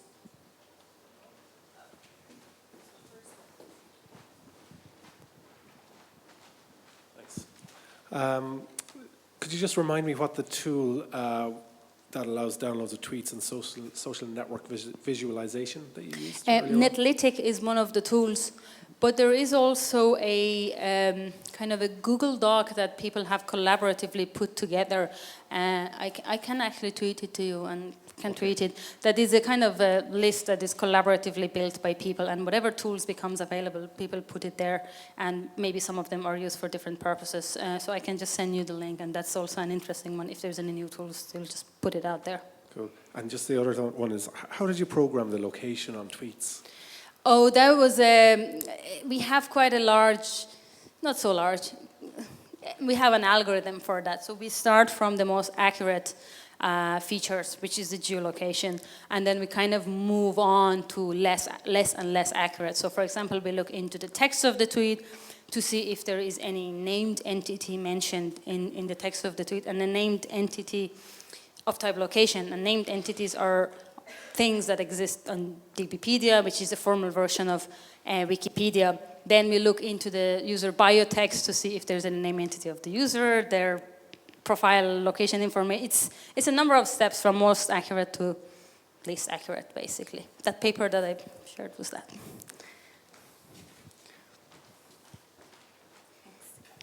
When you're training journalists or student journalists, do you think they seem more eager to get into learning how to use those tools, or to figure out how to connect the tools with their storytelling process that they've already been trained in? I would say it depends. I think they mostly think about the ways that they can tell stories. It really depends. If they don't know about the tools, they will think about the thing that they want to say and perhaps go and ask about the tool. But when they learn about the tool, very, very quickly, they say, okay, I want map. There's these two maps that I'm going to go and use them. Even if they don't exactly know how those tools work, as long as they know that they exist and they've seen it work a little bit, they will immediately go and use it. So I had an interesting experiment with my students in Galway, which is a master's class and is a smaller class. So one of the assignments was that each student need to pick up a tool, learn that tool, and give a 5-minute presentation in the class about that tool. And that changed the whole way that the students were using tools and they did data visualization. So that basically made a huge change in the output that I saw from the students at the end of the class for their data stories. So they just knew about the tools, their friend presented it, they started using it themselves. Yep. So last question. Thank you. Yeah, just your thing there, the data journalism is about beauty to a large extent. I mean, that's not universally agreed. I mean, that's McCandless's line, obviously, but other people would say that some of his stuff is very hard to understand. But there's two problems with trying to, I mean, journalists have this need to attract an audience to whatever it is they're doing. So you can see why they gear towards attractive visualizations. But you have two potential problems. One is that it's hard to understand, but the second possible problem is that it's misleading. And this can particularly happen if it's a custom visualization. And it's sort of linked to your other idea where if you start with an idea and then off you go, if you're trying to tell a particular story that before you've actually looked at the data, there's a problem of bias there, and scientists have the same problem if they have a thesis before they start the experiments, that it can bias the analysis. Yeah, was it a question or? Sorry. Well, yeah, question and comment, I suppose. You know, that essentially that beauty isn't all that it's about. No, absolutely. Yeah. What I meant about beauty, I think I mentioned that I call it beautification, but by beautification I meant turning ugly data into beautiful information. And by beautiful information I meant when we move up that pyramid, we make the ugly data more and more beautiful. And I didn't necessarily mean visually beautiful. I meant as we move towards knowledge and wisdom, it is more beautiful. So that was my point about beauty. But in general, one of the things that data journalists, there is always this discussion if beauty as such or visual attraction, how important it is. and on the other hand, how important it is to be simple and understandable. Like everybody knows bar charts. If you put a bar chart in front of my grandmother, probably she can tell you what it means. But if you put one of the LGBT right graphs, it looks really nice, but some people might have difficulty kind of moving their mouse there, and they may not get the idea. So it's always a trade-off, really, and different editors will have different ideas on that. But one thing which is important is it is about the story, and the story should be understandable. So in my opinion, you shouldn't sacrifice beauty as such so much that the story is not understandable anymore. So yeah, basically keep it as simple as possible. Not any more than that. Great.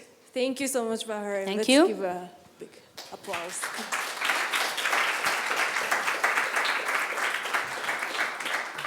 Okay, so we have 15 minutes break. It's a short break, but I have a really important announcement. The session timing is slightly changed, adjusted according to the speakers' availability. So the last session that was scheduled at 16, the Fireside chat with the Mark Little and Jane Suter from the, that will take place immediately after the break. And then we have fireside chats on the data, the interactive to social media after that. And finally, the data visualization session with Jonathon Berlin will take place at the end. But for those who are in the other room, just stay here. You can stay here. Yeah?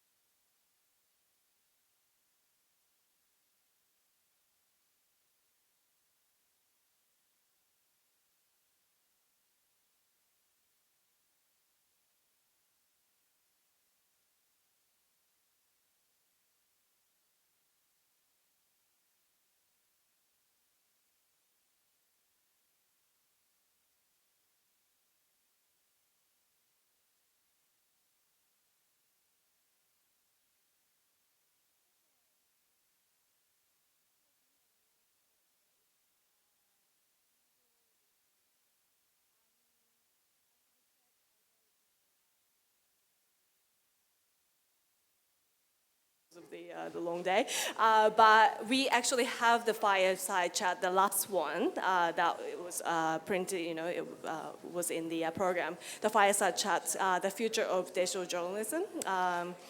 We will have this session now, so that you know. And again, thank you very much for Mark Little for joining us today. He's, of course, everyone knows about him. He's a founder of Storyful and recently joined as the Twitter as the Vice President of Media Partnership in Europe and Africa. But this session will focus, in the program, it says Irish media, Irish journalism, but we're going to have a have a bigger perspective and then talk about the global perspective of the digital journalism, the future of digital journalism. So the floor is yours. Do I need this, or is this on? Yeah. Okay, thanks, Mark. We should actually have a kind of a blazing fire going on here at the back. We'll have to. Just imagine that. We'll just imagine there's kind of fire here, and that we're actually in armchairs and all of that kind of thing. Arena might find a fire for us. That would be cool. So I suppose, one of the, Mark started the first news agency for the social web, if you like. And I suppose one of the challenges that journalism still has is this kind of shift to the social and the shift away from the traditional gatekeeping role and the rise of UGC and that kind of thing. So I just thought I'd like to hear your kind of perspective on where it's come in the last few years and where you see it going and that kind of shift to the social. Yeah, I mean, if you'd said 20 years ago when I started in journalism, actually 25 years ago, I would have been a very unlikely advocate for, or evangelist for, a form of sort of abbreviated, distributed, disconnected, unprofessional in some ways media. Because I think essentially when I started out, I wasn't a technologist, I certainly wasn't. I remember being sent out with my first mobile phone the size of a suitcase to cover a prison riot. And I wasn't necessarily, when I first saw social media emerging in sort of 2005, 2006, I actually felt the fear of God, because as a foreign correspondent, as a TV anchor, suddenly I realized the fundamental shift, which was, in retrospect, I think, revolutionary, which was, it used to be that to get to a mass audience, people used to go through us. So there was only one way of getting a mass audience, and that was you either had to talk to someone who owned a printing press, had a satellite dish, had a radio transmitter. The only way you got to a mass audience, whether you were an official source, you were an eyewitness, you were an activist, a political party, you had to go through us, the media. And we told the audience to sit down at an appointed time in an appointed format, whether it be a TV broadcast or a newscast or a newspaper in the morning, this is the only way you're getting the news. And suddenly I realized, well, when I saw in Iran in 2009, this story covered not by professional journalists, but by 17-year-olds with camera phones and connections to social networks. And that was kind of, it's all over, I thought, in my great hyperbolic way. But I saw also in the dangers that journalism was far more relevant, in some ways, because it kind of lost its way, I felt, in many ways. It wasn't so it lost its way, kind of too much just repeating official sources, not questioning. Yeah, it didn't have authenticity. It didn't reflect life as we saw it, really, Think about it. You stood in front of a dramatic scene with a microphone and said, there's something dramatic happening behind me. You went and places. So you weren't an authentic voice? No, and there was so much missing. And I'm just thinking, just imagine, for example, there was a knife attack the other night in London Tube Station. And you saw the footage afterwards, and the guy shouts, "You're no Muslim, bruv." Right? Defining moment. I don't know about you, but just the authenticity of that moment, which was then immortalized in a hashtag and went all over the world in minutes. Now, just imagine that incident being covered in a traditional way 15 years ago before social media. So just those two, for me. But what's the role of journalism in that? So how do you bring the skills or the norms or, the craft of journalism if, it's somebody shouting something random that's also viral in a crowd that's... And this is a great point. It starts with value, right? We're starting, most of us in journalism, with... It's a bit warm. It's not moving. It's slightly disconcerting. I suppose value is where you start from. You know, part of the problem with this debate about the future of news is we start from the point of view is how do we save newspapers? Or where's the business model gone? What's the price instead of value? And so the value today, when everybody is a storyteller, everybody's a potential eyewitness with a potential mass audience, the value we bring is context. We use the word curation. I don't like that word, but context. We turn content, tweets, videos, GIFs, Snapchat images, into stories that have a beginning, middle, and end, that make sense to people, that add value, that really bring the context you need. And so in that particular case, to understand who the person was it truly from that place, first of all? To tell the context of the individual, what was going through that person's mind, and obviously to tell the story of the incident as well. We'll have 50, 60 different pieces of content, but we as journalists now provide value by making them understandable in a way. If you have 50 seconds as you're standing in a queue for coffee, that we can give it to you in that 50 seconds. We can boil it down, which is an age-old skill. You know, my first day in RTE, a sub-editor said, if you can't say it in 40 seconds, it's not worth saying. So these are old skills in a new format. This is great old-fashioned journalism, just with a now a newly directed sense of value. And that's why, for me, this isn't some revolutionary shift in who we are. It's just a revolutionary shift on our relationship with the audience that we have. Yeah, but like when you look at it and you sort of, at the moment, you can go to Facebook and verify who that person was, who shouted that. You can go on Twitter and, you know, link to other journalists and people pushing things up. But that's kind of, if you like, social media 1.0 to use the... So now we have 2.0, so you mentioned Snapchat there. So if somebody's putting things up on Snapchat, you have no idea who they are. You can't use them in your own kind of verifying ways. The kids who are consuming their news or the media on Snapchat, it's much more immersive, much more visual.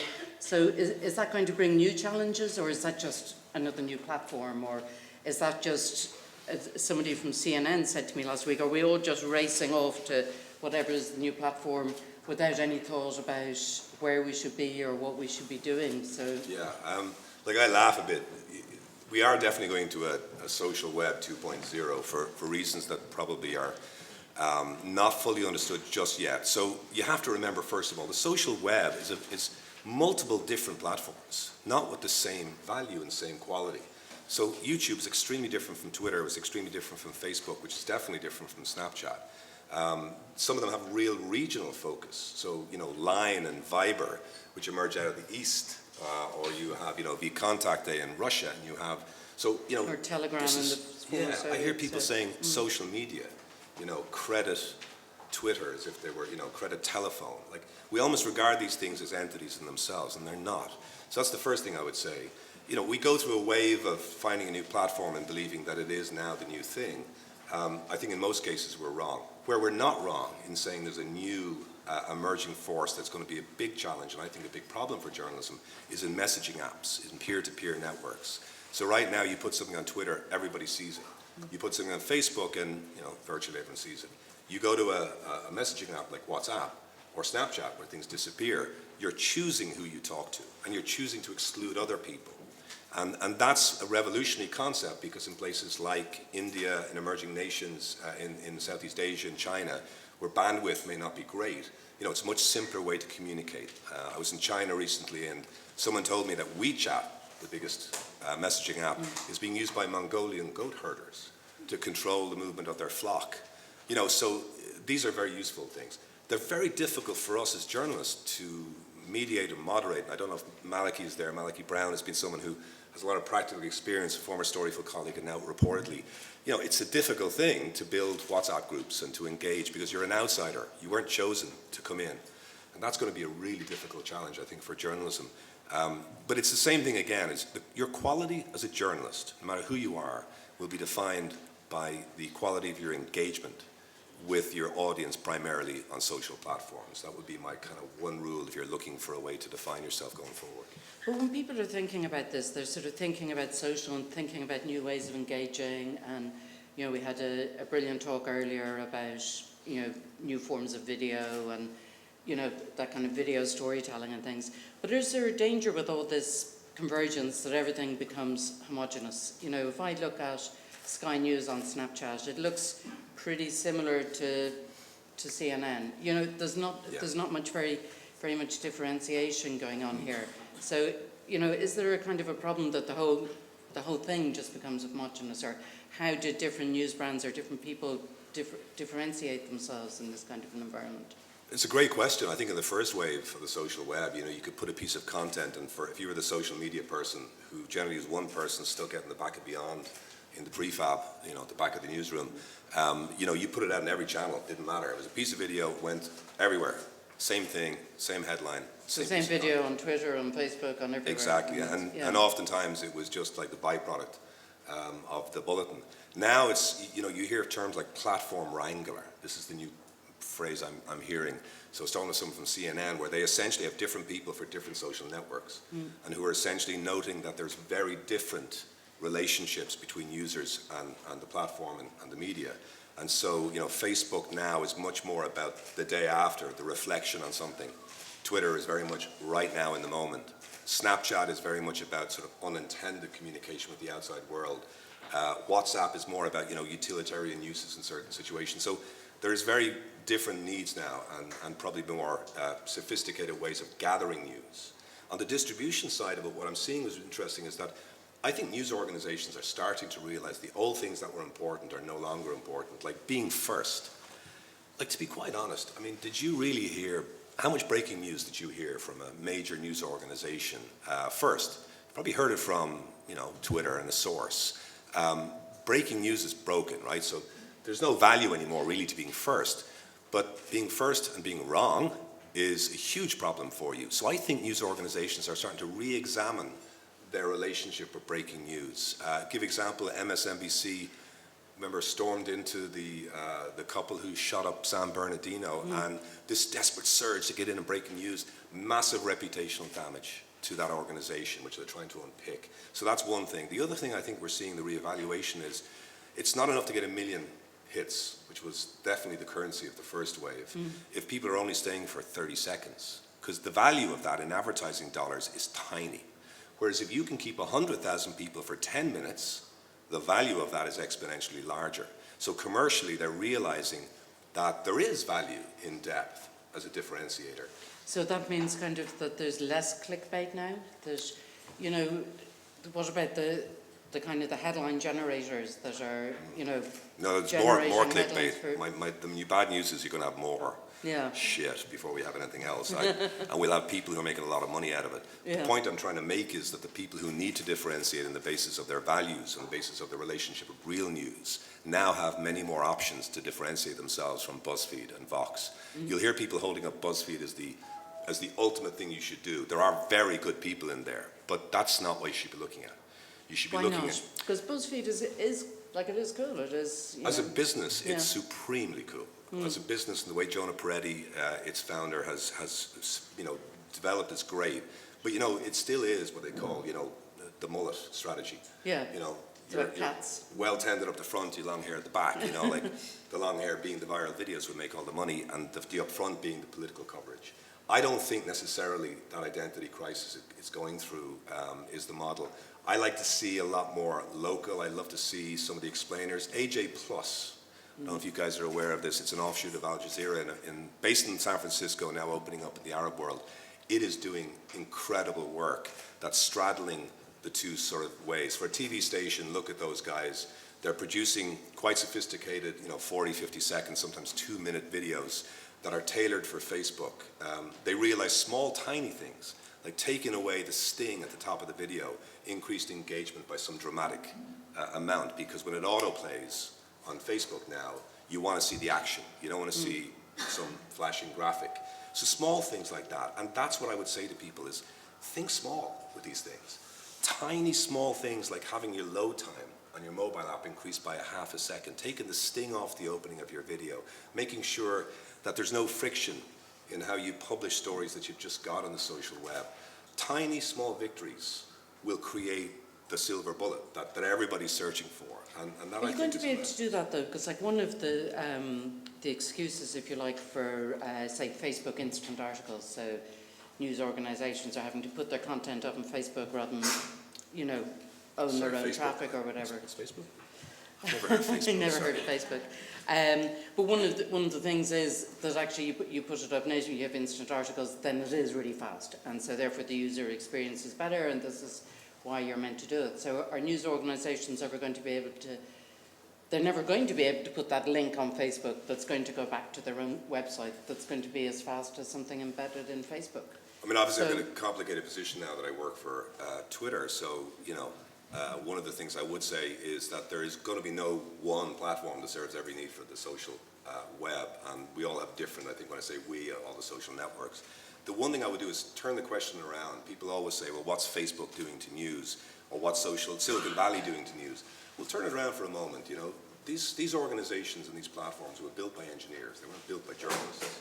And they are trying to solve problems. I mean, I generally know, more now probably than ever, of the enormous goodwill and sense of purpose and mission behind these people who know the value and the power they have. So just take that and park it for a moment. And then look and say, okay, well, what are they looking for from journalists and news organizations? They're looking for taking things seriously like load time, vertical versus horizontal video, open sourcing things. So for example, AMP, with the sponsors of this conference, Google are developing through a very visionary guy called Richard Gingras, who's reached out to everybody, competitors to him, competitors to news organizations. And if journalists are serious about really surviving in the age where there are dominant platforms, they need to be serious about cooperation. They need to be serious about building open source tools that everyone benefits from. One of the things close to my heart, you probably heard about it today, is the First Draft Coalition, which is trying to bring ethics and rules about user-generated content. We need news organizations to gather and draw up a new code of conduct that may, you know, threaten their own sense of ownership, but develops protocols for things like that, and develops open source technology that loads things quicker, that solves those small problems. And I feel that, like if Macintosh computer, Steve Jobs came out with his first Mac, can you imagine if every office in the world tried to build their own Mac? But one thing that Jobs didn't do was make it open source. Like one thing that Apple has always done is actually kept things really closed. And then, you know, if I was actually somebody who was running a media organization, I'd be saying, well, that's all very well, but Facebook is eating my lunch. Like, whose lunch is it? You know, I've got, I no longer know who's consuming my video or, you know, reading my content or listening to my audio. So Facebook is owning all of that data. I'm producing all this content, and they're getting all the value from that, and I'm not getting it. Yeah, and again, I can only advise, and I can't speak to any social network or what they do, and again, not because I'm being coy, because I don't know necessarily. But I would say one thing on the part of the journalists, you're right, transparency is the number one thing. So in everything we do, you know, a lot of people talk about algorithms, they talk about, you know, instant articles, and there's a lot of sinister sense about it. There's also this dichotomy that's created. Silicon Valley versus media or journalism, right? I see this. I was at a conference recently about this. Like, because they say, you know, platforms are publishers, which is not true. I don't believe. And ultimately, the Silicon Valley doesn't want to be in the position to take the power that news and media had. So what can journalists do to create a dialogue? Because I know that on the other side, people want that dialogue. I think, first of all, is to demand transparency, you know, about how things are performing, the data that drives your businesses, the way algorithms work.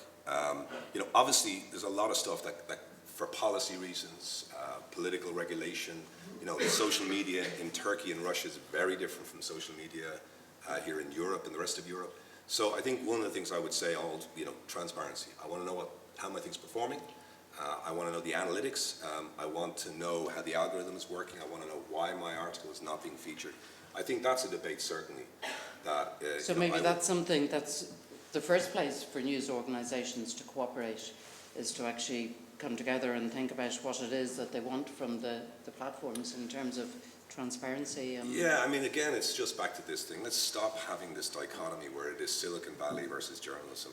It's not the reality as I know it from being somebody who ran my own company, who worked with newsrooms and got to know, and by the way, I worked with Google very closely on you know, a lot of stuff they've been doing in YouTube and Facebook. So, you know, maybe I have a unique position, and I'm not being naive when I say there is the chance for dialogue here. If you ask me what the social networks would do, I can't say that. But if you ask me as a journalist, someone who's worked with journalism and social networks, it's start working on the principles that are important to you.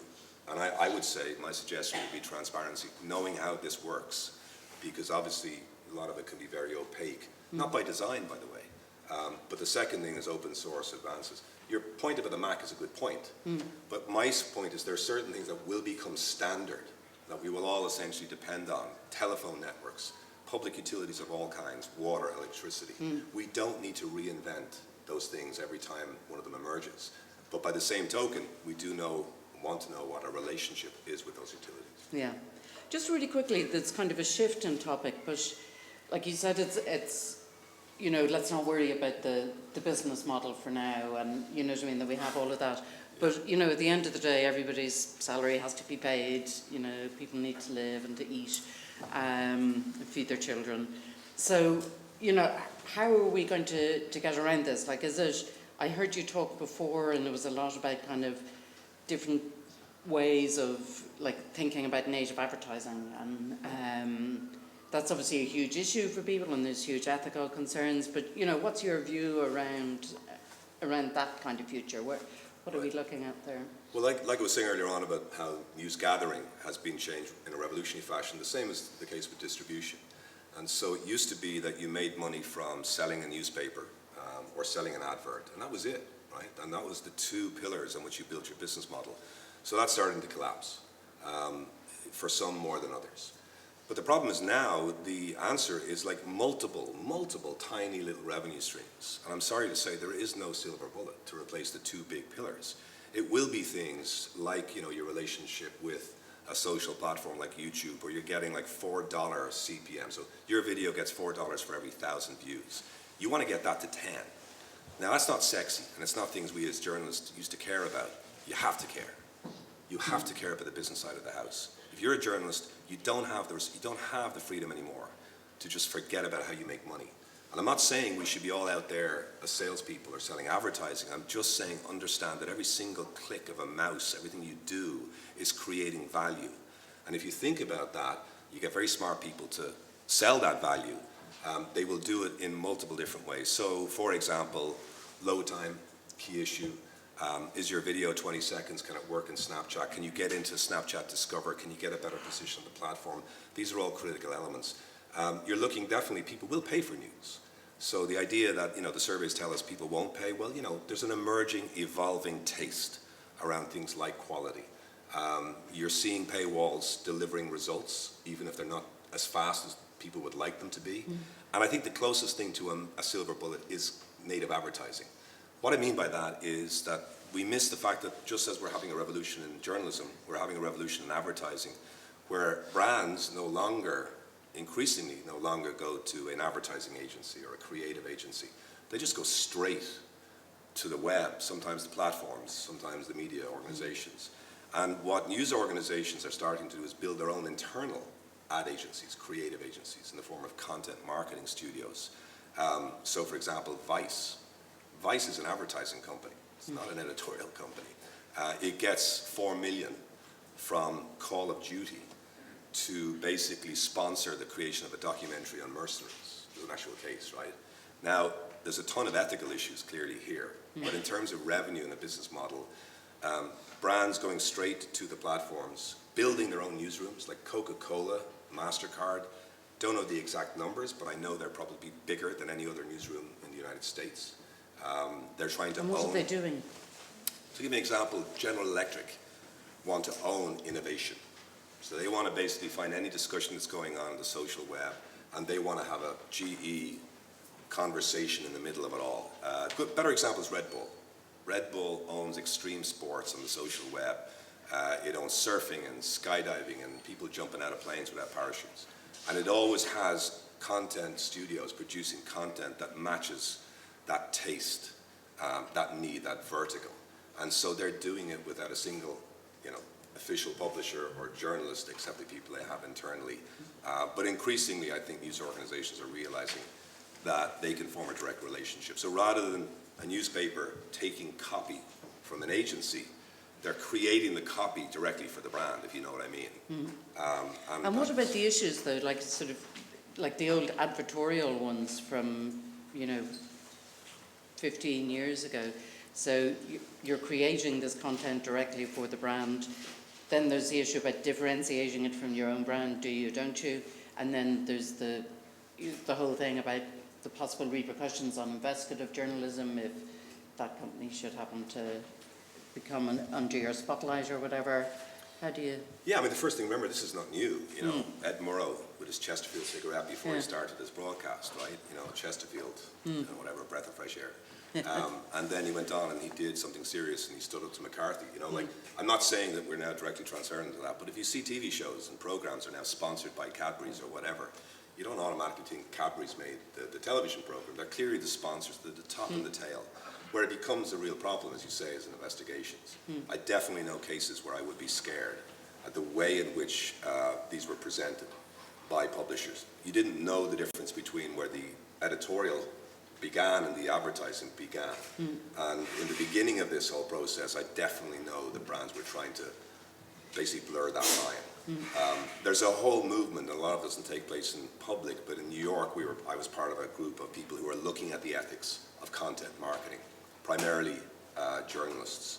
So, you know, like any new development, it's evolving. And there'll be failure, you know. That's the one thing I have to ask everyone to get a head around is we'll screw up more than we succeed in this next phase. And this will be one of the areas where we have to be incredibly careful, but we're just shifting the church and state line a little, not a little bit, probably a lot, but we're shifting it. It's always been there, and now we're just going to move it again. Okay. Now everybody's really excited. You're back in Dublin. You're joining Twitter. What does this actually mean? What's going to happen? What can you tell us? It's funny because I remember the first time I used the word tweet in a broadcast on RTE and someone came up after me and started laughing at me like it said the word fart. You know, like we've come a long way in the 7 or 8 years that I've been on the platform. And it got to a point this summer where I was approached by somebody and I just realized, wow, you know, Twitter has gone from being this this toddler, you know, like growing up to being kind of a gangly teenager in its second wave. And for me, the most exciting thing is like still watching Paris, looking at what was happening over the weekend in London and realizing that this platform is the heartbeat of human activity. Like you see it, and we see these heat maps sometimes, and you just see them flashing on and off as they reflect conversations about now. Now I know I sound like a complete evangelist fanboy here, but I've been in the place a week. I've come from budget meetings today, and then I also come into meetings where I realize, you know, it's that vital to be in part of an organization like Twitter. You know, it's actually quite emotional. It's just amazing. Okay. I'm so overwhelmed by it. And can you talk anything like, does the fact that they've even hired somebody like you mean that they're looking at anything kind of different, or they're thinking about looking at the world in a different way, or why hire somebody like you?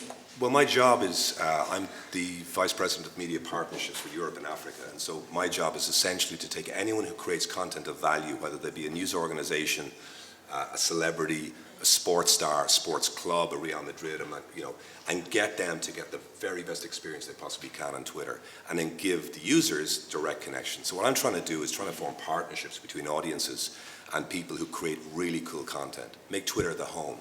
I think in terms of the messaging I would give, I mean, right now, for me, you know, it's almost the second stage of social media, and for me to come from journalism, business, newsrooms, and to be able to go back to what is my home, which is Twitter, my second home, and be part of what is essentially kind of an upping of the game in this regard is just tremendous. I mean, I'm responsible from Stockholm to Soweto and all the way out to Russia and Turkey. I mean, so just you're going to still live on planes? Hopefully they'll come here. I mean, Twitter's office in Dublin, I think, is the second largest office. I've just come from a meeting today, you know, where all of the people were represented in that one room just down by the Liffey. Don't underestimate the power of what we have here in Dublin in terms of the influence over the next generation of these platforms. In Google, in Facebook, in Airbnb, in Slack. I mean, I can list off the companies. There's something happening in Dublin today that will shape the way we talk to each other for generations. And again, that's probably why I get emotional. Be part of that. It's just stunning. Excellent. Brilliant. Thank you, Mark. That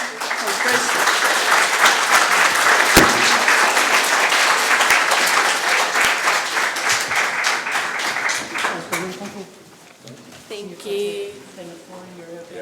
I know Mark didn't have too much time. Thank you so much for joining us, making time.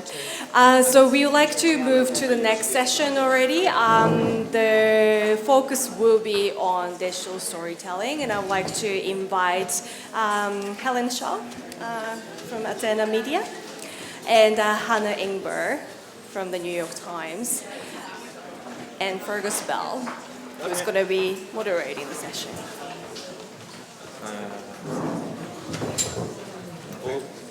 We'll keep the fire burning, if that's all right.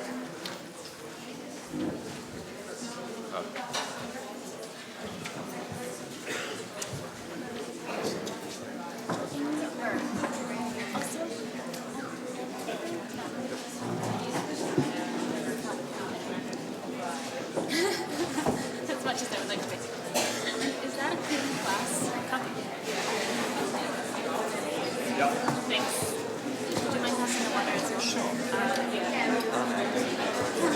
An editor on this. Okay. I was like, oh, a promotion. So just make sure you stay around. It's going to be really interesting. We are also covering a lot of best practices of the digital media storytelling, including the how you can, take advantage of the interactives and also the social networks when you're reporting the sensitive issues such as refugee crisis.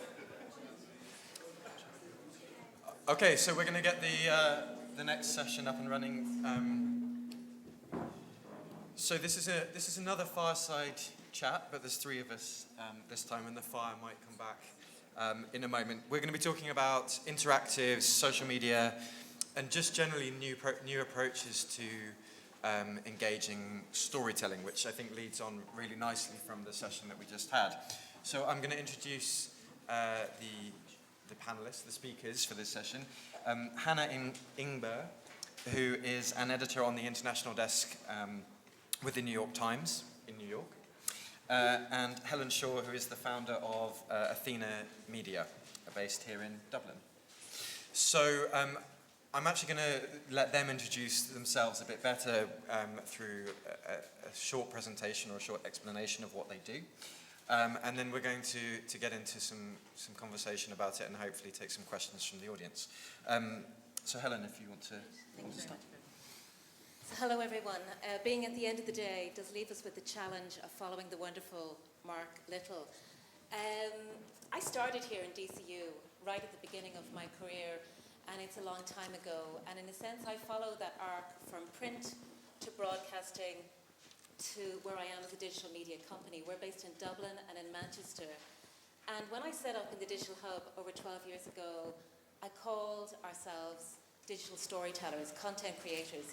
And realistically, my whole journey across my career has been about finding stories. As a print journalist working in Dublin and Belfast, news stories, bombs and bullets in Belfast, covering the front page. That thing that Mark talked about that we used to chase, our byline on the front page was part of it, and then moved into broadcasting, in RTE for many years, in management as head of radio for 5, launched Lyric FM, and in a sense then took a year at Harvard thinking about what I did next. And when I came back, I decided to set up and become my own business. And partly what we've been doing is looking at how digital empowers storytelling. So across the day, and I've been following the speakers on the live stream, my whole take on this as really at heart a journalist and a storyteller is technology enables us. It frees us to do different things.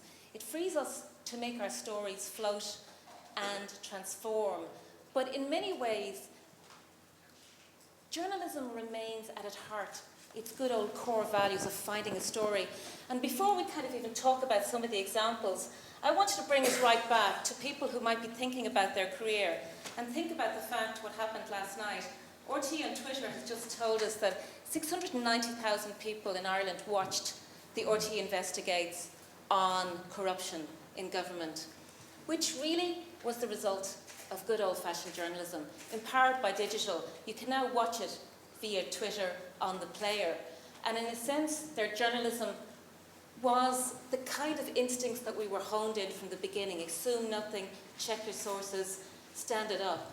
And I think when we worry about where we're going, as maybe Jane's chat with Mark is, I would bring us back to the idea that today is a great time to be a journalist, to actually see ourselves in an environment to both find stories and tell them.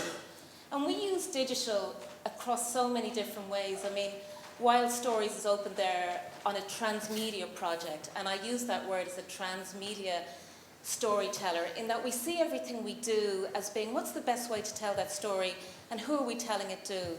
And it could be audio, it could be video, it could be text. And this is a combination of an artist, a composer, and radio. It will ultimately be a radio project, but it's a digital entity. And we use all of those elements, and by next year we're actually going to crowdsource the next phase of it. So I want you to think about, when you leave here today, not some of the problems and the issues, but the real opportunity you have in going forth as a storyteller, and to really embrace that. So to get beyond where we are in Ireland today, I wanted to look at a couple of things that I feel inspire me and the last while, things I've looked at that I haven't made, because I could show you stuff I made, and some of them are on our site. But I was blown away by what Channel 4 did, and to me it shows the value of good old-fashioned journalism in a broadcast model transformed in a digital environment based around the refugee story. Refugees and migrants have travelled, in their sense, they take an image of 2,000 or 2 billion miles. And what you can do, because what they did was use all of their journalistic footage, their audio, their video, from across all of the zones, war zones, from Syria, from Iraq, from Eritrea, Somalia, and they almost combined it with a gaming idea, so that you can begin your journey and you can start to actually see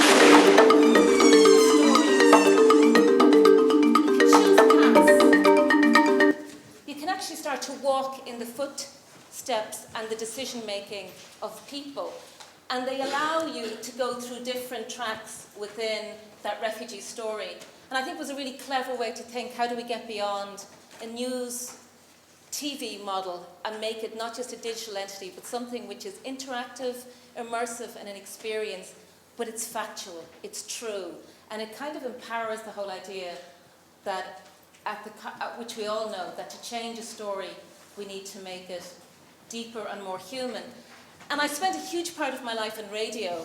One of the people I work with is Radio 4, and I love what Radio 4 has done in terms of how they've used digital and the online and mobile environment to change the static and almost linear experience of Radio 4. It's not just podcasts, which they do a lot of, but they've broken it down, and they do this idea of Radio 4 in 4.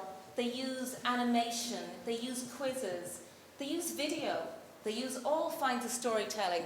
And it really is my mantra about this, is use the toolkit.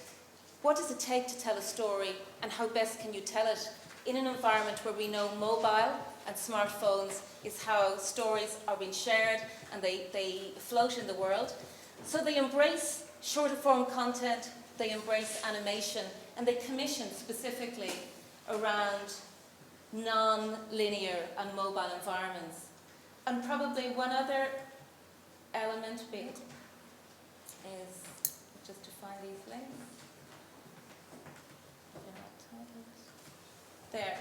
So if anybody here is a fan of This American Life, one of the things that was very eye-catching the other day was that the New Yorker made a front This cover. parenting error happened not long And they ago. took Halloween. This When American Hannah's Life 13-year-old, edition, Noah, decided she was going to and dress the up as illustration, Hillary they turned it Clinton. into She watches a lot of transmedia Saturday Night Live and experience. like old Saturday Night Live videos. So like a campy political costume makes sense to her. Even at 13, she puts on her red jacket and she starts putting on makeup. So she puts on mascara and a little eyeliner, and she normally doesn't wear makeup, and a little lip gloss, and I'm not really paying attention to her. And then I look at her, and then these words come out of my mouth. Wow, you look so much better. Wow. Which is like, So if you want the whole story, go online and check it. But what I'm trying to, in the few minutes I have, is to inspire you to think differently about the limitations and to think much bigger and bolder about the opportunities, and actually see that all of the tools and skills that we bring from our backgrounds in journalism, in radio, in print, and in broadcasting, they carry with us, they empower us. But once we let go of the idea of those silos into which they sit, whether it's radio, print, or television, or even digital itself, technology, and once we see how can I make that story melt and how can I actually use the toolkit to tell it, it changes it. And in some ways, that's the message from many of those players, is we'll still have an offline and an online world. Things haven't gone away. This year we've seen an increase in sales in vinyl. Books are back. Radio is still listened to by 85% of Irish people every day. But what we are looking at is how can we expand, deepen, enhance, empower the way we experience what we might say media that we consume every day, and make it more powerful, more immersive, and more of an experience. And I think that's the journey we're in. See the technology as an opportunity and empower your storytelling through it. Thanks. Thank you.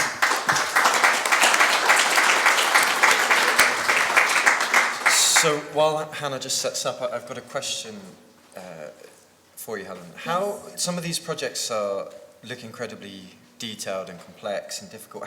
What's the process for this to start? Does someone just have an idea? Does it go through? Is it a long process? Is it a short process? How does something get born and come to fruition? It's a really good question, and in some ways I was going to start with the boring bit, but I think one of the key things that everything starts with now is that you start not from a discussion. When we make a radio program now, we don't start from thinking about it as a radio program. We think about it as an idea, as a story. Ultimately, one part of that story is going to be radio, but we're immediately buying a domain. We're immediately collecting photographs. Every time we're recording an audio, we're also taking Vine or Instagram short form video. We're shooting a television doc at the moment. So somebody is also always taking short form Instagram videos, taking photographs. Every time we think about a story, it might be that it primarily goes into an environment like radio or television.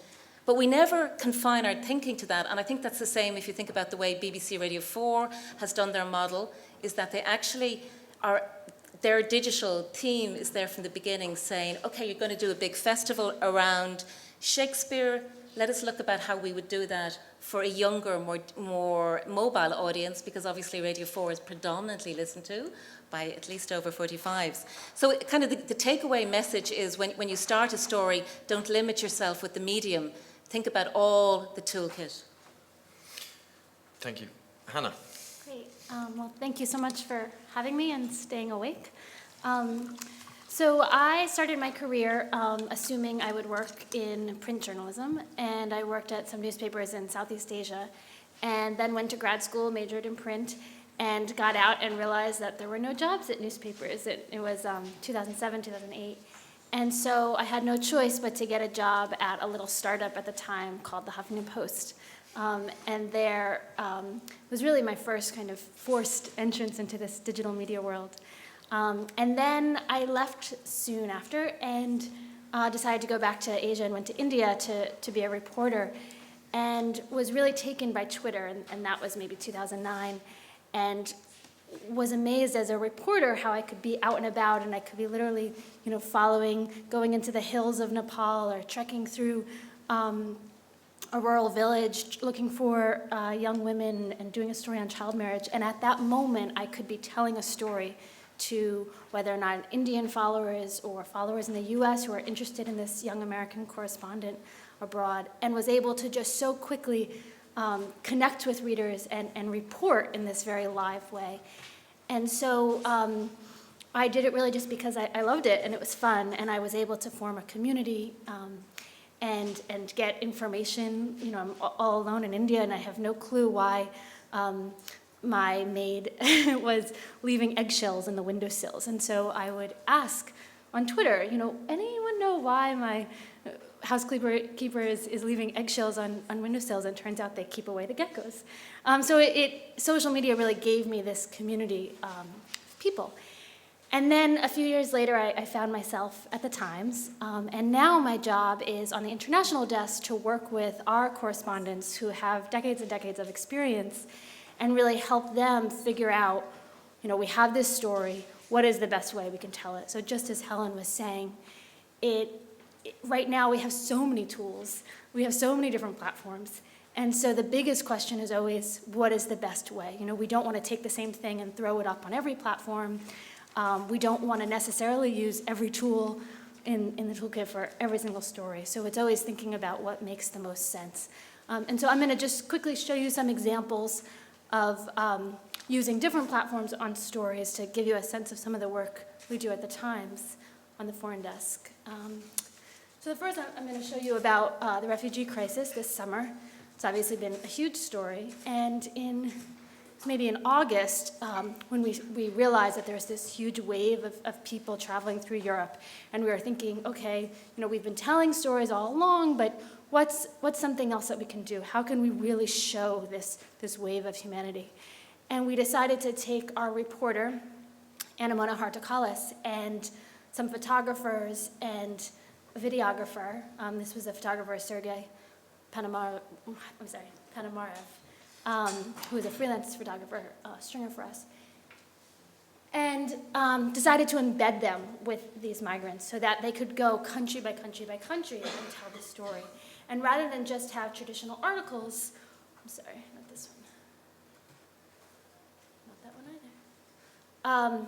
We did this, what we call a conversation piece. It's sort of like a live blog. It's a blog where, as Áine, it starts at the bottom, so it's reverse chronological. I'm sorry, I'm used to a Mac. As she's going country by country by country, she is writing these short posts, maybe 2-3 posts a day. And each one is this mini little story about these refugees that she's following. And each one we write it thinking about social. You know, we know that while a lot of people still come to the New York Times homepage, many of our readers are finding us on social platforms, and that we need to write things with, and specifically headlines with that in mind. So we're thinking about having visuals with every story, every post. Each post also has its own URL so that it can be shared individually. So as she's going, she's telling these little stories. We're including maps and videos.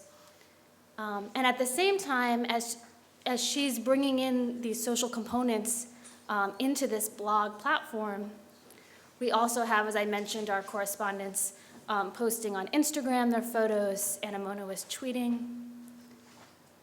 Then at the end of it, we had Áine write a long story for print. It used to always be, you know, at the Times we would focus on the newspaper, and then someone would say, oh wait, well what about the website? Maybe we should do something separate for that. Now often we are doing something special and wonderful and beautiful for the website and for the digital community and our digital readers, and then editors find out about it and say, wait a second, our print readers should get to see this too. And so we took a bunch of the posts from Áine and put them in print, and then at the end we had Áine write a more traditional news story. I think this was a 5,000-word story about one particular family that she followed along this migrant trail. And then for the digital version, we included some fabulous maps, obviously a lot of the photos. So it's pretty impactful. And then weeks later, actually months later, the photographers, and particularly one photographer, Mauricio Lima, who is also a contract photographer for us, was really so caught up with this one family who he had been following all the way through country to country to country, and the woman was pregnant. And so he kept in touch with them and followed them and met them in Sweden the day that the mom gave birth. And so Áine then tweeted this photo by Mauricio.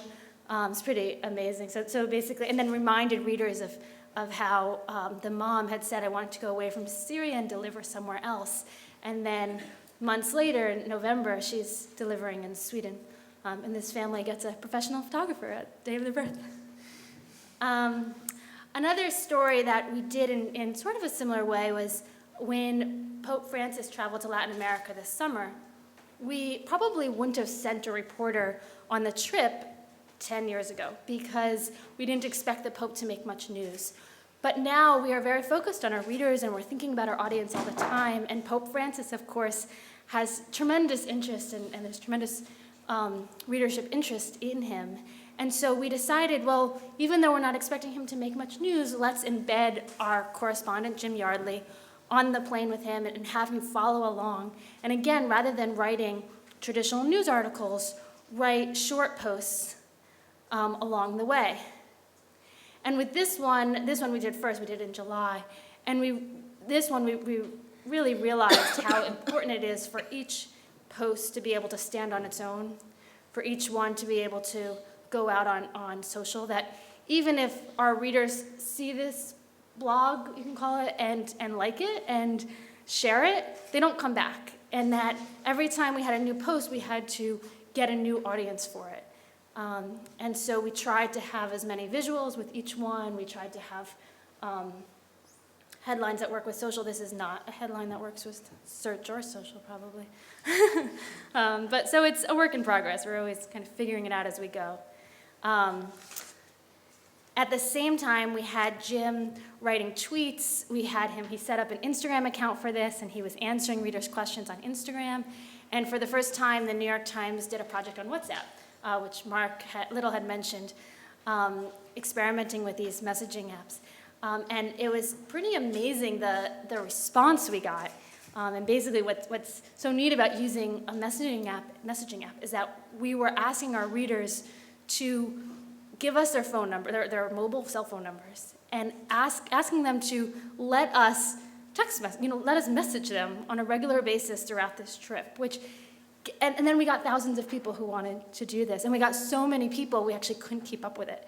And to me, it was amazing just because it's such an intimate platform. It's not like Twitter, it's not like Facebook or Instagram where you can decide I'm going to follow along but only go back when you want to. These were people from all around the world asking us to really be notifying them with any time of day with our messages from Jim, and yet they loved it. There was one person because WhatsApp is not yet really built to be a publishing platform, there were a lot of hiccups, and one thing, we couldn't sign up everyone who wanted to be signed up, so we were getting all these messages, please, please, please, and there was nothing we could do. We also couldn't figure out how to unsubscribe people. So we had some people saying, please, really, this is enough, and sorry, they were along for the ride, and there was nothing really we could do about it. But then we had a lot of people sending messages about how caught up they were and how much they appreciated it. Here's one: thank you, New York Times. I'm enjoying this medium. Just post an ad or two so you don't go broke. So we're also always thinking about how to use our big Facebook community. Again, as Mark Little mentioned, when it's Twitter, we're thinking about being in the moment, about being live tweeting something, being immediate. When it's Facebook, we're more thinking about a little bit later, stepping back. So with this, which is a story about Syrian women who decided to marry ISIS fighters and then ended up fleeing to Turkey and told their story. After we published the story, we posted this on Facebook. Oh, and it's not going to show me because I'm not signed in. But we had a huge response, and we told our readers that our reporter, Azadeh, will respond to any of your questions or comments. And we had 1.5 thousand shares, more than 500 comments, and Azadeh was then able to go in and have this personal back and forth with our readers about the story. We also do live Q&As on Facebook. We did it after the Nepal earthquake with Ellen Berry. Again, had a huge response to that. Another way we're thinking about Facebook, and I'll sum up with this so that we can move on, but we're always thinking about how can we use these tools to report and to get information, whether or not it's eyewitnesses or personal experiences. And we have 10 million followers on Facebook, so we're very lucky to have this big audience. And we often think about how can we be targeting that audience to get more voices into our coverage and to open up the New York Times and open up our reporting and just hear from more people. And one example was when Ireland had a gay marriage referendum, I think in May. We had a reporter in Ireland, we had a contract reporter, but we decided we really wanted to hear from more voices, that we had a sense this was bigger than we realized, and that we wanted to really hear how are people grappling with this issue, And so we decided to post this on Facebook and ask people. But we were a little worried that the Facebook audience would be young, urban, and that maybe the answers would be a little skewed. And so we said, tell us how different generations in your family are dealing with this issue, and hoping that that would address some of those concerns. We had a huge response, and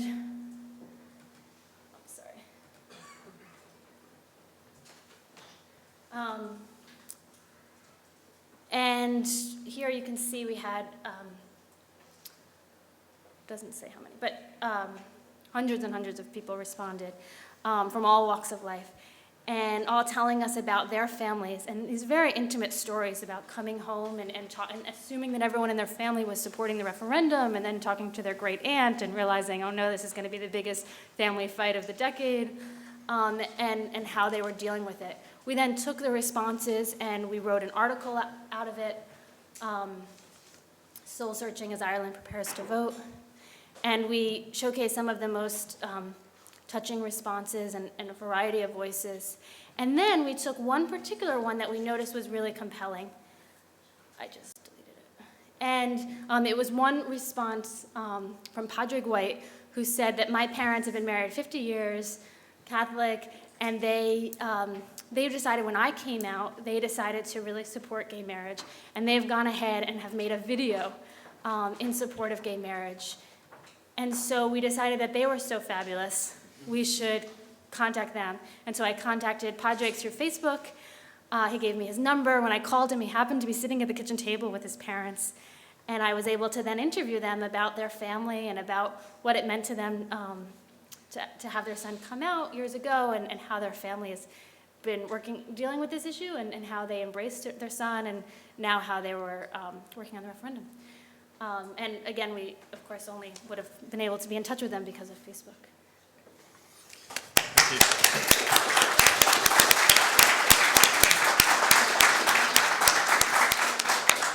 So we'll have time for a few questions, but first I've got one for both of you, but perhaps start with how it works at the New York Times. This kind of innovation and fast-moving work requires a certain amount of infrastructure, a certain amount of understanding, a certain amount of training. How does that work for you? And the same question: how does an idea turn into something on the homepage? Well, in many ways, the New York Times, we are incredibly lucky because we have such great resources. Before the Times, I worked at Global Post, which is a startup in Boston that did international news. And that at Global Post, you had 30 people total, whereas at the New York Times, you have 30 people just on your interactive news team, and then you have a whole graphics department that's separate from that, and a video department. And so you're blessed to have these resources. At the same time, you have the people who are working at the New York Times. A lot of them are some of the most skilled people in these worlds in digital media.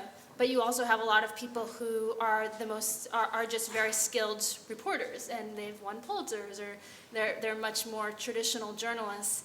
And so one of the big challenges in the past few years for the Times has been how to bring those worlds together, and how to take these amazing reporters and then both evangelize digital media and make them want to be part of this, and not see it as second best, and then give them the skills to really turn that into something magical. And interestingly, both Jim Yardley, who did the Pope strip, and Anna-Mona Hartakalis, who did the Migrant strip, they're both really were traditional reporters who are working in print journalism for a very long time. And so they're great examples of how, particularly in the past year at the Times, maybe the past couple of years, there's been this big transformation where people really now want to get on board and want to be part of this. Helen, what kind of skills are needed Good question. for this? Because I couldn't just do this. I'm sure a lot of people in the room couldn't just do this, but probably a lot of us want to be able to do it. So, well, no, I think you could. I mean, because remember, I'm sort of saying technology is an enabler. There was a discussion earlier about keep the engineers close to you, but actually, in a sense, if you think about all of the trends, and what I would always say is fall in love with the trends, not with the platforms, much as Mark is now with Twitter, and I love Twitter. The platforms can come and go. Anybody who can remember MySpace and Bebo in their dominance will know that.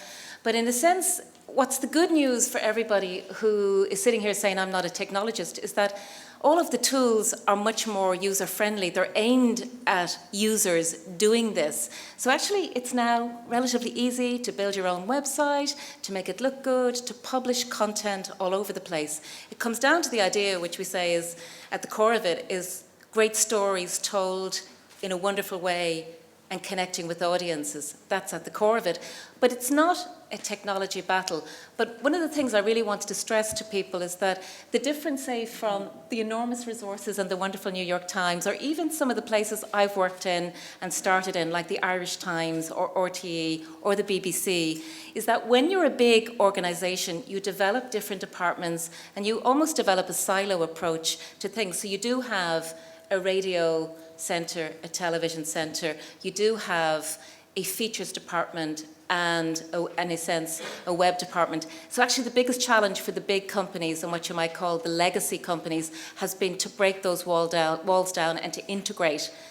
And in some ways, for new startups like Storyful, or for the people who are entering into it, they didn't have to. They could start as digital natives and recognise that the stories and the content flows across all forms of storytelling, audio and video. So we've heard a lot of newspapers today almost been very excited about audio and video, and at some level that's great.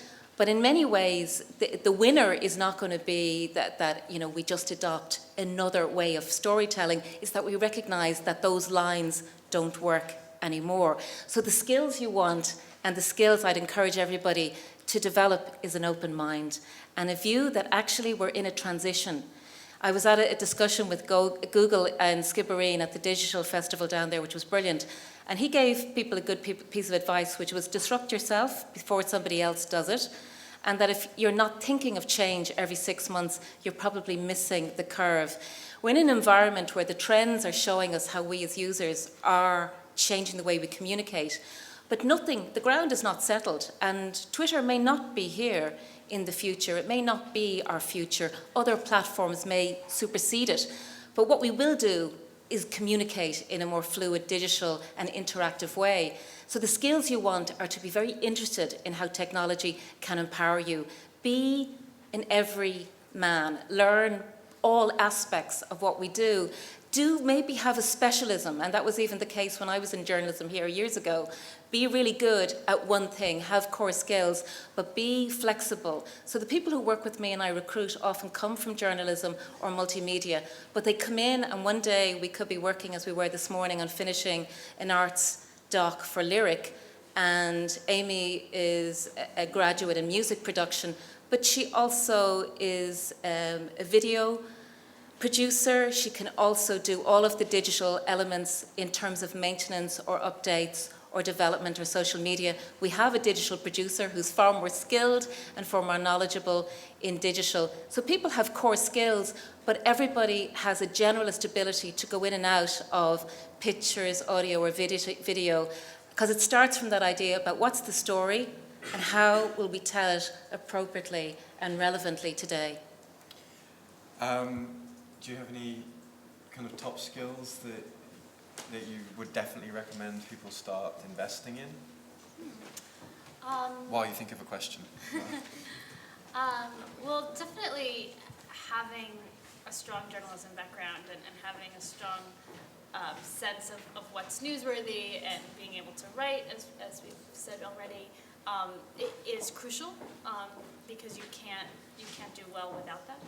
And then in terms of adding on digital skills, I agree with Helen. I think that you want to have a lot of different skills so that you can play different parts and really be called on to whether or not it's understanding audience development, understanding analytics, understanding how to optimize a story for search and social, or being able to do some coding or some graphics or video. all of those and any of those are going to make you stand out. Does anyone have any questions? Yes. Hi, I've got a question for Hannah. I know in terms of in many organisations, they see their journalists as talent. And in fact, they use that and leverage from that, be them Instagram artists or great on other platforms. One thing I haven't heard you talk about this afternoon is mobile live streaming. Mobile live streaming. So platforms such as Facebook Mentions, which is now available for all journalists to use, and Periscope.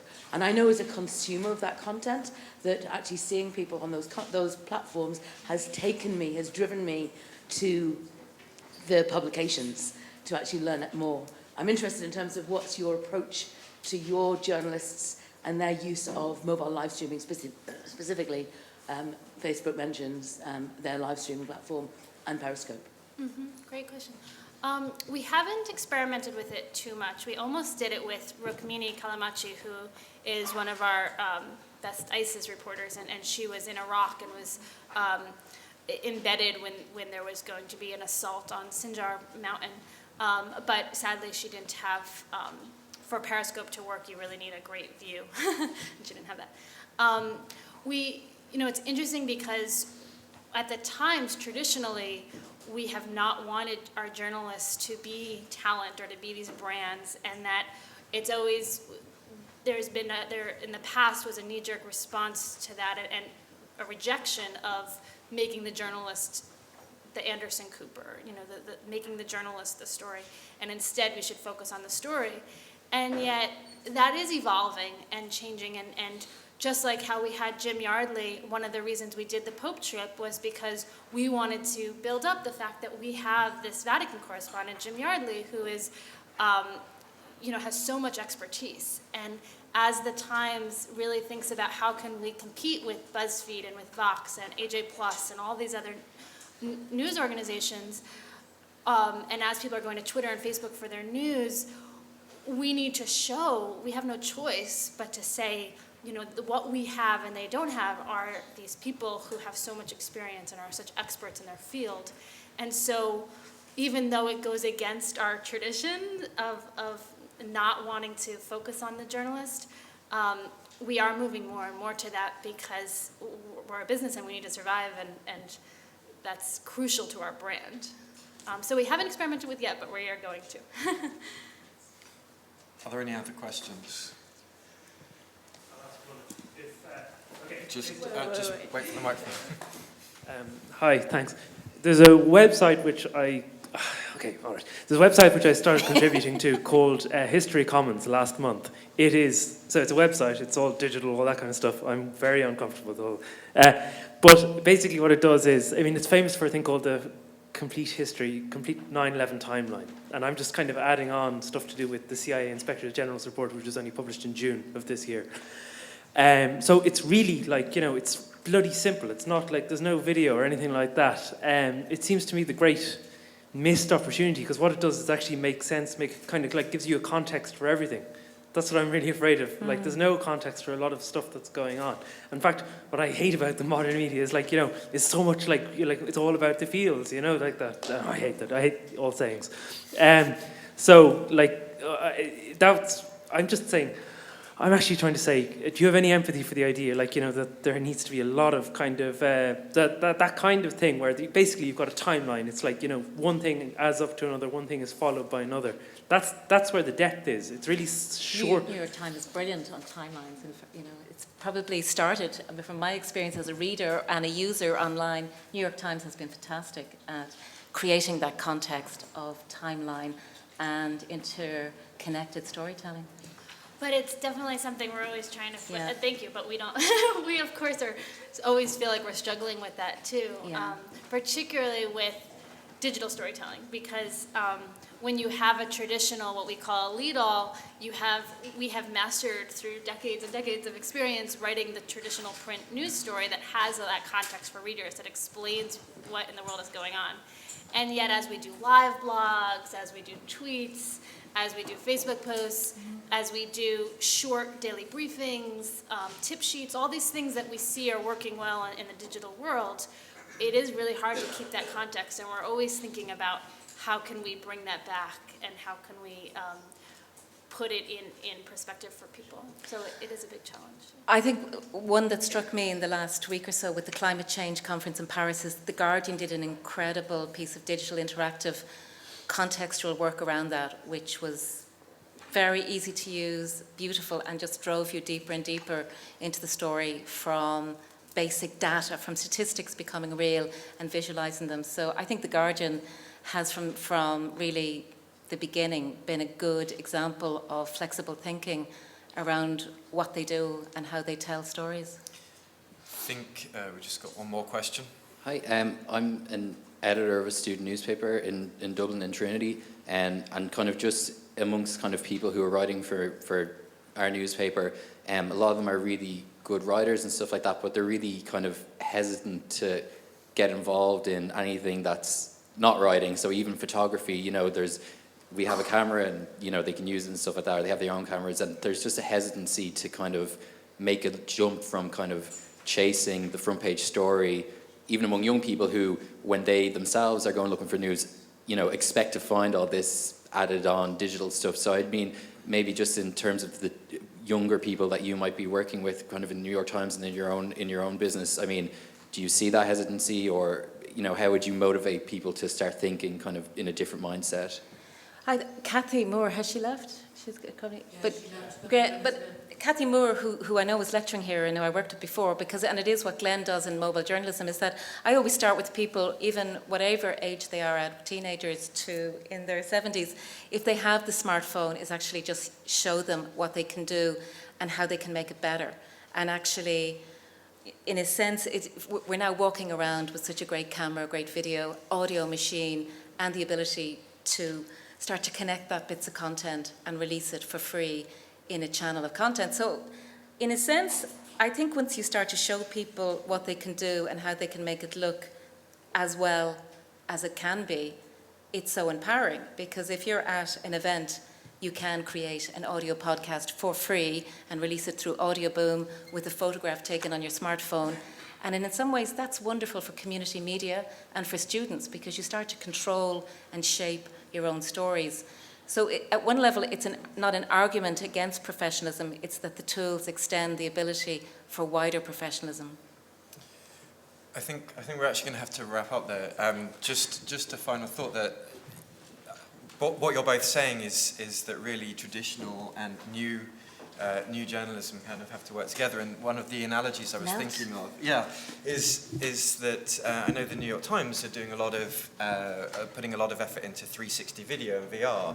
But what's really interesting is that in order to deliver the devices, the Google Cardboards, to see the VR, they used the distribution network for the print subscription. Mm-hmm. And so it was delivered to people's doorsteps with their actual old school hard copy paper. And I think that's a kind of nice way that new and old meet. But thank you very much, Helena and Hannah, for your contributions. Thank you for inviting us.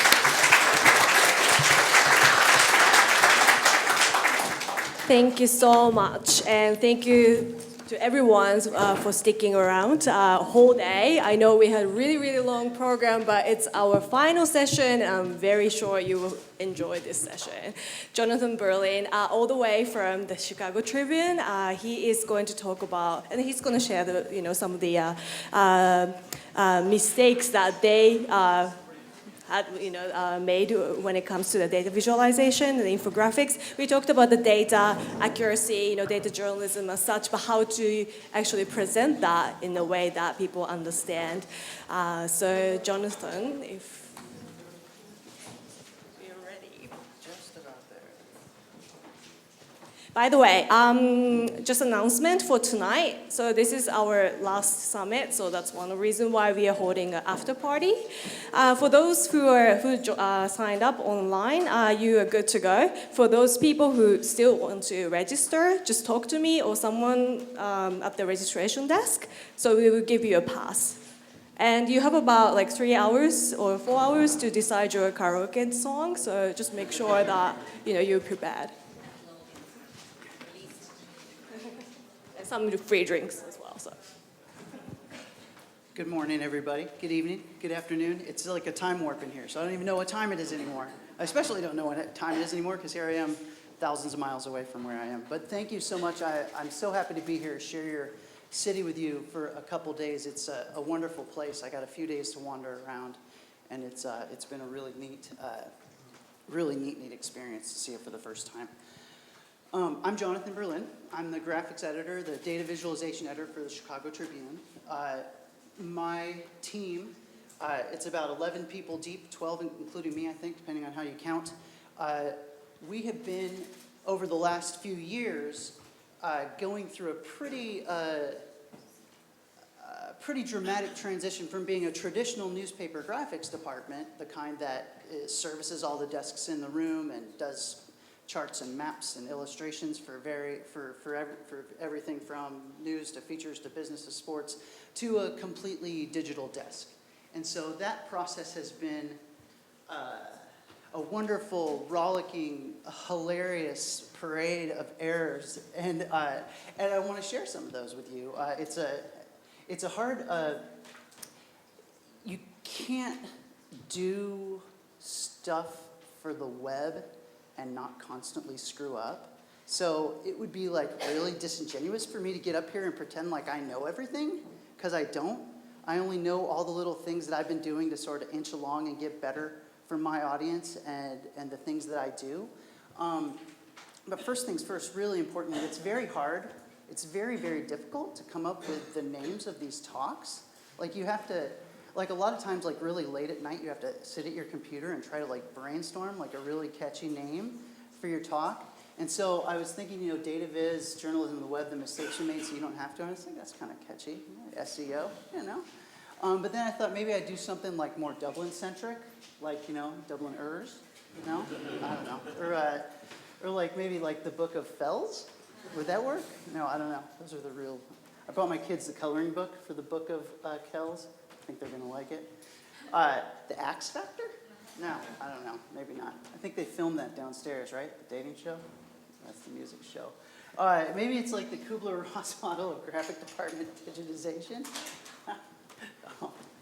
You go. You start out with, when you're transforming a graphics department, you start out with denial. You're like, the web?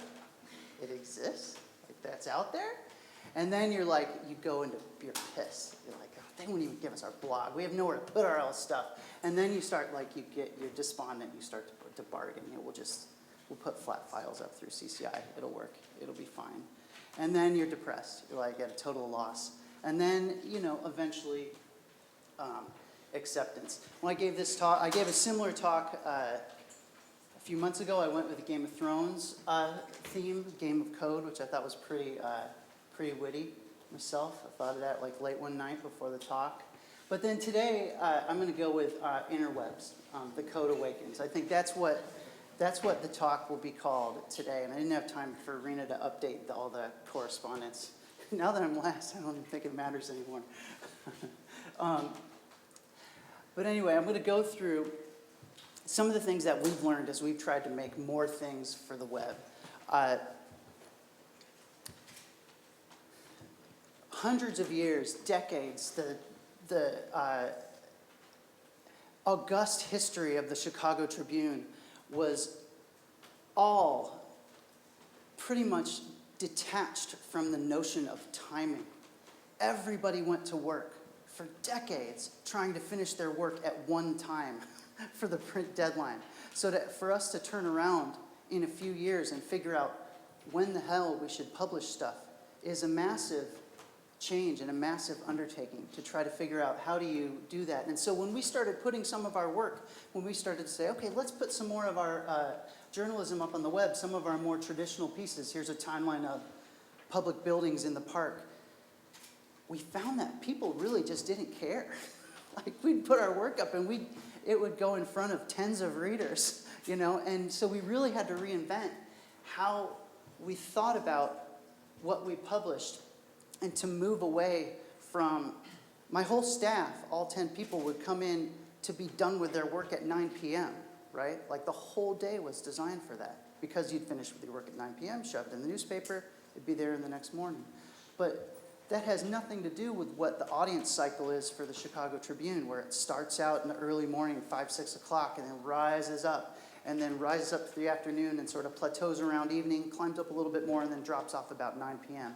That has nothing to do with giving our users content to digest at a time when they want it. We were sort of stuck in this mold of giving them content when we thought it was okay. At the time, for hundreds of years, that we thought it was okay. So we've experimented with it a little bit, and to the extent where here's a big, we debunked the Mayor Rahm Emanuel, who some of you may have heard, put these cameras up all over town. I don't know if they have these in Dublin. They take pictures of you if you're speeding your car. You get a ticket in the mail, and he says it's for like the safety of the children, but really it's for the safety of the city's bank accounts, But so we debunked a lot of that and did a lot of truth telling on that. But in the past, this thing would have hit the Sunday papers, right? And been like a double truck with really immersive photography and beautiful big maps. But instead, we put, whoops, where did I go? Oh yeah, instead we put the whole thing up all at once on the web. So we're trying to experiment with how we typically, and this was just a massive programming effort on my team's part, but like millions and millions of data points to try to show just how this system works and what was not going with it. So trying to sort of undo or debunk the old ways that we always did something, right? Like there's always some editor at the shop, right, that doesn't want to let go all their stories at once. But what we found out with our Sunday projects is you have this, is Saturday the big day here, over here on this side of the pond, or is Sunday still the big day? Sunday's still the big day? What we found is the whole big Sunday train heads straight towards the end of the week, right? Like it's chugging along, and then it just drops all of its junk right on Friday, right? But the problem is everybody's gone by Friday, right? There's nobody left to look at your stuff. So you have this whole infrastructure in your room that misses the audience, right? So we had to really undo that. And so you have a lot like what we were talking about at the last session is you have like, we're reconstructing when we release stuff to such a degree where you're publishing the things online when during the week when there's audience, and then you're getting to the weekend,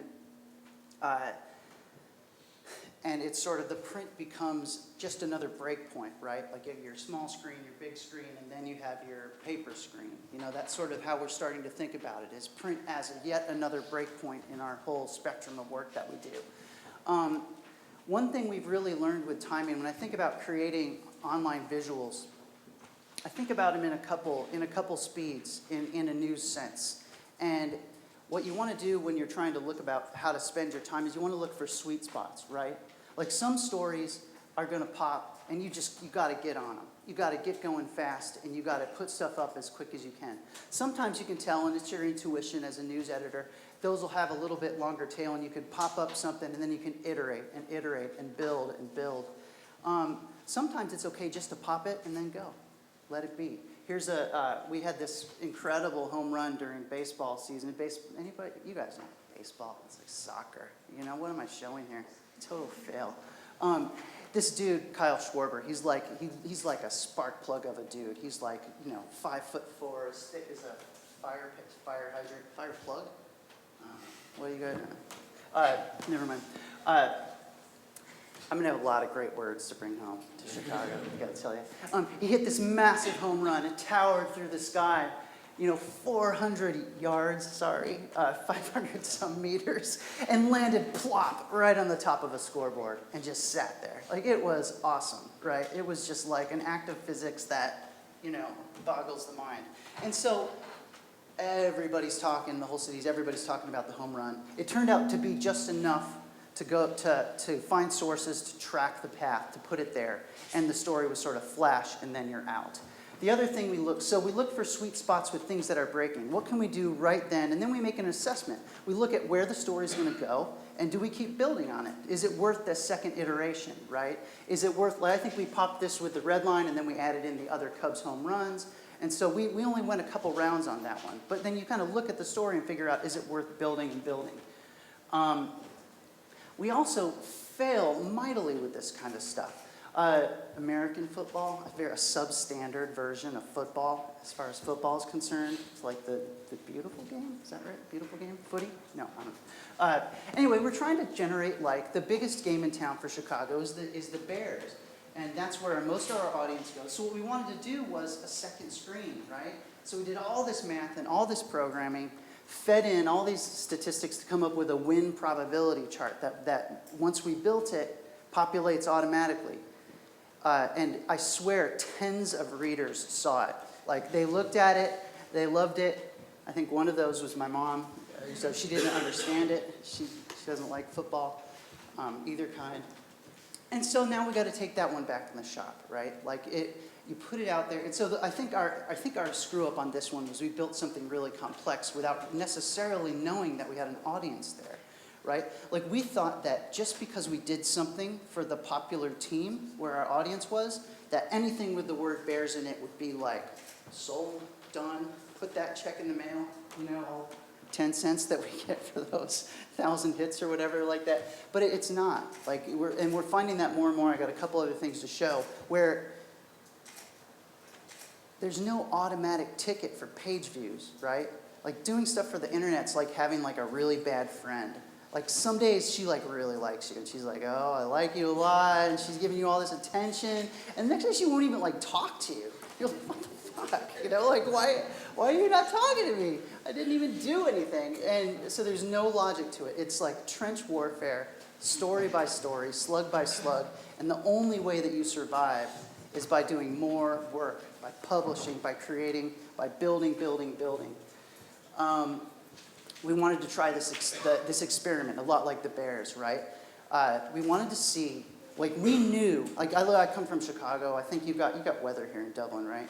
It rains like every day. The wind whips off the sea, whatnot. Don't go on treacherous roadways. No, sorry. So we wanted to see, could we create something about the weather when the weather was like totally freaking boring and when people go to it, right? Could we make something, so we pulled all these charts, like, could we make a destination about weekend weather that was based on like no news at all, and would people read it? And so we thought it through, we pulled all these stats, average temperatures, high lows, the forecast. It turns out people didn't want to read it. And we found it, so it wasn't like you don't get that automatic ticket, but what's important is putting a notch on the board and getting out there and seeing what works with your users, seeing what they engage in. What we did find is when there's a headline that we planned for, like we knew that we were going to get our first snow of the year, and so we did all that reporting. A lot of what we were talking about earlier with cleaning your data and pulling your data, everything but that last little data point is background. So pulling that idea ahead of time means thinking about what's coming. What are my users going to be thinking about? And giving yourself time to create it and show it. So that 200 years of Chicago first snowfalls, all that stuff existed before the first flake hit the ground. We just had to think about it, clean it, visit, and put it up on our site. So you have to put yourself in position to succeed. I liked what Micah said first thing this morning, if you guys remember, is like take a lot of small risks, right? That's what we're doing. Small risks, small failures, sometimes small rewards, sometimes big rewards. When you change over, Lando, when you change over from, so you have in the newsroom tons of different relationships and languages and routines that produce the product that you're used to making. Like, you have all these paths to getting things published in print that have existed for decades, right? Like, you know how to talk to people about how to place stories on page one or wherever, or even get a story copy edited. But none of those conversations really exist in a good way for getting things online. So we've had to forge all sorts of new conversations and partnerships. In the first slide, the timeline that I showed, I won't go back to it because I got all this redonkulous animation. But the timeline that I showed first thing, when we were figuring out that, so the typical work that our graphics department does isn't resonating with our audience. So what do? What kind of work is resonating? And what we found over the last months, years, something like that, is that our enterprise data visualizations, the stuff that we're doing alone, that we're going out and we're being sort of the entrepreneurial journalistic group, that's the stuff that's clicking, right? Like, so we're delivering on our big projects. We're not doing that. But so what we found in the last year, we've almost had a complete turn in the type of work that we've been doing to a much more entrepreneurial, standalone work where the graphics department is going out, we're reporting it, we're writing it, we're designing it. So what that's caused, though, the after effect of that is we've had to create entire new ways of talking to editors. Because if you're the graphics department and you're parachuting into school scores, you need to make sure that you've covered all your bases with the school reporter and the Metro editor, that you're not stepping on people's toes, and you also need to figure out how to get those things read and how to get those things done. I can't remember why I haven't had this slide in there. It was probably good. But one of the things we figured out that has really worked for us, the kind of, like we will, in trying to make, am I going too long? Okay. Trying to make our lessons work for us is we study what happens. We study who looks at it, how long they look at it, where they look at it from. And one of the things that we've really found is that our users respond when we give them interactives that they can see themselves in, whether it's a map that they can search by an address or whether it's a table they can search up. So like different ways of thinking about lookup tools is just one of the aspects that we've found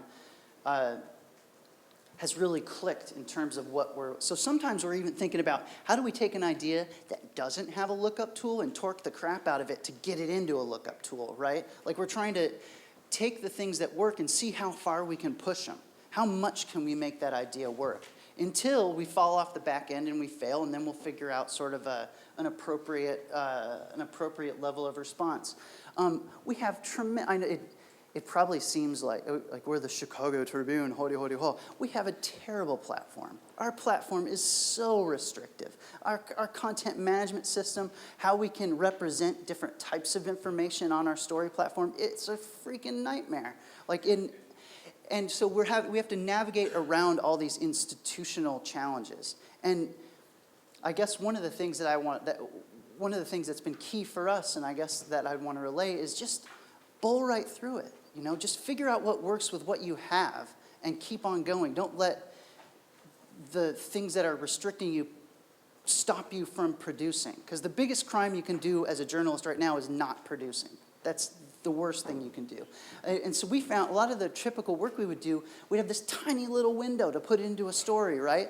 Like we have this airport. It's your airport. The Dublin airport's like nice. That is a nice airport. O'Hare is a dump. Like I don't know if who's like flown through there, it needs a big major facelift. I feel bad. But anyway, we did this, the way that they do cabs there is absolutely insane. It is hilarious. Like there's a guy who writes something down on a blue piece of paper and hands it to a guy who writes it down on a red piece of paper, who calls a guy with a yellow piece of paper, and they run all over the place, and it is incredible. And we did this whole illustrated thing, and we put it in that little window, and ones of people saw it. You know, like nobody saw it, you know? And here's this little piece of information, this shared experience. Like who hasn't seen the queue of people waiting for a cab at the airport, and it got nothing. But we are trying to make progress. We have we've been, and we're not just accepting our platform limitations, we're pushing on it, right? So finally our technology, don't tweet out that bad stuff I said about the Tribune, right, Lisa? Like that's just for us, right? Is it a live stream? Is it a live stream? No, I'm just kidding. It's okay, they know. So you push on it, right? You're like, what are our problems? You know, how can we fix them? So we took like a thing where they were gonna let us put a tweet into a story. Like they built corporate was like, let's make a thing where you can put a tweet in a story. And I'm like, all right, you know. So we took that, and then we can put animation, we can put more words, and we have only just started to hijack the little window of tweet. We can just take that, pry it open and shove a whole bunch more stuff into the story galley that we have before. So we're trying. So where we see limitations, we're putting our head down and we're just blasting through. We will not be stopped. Tech is a huge thing when you're talking about data, and I love that some of the stuff that we've showed today about some of these free tools, because I don't think the way that you learn to do stuff on the web is just by doing it, right? And then you do another to try something else. You're like, oh, could I make those squares into circles? And then you do another project, and you make the squares into circles, and that's how you do it, and you build and build and build. That's how everybody does it. And if you haven't started doing it, you have to start to do it, because you've got no choice. You just need to dive into the pool and start making it, and have no shame about where you're starting. So I have on my staff of 10 people, I have just a complete range of skills, from people who know how to draw with pencils and paintbrushes, to people who know how to render things with 3D programs like Strata and Lightwave, to people who are like data cruncher crazy people, you know. And so I tune the assignments to them. Like, I tune the assignments to what I have and to our growth, right? And so baseball? No, I'm sorry. So we had this big, exciting baseball season where the Chicago Cubs went really far, and it was really great. So I sent people to the stadium to interview people and draw, right? Like, that's not like proper data viz, right? But it's a story, and it's engaging. It's what we're trying to do. We're using the skills that we have. We're pulling factoids. Here's the rookies of the year. We had a rookie of the year, Chris Bryant, so we're saying, how did all the other rookies of the year do? Did they fall off? So we're making a heat map. Red, they got worse. Green, they got better. You know, how did our guy won it? How did all the other guys do? So we're pulling stats. We're not doing, this isn't like a glowing jellyfish of data. We're just telling stories with the tools that we have, you know. We're like, and we're pushing and pushing and pushing. And then we're doing stuff that's more advanced with the people I have on the team who are more advanced. And it's a total mix of people that I have. I don't have an incredible department. But we are going to fight and fight and fight. Like here, we feed this dynamically throughout the season with how the season came down. So just on one story, you're seeing everything from like pen on paper to a dynamically fed spreadsheet chart, and we're going to do it all. Maps, for example, we do all sorts of maps. We do every different kind of map. We do flat maps. This is a JPEG on a website about a recent police shooting. It's actually kind of hard. We got massive news going on in Chicago right now, so I got to jump on a plane as soon as I'm done here. So we do flat maps. We do JPEGs. We use ArcGIS for a lot of maps, where we take a shapefiles and we pop them into Arc for like easy interactivity. We use Google Fusion table maps. We also use CartoDB a little bit here. We also have folks on the team who can roll their own maps. So I'm not going to sit up here and tell you, well, you must roll your own leaflet maps. Do what you can. Like, tell your stories and get your stuff onto your sites and get it published, and learn more and more with each thing that you do. And so the other thing that we do that's kind of been a fun way of our giant failure parade is like we'll find formats that we like, and then we'll just keep using them, right? And so we did this thing where like Illinois' economy is in the crapper and Greece was in the crapper, and we're like, let's do a quiz. Is it Illinois or is it Greece? And you could go through and like click and find if it was Illinois. Greece, and people really liked it. They played around with it. So then we used it again. Is it the Bears quarterback or is it the Lions quarterback? You know, let's like build it and then try to build it in a smart way that you can keep using it, right? And get your users familiar with the things. Like we use Google Street View a lot when we're trying to take people to places. So here's this controversial movie that Spike Lee filmed in Chicago about our crime problem. And we'll take people to the location, and we'll use an embed of the place that they filmed, right? So all that took was a lat long to get you there, and then you embed right out of Google Street View into. Matt might have even showed how to do this. You could just hit rewind, baby, and you're there. But so we do it once, and then we do it again. Like we're getting this crazy Apple store on Michigan Avenue, and so we're like, let's just do something on all the nutty Apple stores all around the world. Whoops. They're like burying this Apple store. This is like. You must increase load times, blah, blah. I blame it on the hotel wireless. But, you know, like there's crazy Apple stores all over the world. And so we use Google Street View to sort of take you there. The other thing I would say is use your newspapers, use your organization's platform unashamedly. Use the tools that you have, right? Like, don't get so hung up on, like, I need to go build a custom rig to do something. So we're like, let's go do a photo gallery of all the Pope stuff that you could buy. So you get a Pope toaster, let's see, Hotel Wireless, you got like the Pope 4-inch guy, Pope candle, mug, mini Pope mobile, $84. Oh my God, the Pope is dope t-shirt. There's an ad. The bobblehead, the rosary, that is $9.95. The stand-up Francis, dollar, plush, why not? Bag, that's good. We got a big there, and then the shower curtain. You know, so there's lots of stuff that you could buy with your Pope. But this is a hijacking of our photo gallery rig, right? Like these are made in Illustrator slides pushed into our photo gallery rig, and we use it, right? We're going to take every tool that we have and just hack the crap out of it and make it work for the thing that we want it to work for. We're going to just produce.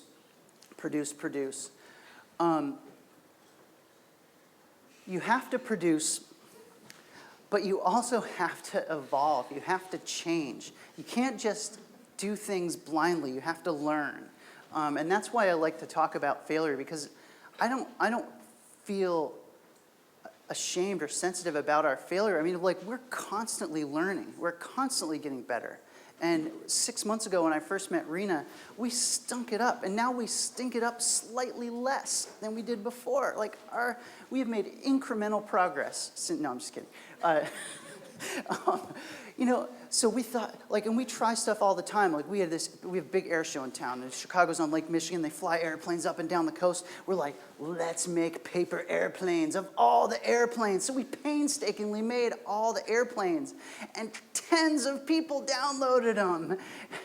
You know, I tested them all on my kids, and they all work, I swear. But it turns out that people just want to know where to go. They want the information. They want basic stuff. And so we're trying to learn from the patterns we work. So we got too cute, we pull back. We push forward, we pull back. We try. So we're still doing the facts, and we're still doing the diagrams, stuff like that. And I'll close on this. One of our guiding principles in our work, in addition to just try and learn and go and go fast and never give up, is we're a visual department. Like, it's got to be visual, right? Like, my people come to it. If my guys are coming to me with an idea, we're like, well, how are we going to make that visual? So, like, here's one. Michael Jordan, big basketball guy, goes to court. He was suing some grocery store for using his likeness on an ad for steak because he protects his likeness. He won. He got $10 million. He really needs the money. We took pictures of him every day and showed like what suits he was going to wear, and then we had a fashion commentator like make comments. Turns out they were too baggy, and it was like very 90s or whatever. But you know, like I think the skinny little suits are in. Is that right? Yeah. And you like your socks all show up and stuff like that. Anyway, but like not visual, just pictures. And so then we tried it again. Oregon football player, Marcus Mariota, the Oregon a couple of years ago, this guy's in the NFL now, they wore a different uniform every day. So then we're like, let's count it, right? Let's make a data out of it. And so we counted up like socks and shirts and yellow and black, but it's not really visual. It's a table, it's not really visual. But my point is, look for ways to create segmented data where it didn't exist before. Look for ways to create, because once you go from just the pictures of suits to the counting the socks, then you can make a graphic out of it. Like, I didn't get there with either ones of those, but now I know like the steps that I need to get to for the next time I'm counting socks, which there will be a time when I'm counting people's socks again in the future. And so now I know that, like, from this you could see like this is a craptastic way to present this information, but you can see how you can get to be a graphic from here, right? And I'll close on this one.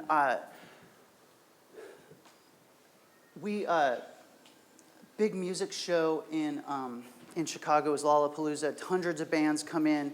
We had this inclination that like this music festival was more indie-centric and more electronica-centric than its days as a grunge festival. And we knew that anecdotally from some of the lineups, but we didn't have as like a data way to show it, right? We didn't have like a true way to show it in a way that was journalistically responsible. So we found the band lists on the internet. We pulled them off and cleaned them. And then so we had a list of 2,500 bands that had performed at Lollapalooza since 1995. And we had to assign genres to those bands. And if you know anything about music, you know genres are a thicket that you don't want to even wade into. And so I had 3 staff members like Googling and iTunesing and filling out like a Google sheet and trying to come up with genre and subgenre. It was a total train wreck, absolute disaster. And then the day before we had to have the thing done, we just pulled the plug. We're like, no, not going to happen. Because if I put something up on the Chicago Tribune's website that was like, you know, Pearl Jam's a post-punk blah, blah, blah, blah, blah, and then somebody's like, you're full of stuff. They are not that. You know, 311's not reggae. They're pseudo-punk garage, blah, blah, blah. And if my answer was, I had 3 dudes like doing Google and they were filling out the sheet. I mean, that's not up to the Tribune standards, and that's not that's the difference between something that's not communicative and not journalism and journalism. So we we threw the idea out for the year. We put it away, stuffed it in my back pocket, move on. Came around for the next year, called up Grace Note, which is the company that provides the liner notes to iTunes. And for some like insane stroke of good luck, our company had acquired them. This is previous to the bankruptcy and all the other fun stuff that our company goes through. So I called them up and I'm like, dudes, I got 2,500 bands. Can I send you my spreadsheet and can you give me the genres? And they're like, sure. A week later, you know, oh, the heavens shine down and I had my data. And then we had our set. And so if somebody calls up and says, 311 is not a this, that, and I'm like, dude, it's Grace Note. They go look at how they do it, right? This is what we did. And so everything in your visualizations, everything in your data reporting defers to the story. And everything in the story defers to what's important to your users and what your newsroom's standards are, right? Everything defers to that. That's what's different from us and everybody else out there. So never stop making mistakes and never stop making stuff. That's it. Any questions?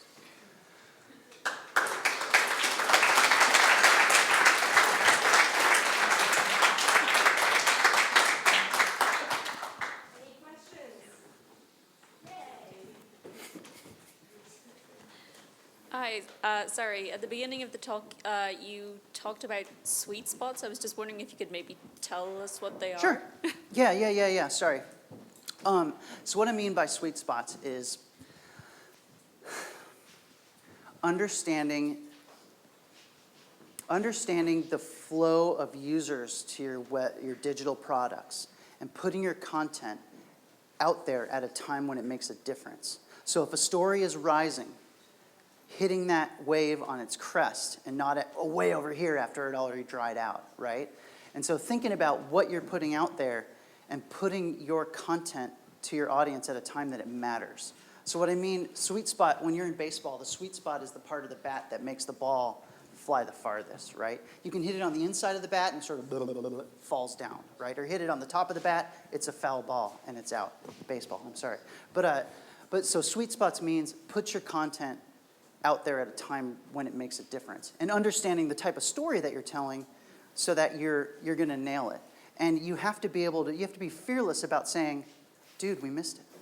We missed it, so we'll put the thing in our back pocket, we'll do it again later. Oh, I meant like literally like 5 o'clock on a Sunday. Oh yeah, don't do it unless it's a hot story, yeah.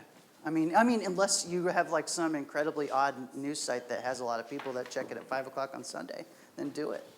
But understand when your audience comes and put your stuff there, right? That means holding on to stuff. That means speeding up and going with something before you think it's ready. That means making different investments in the content that you're creating. Does that make sense? Any other questions?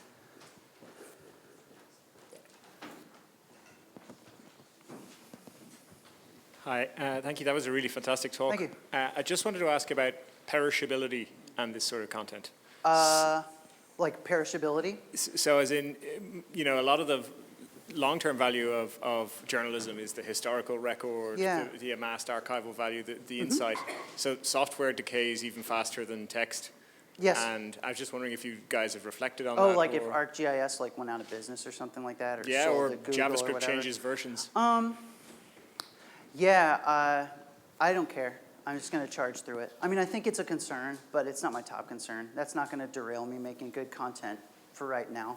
And if something, I mean, I had a problem the other day with a whole like a massive amount of images we'd posted on an S3 server.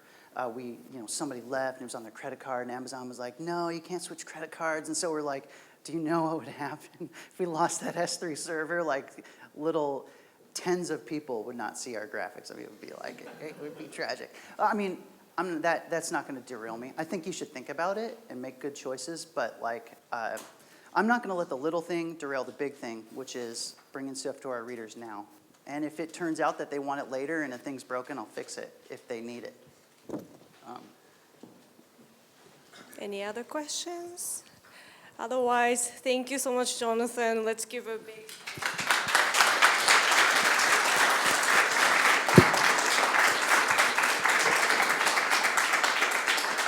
And on that note, we are finished. Do you want to say something from the...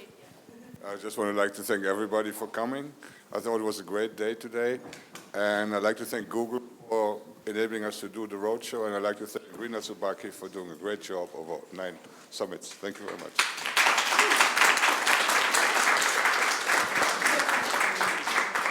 And I'd like to thank all the partners, including the co-organizers, Matt Cooke from the Google News Lab, Jane and Aileen from the DCU. And we will see you at the party. Make sure you choose your song.